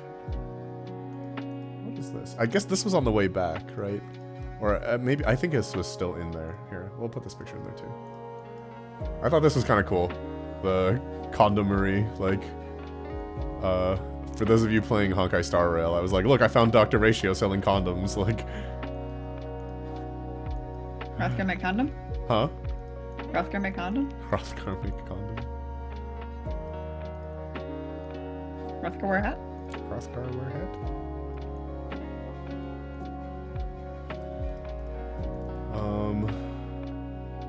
What else? This doesn't really need a slide, and there's also a lot of people in it, but like, I did like, so this is kind of like the street where, this is way down the street, but like this is like on the street where I was like staying. This is also like where the fries were. I did get more fries that night too. That was my plan. My plan was like, go to the red light district after dinner, walk around a bunch, kind of like check it out, and then like get some fries, and like go back to the hotel room for like snack and relax. I ended up going back to the hotel room for a bit first to kind of like relax, and then like put on a heavier jacket because it was raining a little bit, which I guess probably would have also contributed to the red light district being like very quiet. So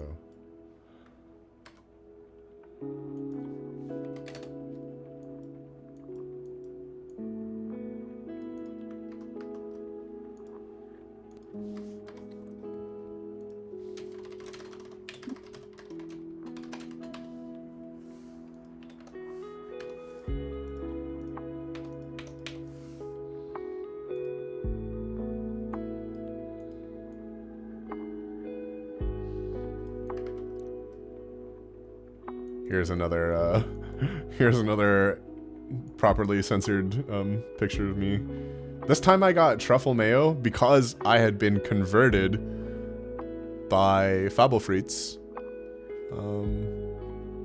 earlier. Let's see, where's the Fabelfrieds picture? After the cat boat, right? Yeah, I'd been converted by this experience, so I was like, let me get some truffle mayo. Truffle mayo was pretty okay. Really, like this is like kind of like trashy and American of me to like say this, but like out of all the sauces that I tried at Mannequin Piss, the best one was just cheese sauce, just like classic, like, you know, like nacho cheese, like shitty gooey like nacho cheese. Like this is my favorite out of all the stuff that I tried on the fries. I just liked having the cheese on there. It was really good. What is this? This is a picture of... Okay, this is... Oh yeah, so I finished reading The Lost Metal. So I am now caught up in Mistborn. I am caught up in Stormlight. It is time to go read Secret Projects. Except for... My friend lent me a copy of The Three Body Problem. So I'm reading this now. I'm now on the sequel, The Four Body Problem. Yeah, plastic cheese. So... It was pretty relaxing. I like... Oh, I also had this. This is apparently like a big thing over there. It was pretty good. It was like a chocolate bar, you know.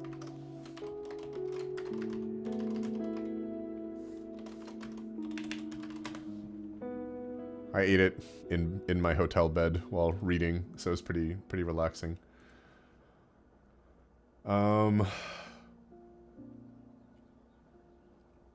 next day I did not spend in Amsterdam. The next day was my last day,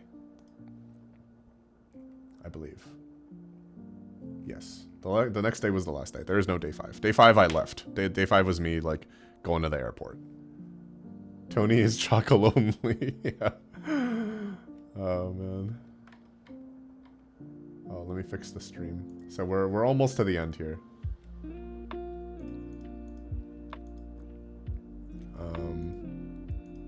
Day 4 I did not spend in Amsterdam for most of it. I woke up, I was thinking about getting like a really quick breakfast somewhere. But I ended up waking up so early because of jet lag. I was like, I might as well just sit down and get a nice meal. So I went to another pancake house. This one was Pancakes Amsterdam, I think.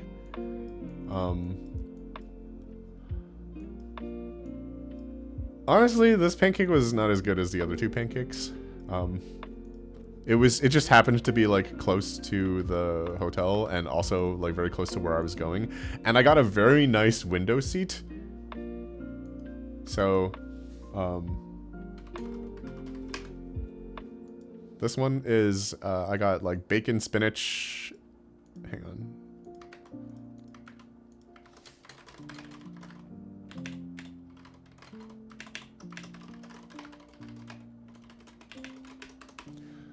But like, so like the pancake was like alright, but like the experience and like the view, just like being able to, so that's like central, like stations, like central station basically, like the main like train hub of Amsterdam, which is where I was going. And so just like getting that seat like in front of the window, it was like right next to the door too. So like it was kind of weird. My server like kind of forgot about me a little bit. And the pancake was not that good, but the view was really nice. So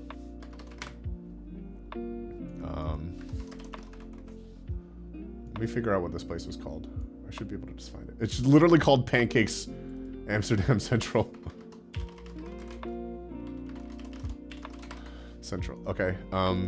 So I don't know. The pancake was fine. It was like a breakfast.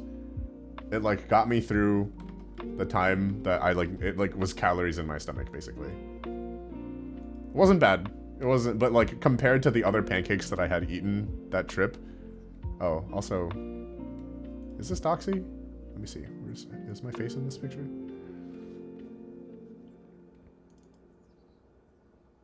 It's not a very good picture, but here's my fit check for the previous day.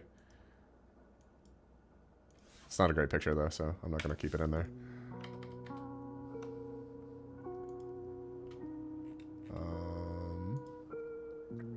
The coffee was good, but like the coffee was really good way back Before the cat boat. Right back here. This coffee was really good. This is a really good coffee. So, I did eat 2 breakfasts this day. But this day, I only ate 1 breakfast. And it was this. And it was fine. But the day was really nice. At least at that time. And then also, I did get a very nice picture.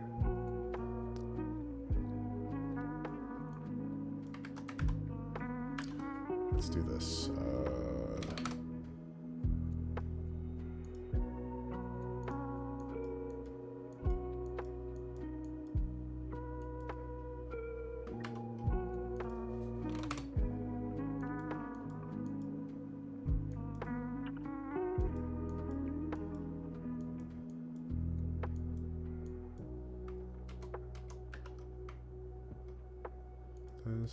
This.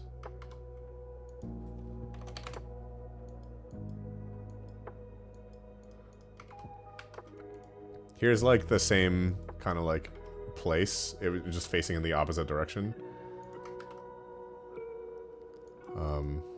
But I did like this view. The sun was kind of out. The sun was not out for like a lot of when I was there, so it was kind of nice.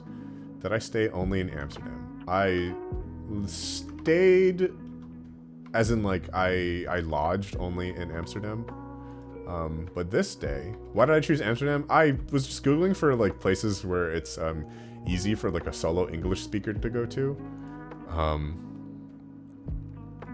And that's basically how I ended up with Amsterdam. I wanted something like a little bit different from Berlin, and I wanted somewhere where I had not gone before. So like I've been to like some other cities on those lists. Like Copenhagen is on that list. Like London is on that list, obviously. But like I've been to London, I've been to Copenhagen, I've been to like Berlin, I've been to like Madrid. But I wanted to go somewhere where like I could get by with English. I could like survive. I'm not ready to like throw myself that deep into like. I don't know. Maybe I'll do like an Asian country. I've always wanted to kind of go to the Philippines and try that out. But as far as did I remain only in Amsterdam that entire time? Did I like the rainy weather? It was alright. It was more just like a slight inconvenience, but it wasn't bad. I don't really mind being rained on. I did not stay in Amsterdam the entire time, though, because after this breakfast, I went into that train station. I got on a bus, and I went to... I don't know how to fucking spell this. Okay. I went to a little village, a very nice village called Zaanstad. And this place was beautiful. It was very nice. It's like a traditional Dutch, like, windmill village. And I got really lucky because, like, I was awake from, like, jet lag. So, like, after breakfast, I'd gone and, like, the sun was out. And basically, like, right after I'd finished my walk, the clouds came out and, like, it rained a little bit, but, like, not that much. They had, like, a bunch of, like, very small museums, like, no more than like 1 or 2 rooms, but like this one was like the clogs museum. They like show you like, so these are wedding clogs, and like these were traditionally carved by like the groom basically for like their bride. And you can see look at how intricate like the patterns are on these. So they used to get a guy who showed up and would like demonstrate. And they had like 21 pairs of like these gorgeous, like ornate, detailed clogs, these wooden shoes. But it's not really a thing that they do anymore.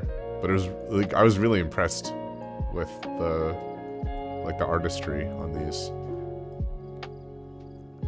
Yeah, the level of detail in this is really cool. Which is kind of like one of the reasons why I do really want to make this like PowerPoint like available. Is like I think it's kind of cool that you can make some of the pictures a little bit bigger. They had like giant clogs. Like you can see like my shoes in here, but then you can see like my shoes are like only this big in these like mega giant clogs. So it's kind of funny.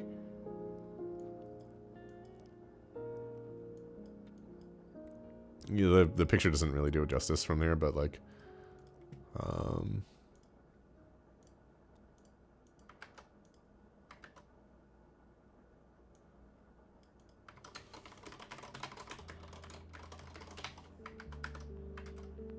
let's do this. Clogs over engagement rings. Yeah, I mean, honestly, this is really impressive. What is this?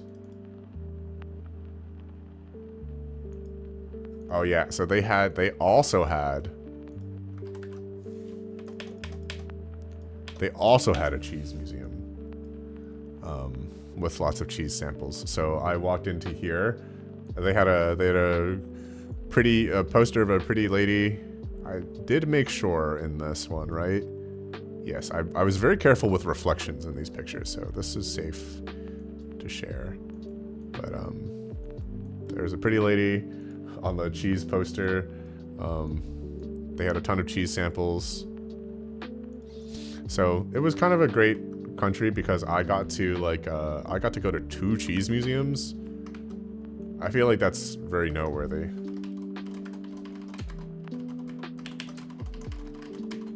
And this one was also free to enter, by the way. Most of this stuff was free. Hello. Cheese samples. Hello, welcome. Did I get cheese souvenirs? I got like 1 piece of cheese and that was about it. I kind of wish I'd bought more, but I didn't want to like carry that much cheese. Didn't want to be stinky on the plane. Yeah, like that. Oh man, the guy I was talking about in the beginning who kept putting his arm over my fucking like seat. Smelly? He was also smelly. He kept farting and it was like smelly farts. He was a stinky man on the inside and the outside. Anyways. Eggy made fun of me because I thought this was a cow, but it was actually a goat. I got made fun of a little bit. Because you thought it was like, if you zoom in on it and you look at its face, it has goat eyes. Well, I couldn't see the face, but I stared at this baby goat for a while. It just like this.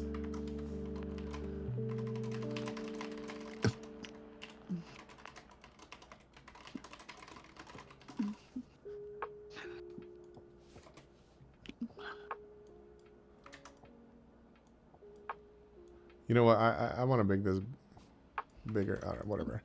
I should like make this. I might make this like my laptop background or something. Like this is like one of my favorite sites. There's just like this goat. I'm in a party with 3 Reapers.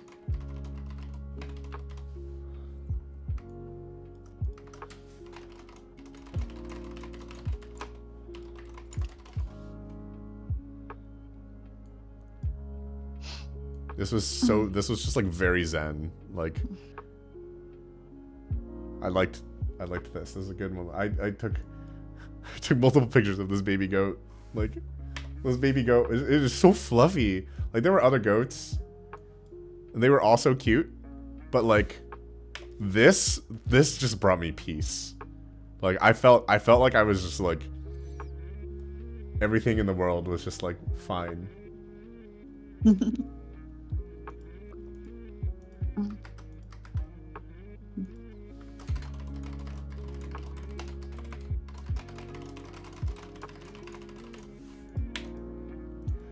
Yes, special baby goat.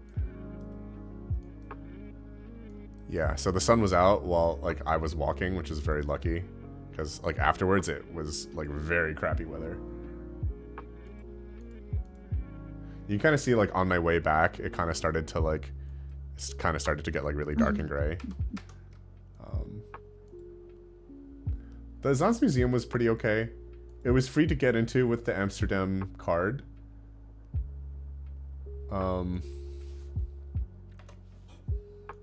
But oops, what did I do? It was a pretty good museum, I guess.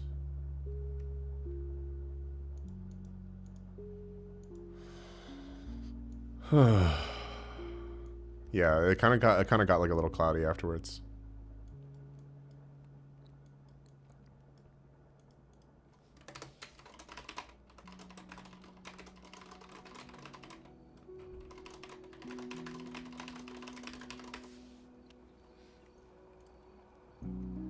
there's some nice pictures. Here, this is a good one. There's a lot of like tourists kind of going like hey, I'll take your picture. Can you take a picture of me?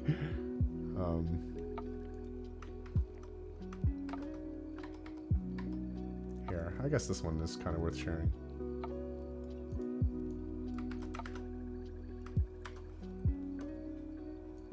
This one's not a bad picture.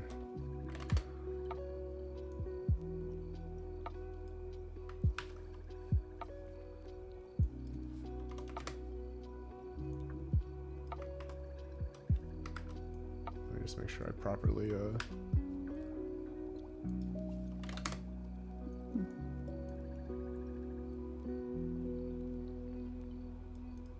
Here we go. This one's just a nice picture. Look at that. Isn't that nice? It's a pretty cool one. The stream is almost 5 hours long. I know, right? This is gonna be a long ass YouTube video.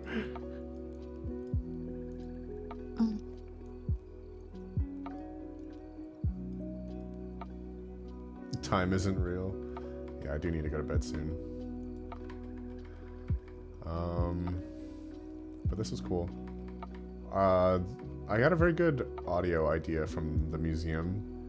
I don't know if I want to talk about it too much yet, though. Maybe we'll keep that to myself until later. The museum was okay. There's a really cute part where, like, they were like, we asked children... Here, let me see. What would you like to show in the Zanz Museum? The question is key in the education programs for children aged 4 till 8 years, in which children learn about museums and how collections are created. This cabinet will display objects they consider to be special. In this way, the youngest museum visitors have the opportunity to show what is important for them. So it's basically like they ask kids, like what is important to you? Like, if you had something that was important, what would you want shown in a museum? And like my favorite one was, like there's some, oh, this is the same one. My favorite one was this one, where some kid was like, yes, this pine cone and this dinosaur. I was like, hell yeah, that's the kind of shit we're talking about.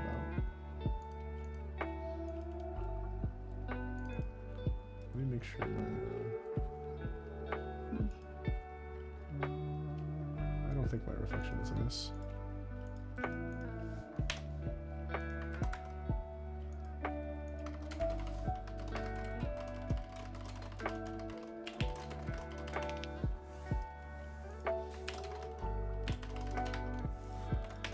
There was this, inside the Zanz Museum, there's also this, like, Verkaden experience, is what it was called. They had, like a cookie making machine. They're, like, making all these cookies.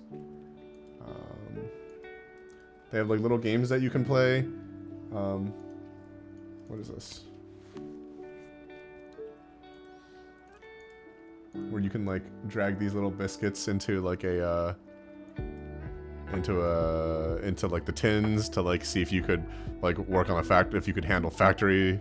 And it said, today's your first day as a Verkad girl, and I'm like, that's me, I'm a Verkad girl. Yeah, I got an okay score, although it's kind of made for like 2 people, so I was kind of like doing double duty. But I made it onto the leaderboard, see? Number 48, Avalon. That's me.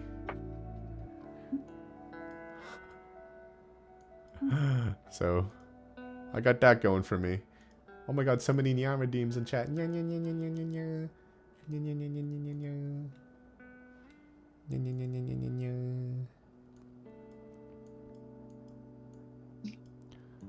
They also had this, cool little thing where you could like here, let's do this.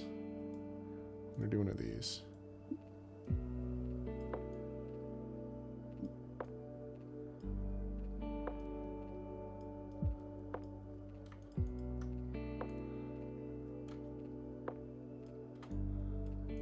There we go.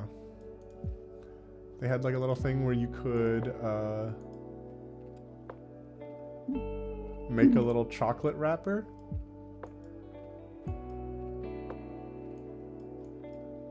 and then you could get you could get like a chocolate bar to like wrap your little chocolate wrapper in. So I made a Avalon chocolate bar. Nya nya nya, 1 nya for every cat you saw. Yeah. So I got a little Avalon chocolate bar. I brought it back with me. So that was pretty cool. It's a cute little museum.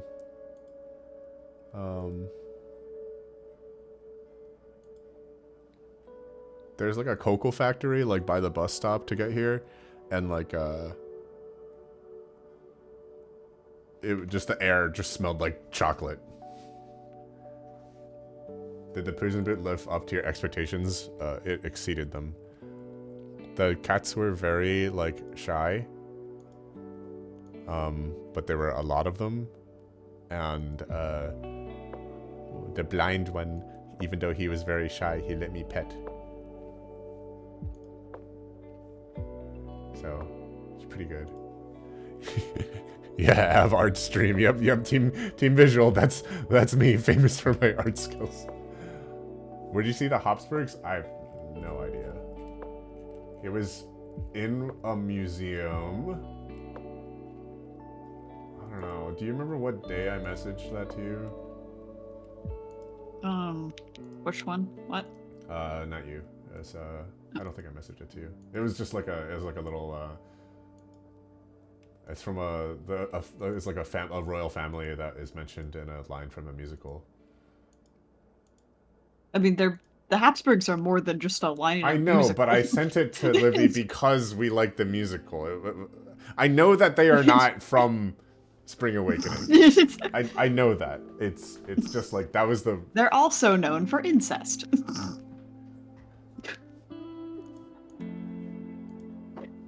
Huh. Noted. But anyways, this was a really nice, cool thing to see. The village was good. I came back to Amsterdam. And also lots of inbreeding, basically, to keep the bloodline pure.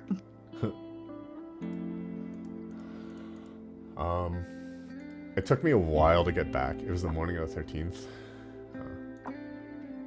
Here, I can just... Let me open my Discord. Where are you? Where was this? Oh, that was in the Sex Museum. Oh, that was why I took a picture of this. It was in the Sex Museum. Yes. His celebrity was based on his talents. So this artist was the favorite at the court of the Habsburgs and was appointed imperial court designer and copper engraver. His celebrity was based on his talents as an erotic genre painter. He reproduced both the upper classes' orgies and rural sexual pastimes with grace, humor, and innocent levity. And he had some paintings there. That's what it was. Okay. Where am I? Alright, so I came out to Amsterdam. And then you guys remember where I was like, I really wanted to get more of... Where is it? It's after this museum. I have this all figured out. Like, I wanted to get more of this. More Keebling. And I failed, right? So there was a place I was going to go that I had been earlier, and I tried to get back on time, but they'd stopped doing fried stuff, so I got something else there. And then I went to... hang on, let me go use the restroom one more time, because I've been drinking water. I'll be right back. And we'll finish this up.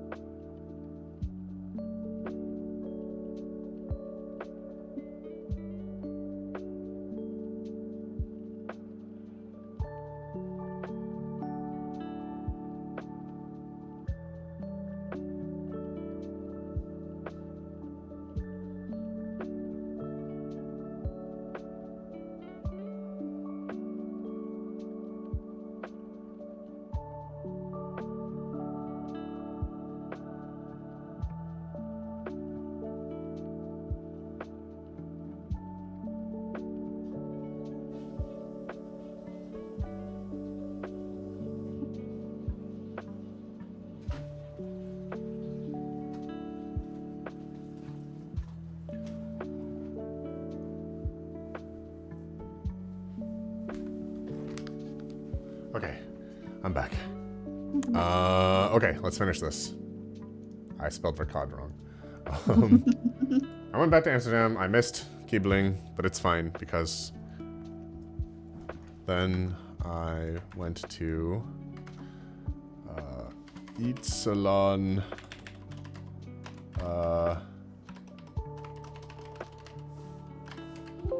Van Dabben. Avalon sounds like if you made like a little like fast food corner store. That's kind of what it was. It was kind of like a deli. Like Avalon eats, you know, Avalon. Yeah. I came here specifically for this thing, Bitterballen.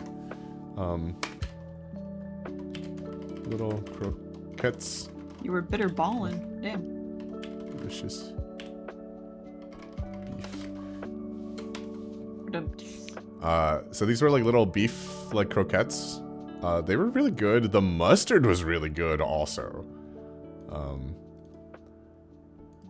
This was pretty good. And I just saw like a bunch of I saw a bunch of people like ordering this shit. And I was like, I feel like I'd be missing out if I didn't try it. So I also got this. What you may think this looks like is just raw ground beef on a piece of bread. And if you think that would be because you were correct, this is just it's just raw beef. It was just a raw beef sandwich. It's like a tartare. This looks like raw beef. You're right. Yeah, if you think it looks like raw beef, that would be because it's raw beef. If you think this looks like a health code violation, congratulations. Apparently it's up to code.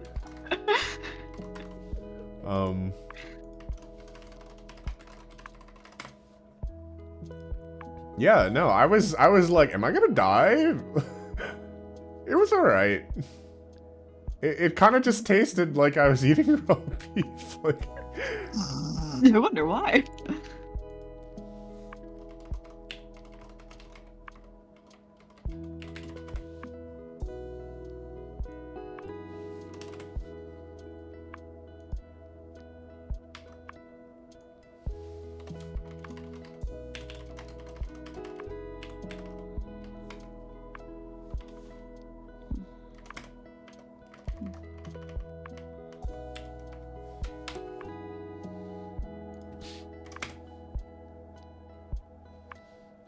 But it was alright. It was more like the experience, like this, whatever seasoning they put on here was pretty good. It was more for like the experience of like, like Raw beef. raw beef, you know? More for the raw beef experience. Yeah. It was good. It was just like a little weird. It was alright. I'd eat again. Like I've had beef tartare before. Like it wasn't like my first time eating raw beef. But it was my first time eating it like in this like ground format. So that was kind of the first time I'd eaten it in that form. Usually it's like sliced in some way. So that was kind of cool.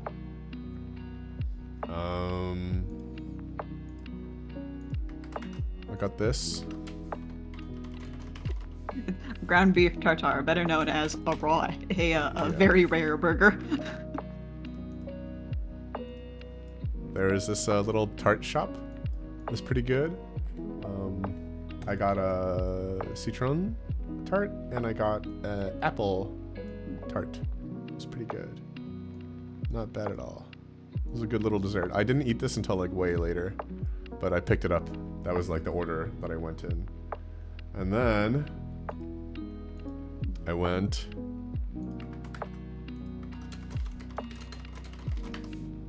back to the seafood bar because the first night I was like, I couldn't decide if I wanted to get the grill or the raw combo, and so I just I went back to get both. This one was pretty good. I really liked this this one fish. It was like a flatfish.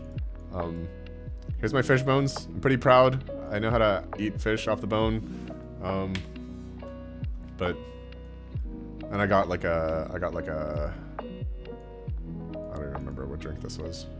It was alright. The drink was okay, but the seafood platter was good.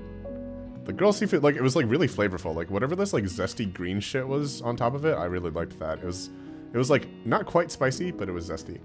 And but And it's much cheaper than the raw platter. The raw platter was definitely better, but I'm glad I got this. It was pretty good. And that's it. Except for all those times when I said, like, and I got something to eat, and then I didn't tell you guys what I ate. So, this is, like, very stereotypically catboy of me. But, like, it was, like... Let's go all the way back to the first day, alright? Oh, God. All the way to day 1.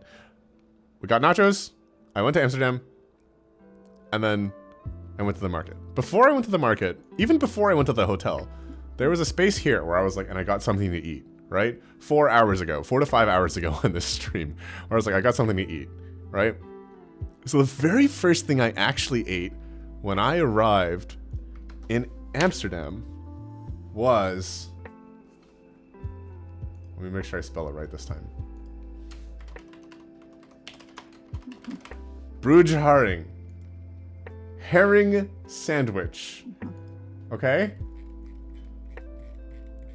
I've saved this for the end. This was the first thing I ate when I landed. This is Stube Herring. This is like a little market, like a little... I planned to come here later. And, like raw herring? Yes, actually, you can see.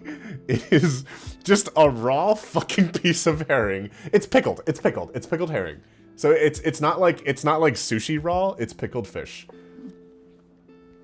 And isn't herring supposed to be eaten raw? I don't know. I mean, now I think so. Yes. It was like, look, on paper, it's not very good. It's like salty and fishy and like a little bit oily and like kind of slimy and like a little bit squishy. So on paper, I know it's a hard sell. Okay, guys.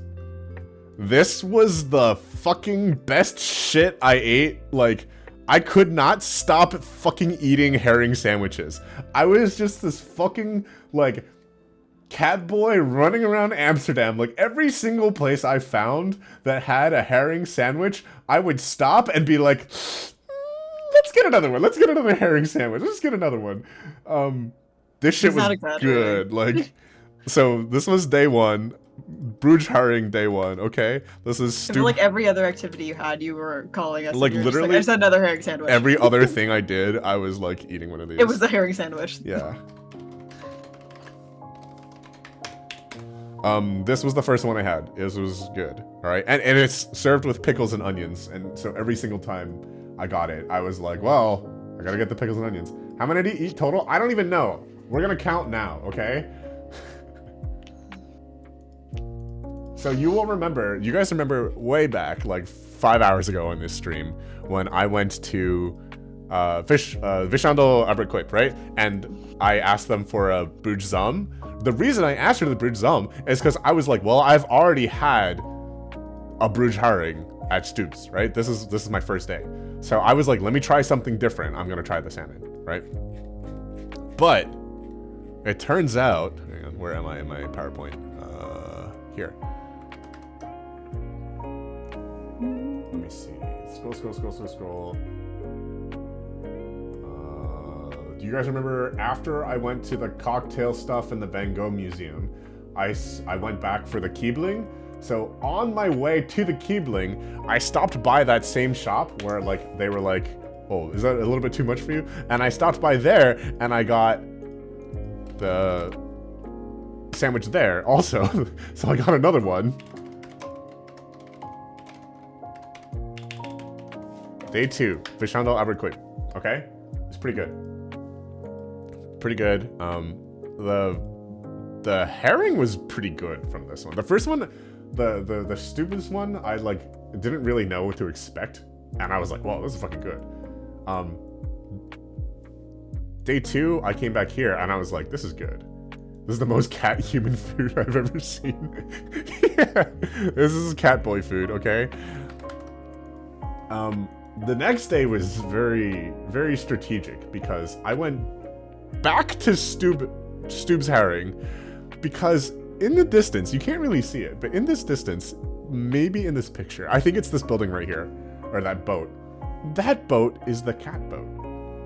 So not only was Stubb herring the first thing I ate when I got to Amsterdam, but I went back and it was the first thing I ate after doing the space cake also.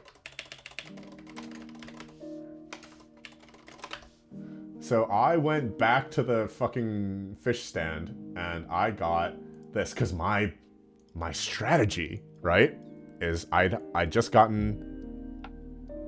tried space cake and I was like, maybe it will help if I like dehydrate myself a little bit, or like if I eat something salty. I don't know, right? I didn't really know what I was doing.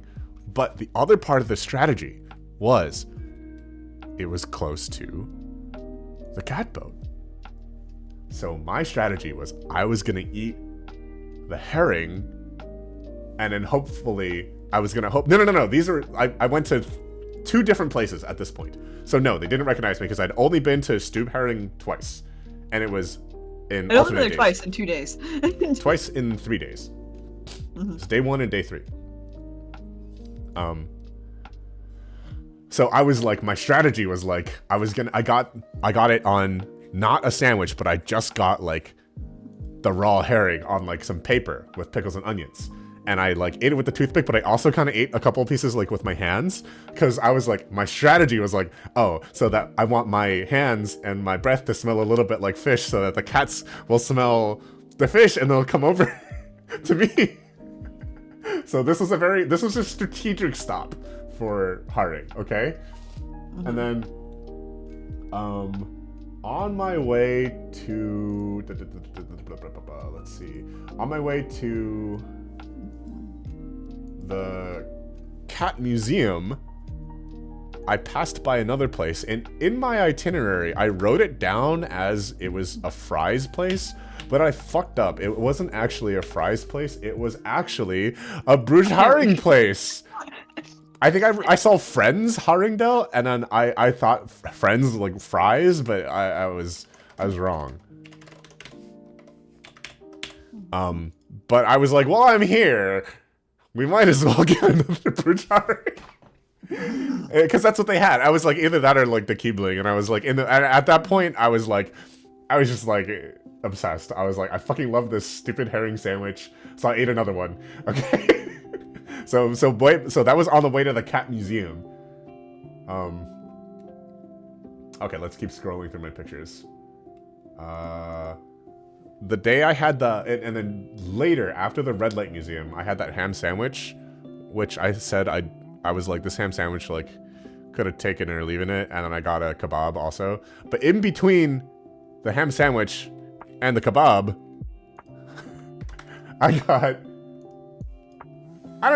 this was in the this is Newmarket, right? So I don't know, this is just a stand and it was in the Newmarket, and I was like, well, I haven't eaten in a while because this is day 4 now. So I got some more here, right? Because all I had done was I'd waken up and I'd only eaten like 2 cookies at this point. So I was like, oh, let's get some more herring.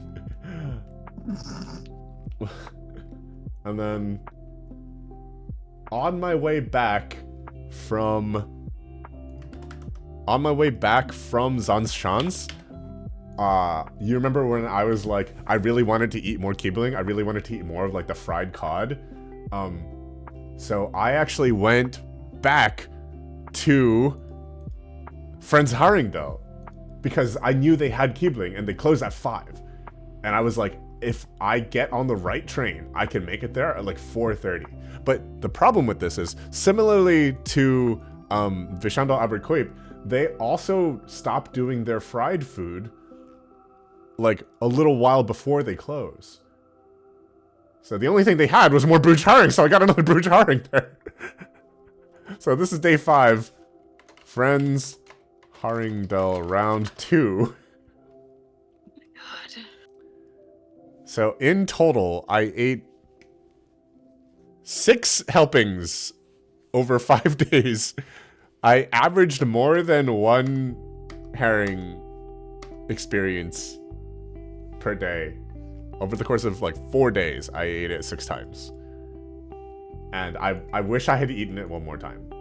Like, I'm literally like out here, I'm like, Bruges, Haring, New York. Like, where can I get this shit? Like, there's gotta be somewhere.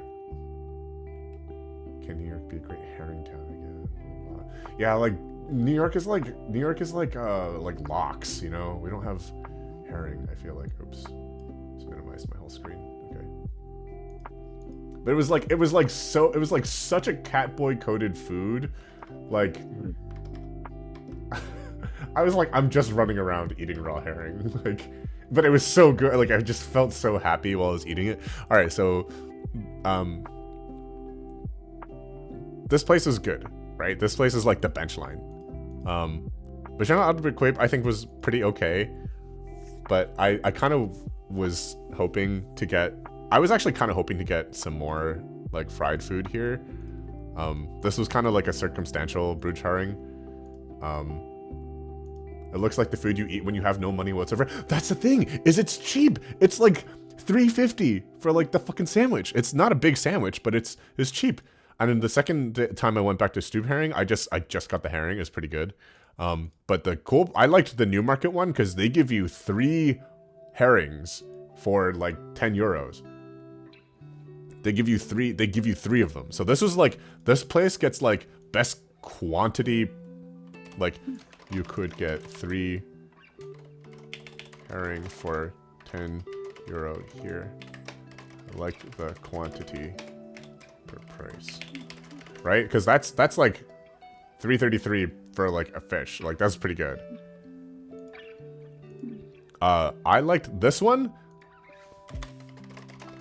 the most. Lovingly assembled sandwich out of the ones I had. Just felt so cared for when the lady behind the counter was, what's the word I'm looking for? Like, with how much intent there was behind each pickle that the lady behind the counter was placing on this sandwich.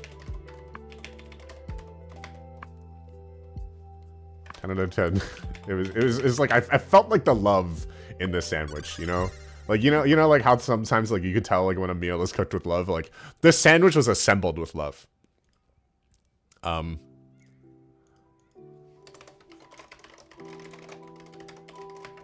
out of 10. This was day 2? Circumstantial Bruges Haring. Came here for fried food, but the fryer was off for the day. Haring was very flavorful and I was very happy with it. 10 out of 10.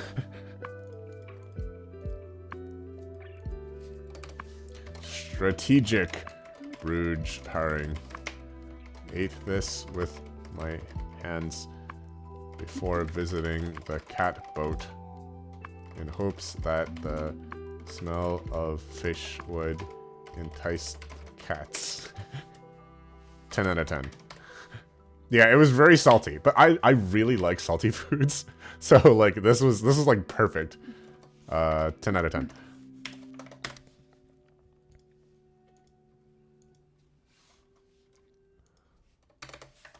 Quantity for price, 10 out of 10. And then this one was like circumstantial Bruges Haring. Came here for Keebling, but the fryer was off because I got here too late. Still enjoyed this sandwich. 10 out of 10. If I really had to rate them in order, I would say, like, I think this one was the best. Friends Haringdale round 1, probably the best one.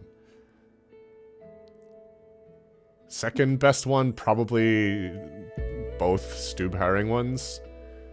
And then, like, the Vishandal Aberquip one, probably like tied for here. Like this one was like a good sandwich, but this one was like good quantity. I guess I'd put Newmarket above the Vishandal Aberquip, and then probably I feel like this one was, I was probably just like the most disappointed with this one because I came here for Kibling but ended up with Brucharing. But I was like, this is still good. I ate it while I was like walking elsewhere. It's just weird. I liked the first sandwich from this place a lot better than the second time. Like, look at this. You see how like the pickles are placed like in the sandwich so they're even, and they're they're like deep in the sandwich, but they're not covering the herring too much either, so you can see the herring. Like this one is kind of like the pickles. This is a different guy. This is a different guy manning the stand. So like, but this one, like she was like taking each pickle and like just like she was like slowly putting each pickle. It was like, you know, like that SpongeBob episode where like he's like making the Krabby Patties, like and he's like talking about like how like you got to put everything in like a specific order in a place. Like that's what it felt like when she was making this fucking sandwich. Like I think Friends Herringdale day one, definitely the top tier, the best herring sandwich.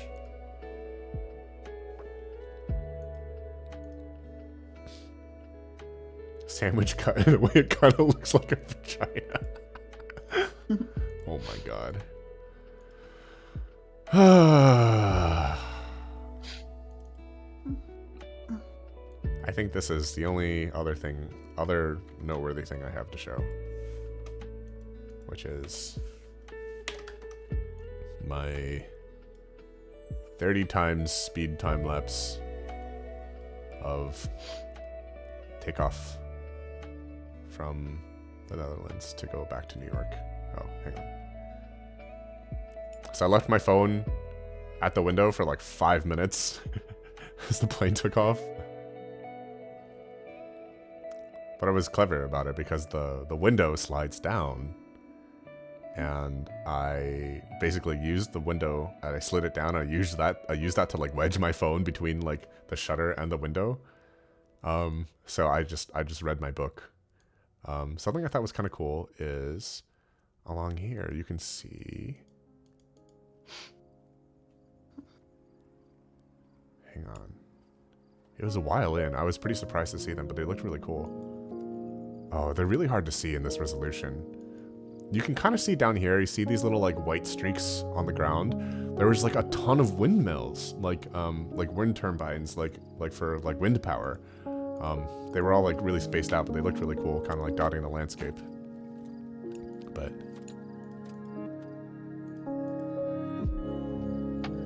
I think that's it. I think that's everything I have to show you guys from my trip. So we've been streaming for 5 hours. I think we're gonna end this video and we're gonna figure out stuff from there. If you are watching from YouTube, thank you so much for coming by. If you were watching from stream, thank you for coming along. Did I rent a bike? No, I forgot. I was going to, and then because it came with the city card, but then I didn't, because I just ended up walking everywhere. Yeah, thanks for watching, YouTube. Bye-bye. Oh, there's not going to be extra photos. I don't think I can show that on Twitch. Can I? I don't know. It's probably fine. Bye, guys. Bye-bye.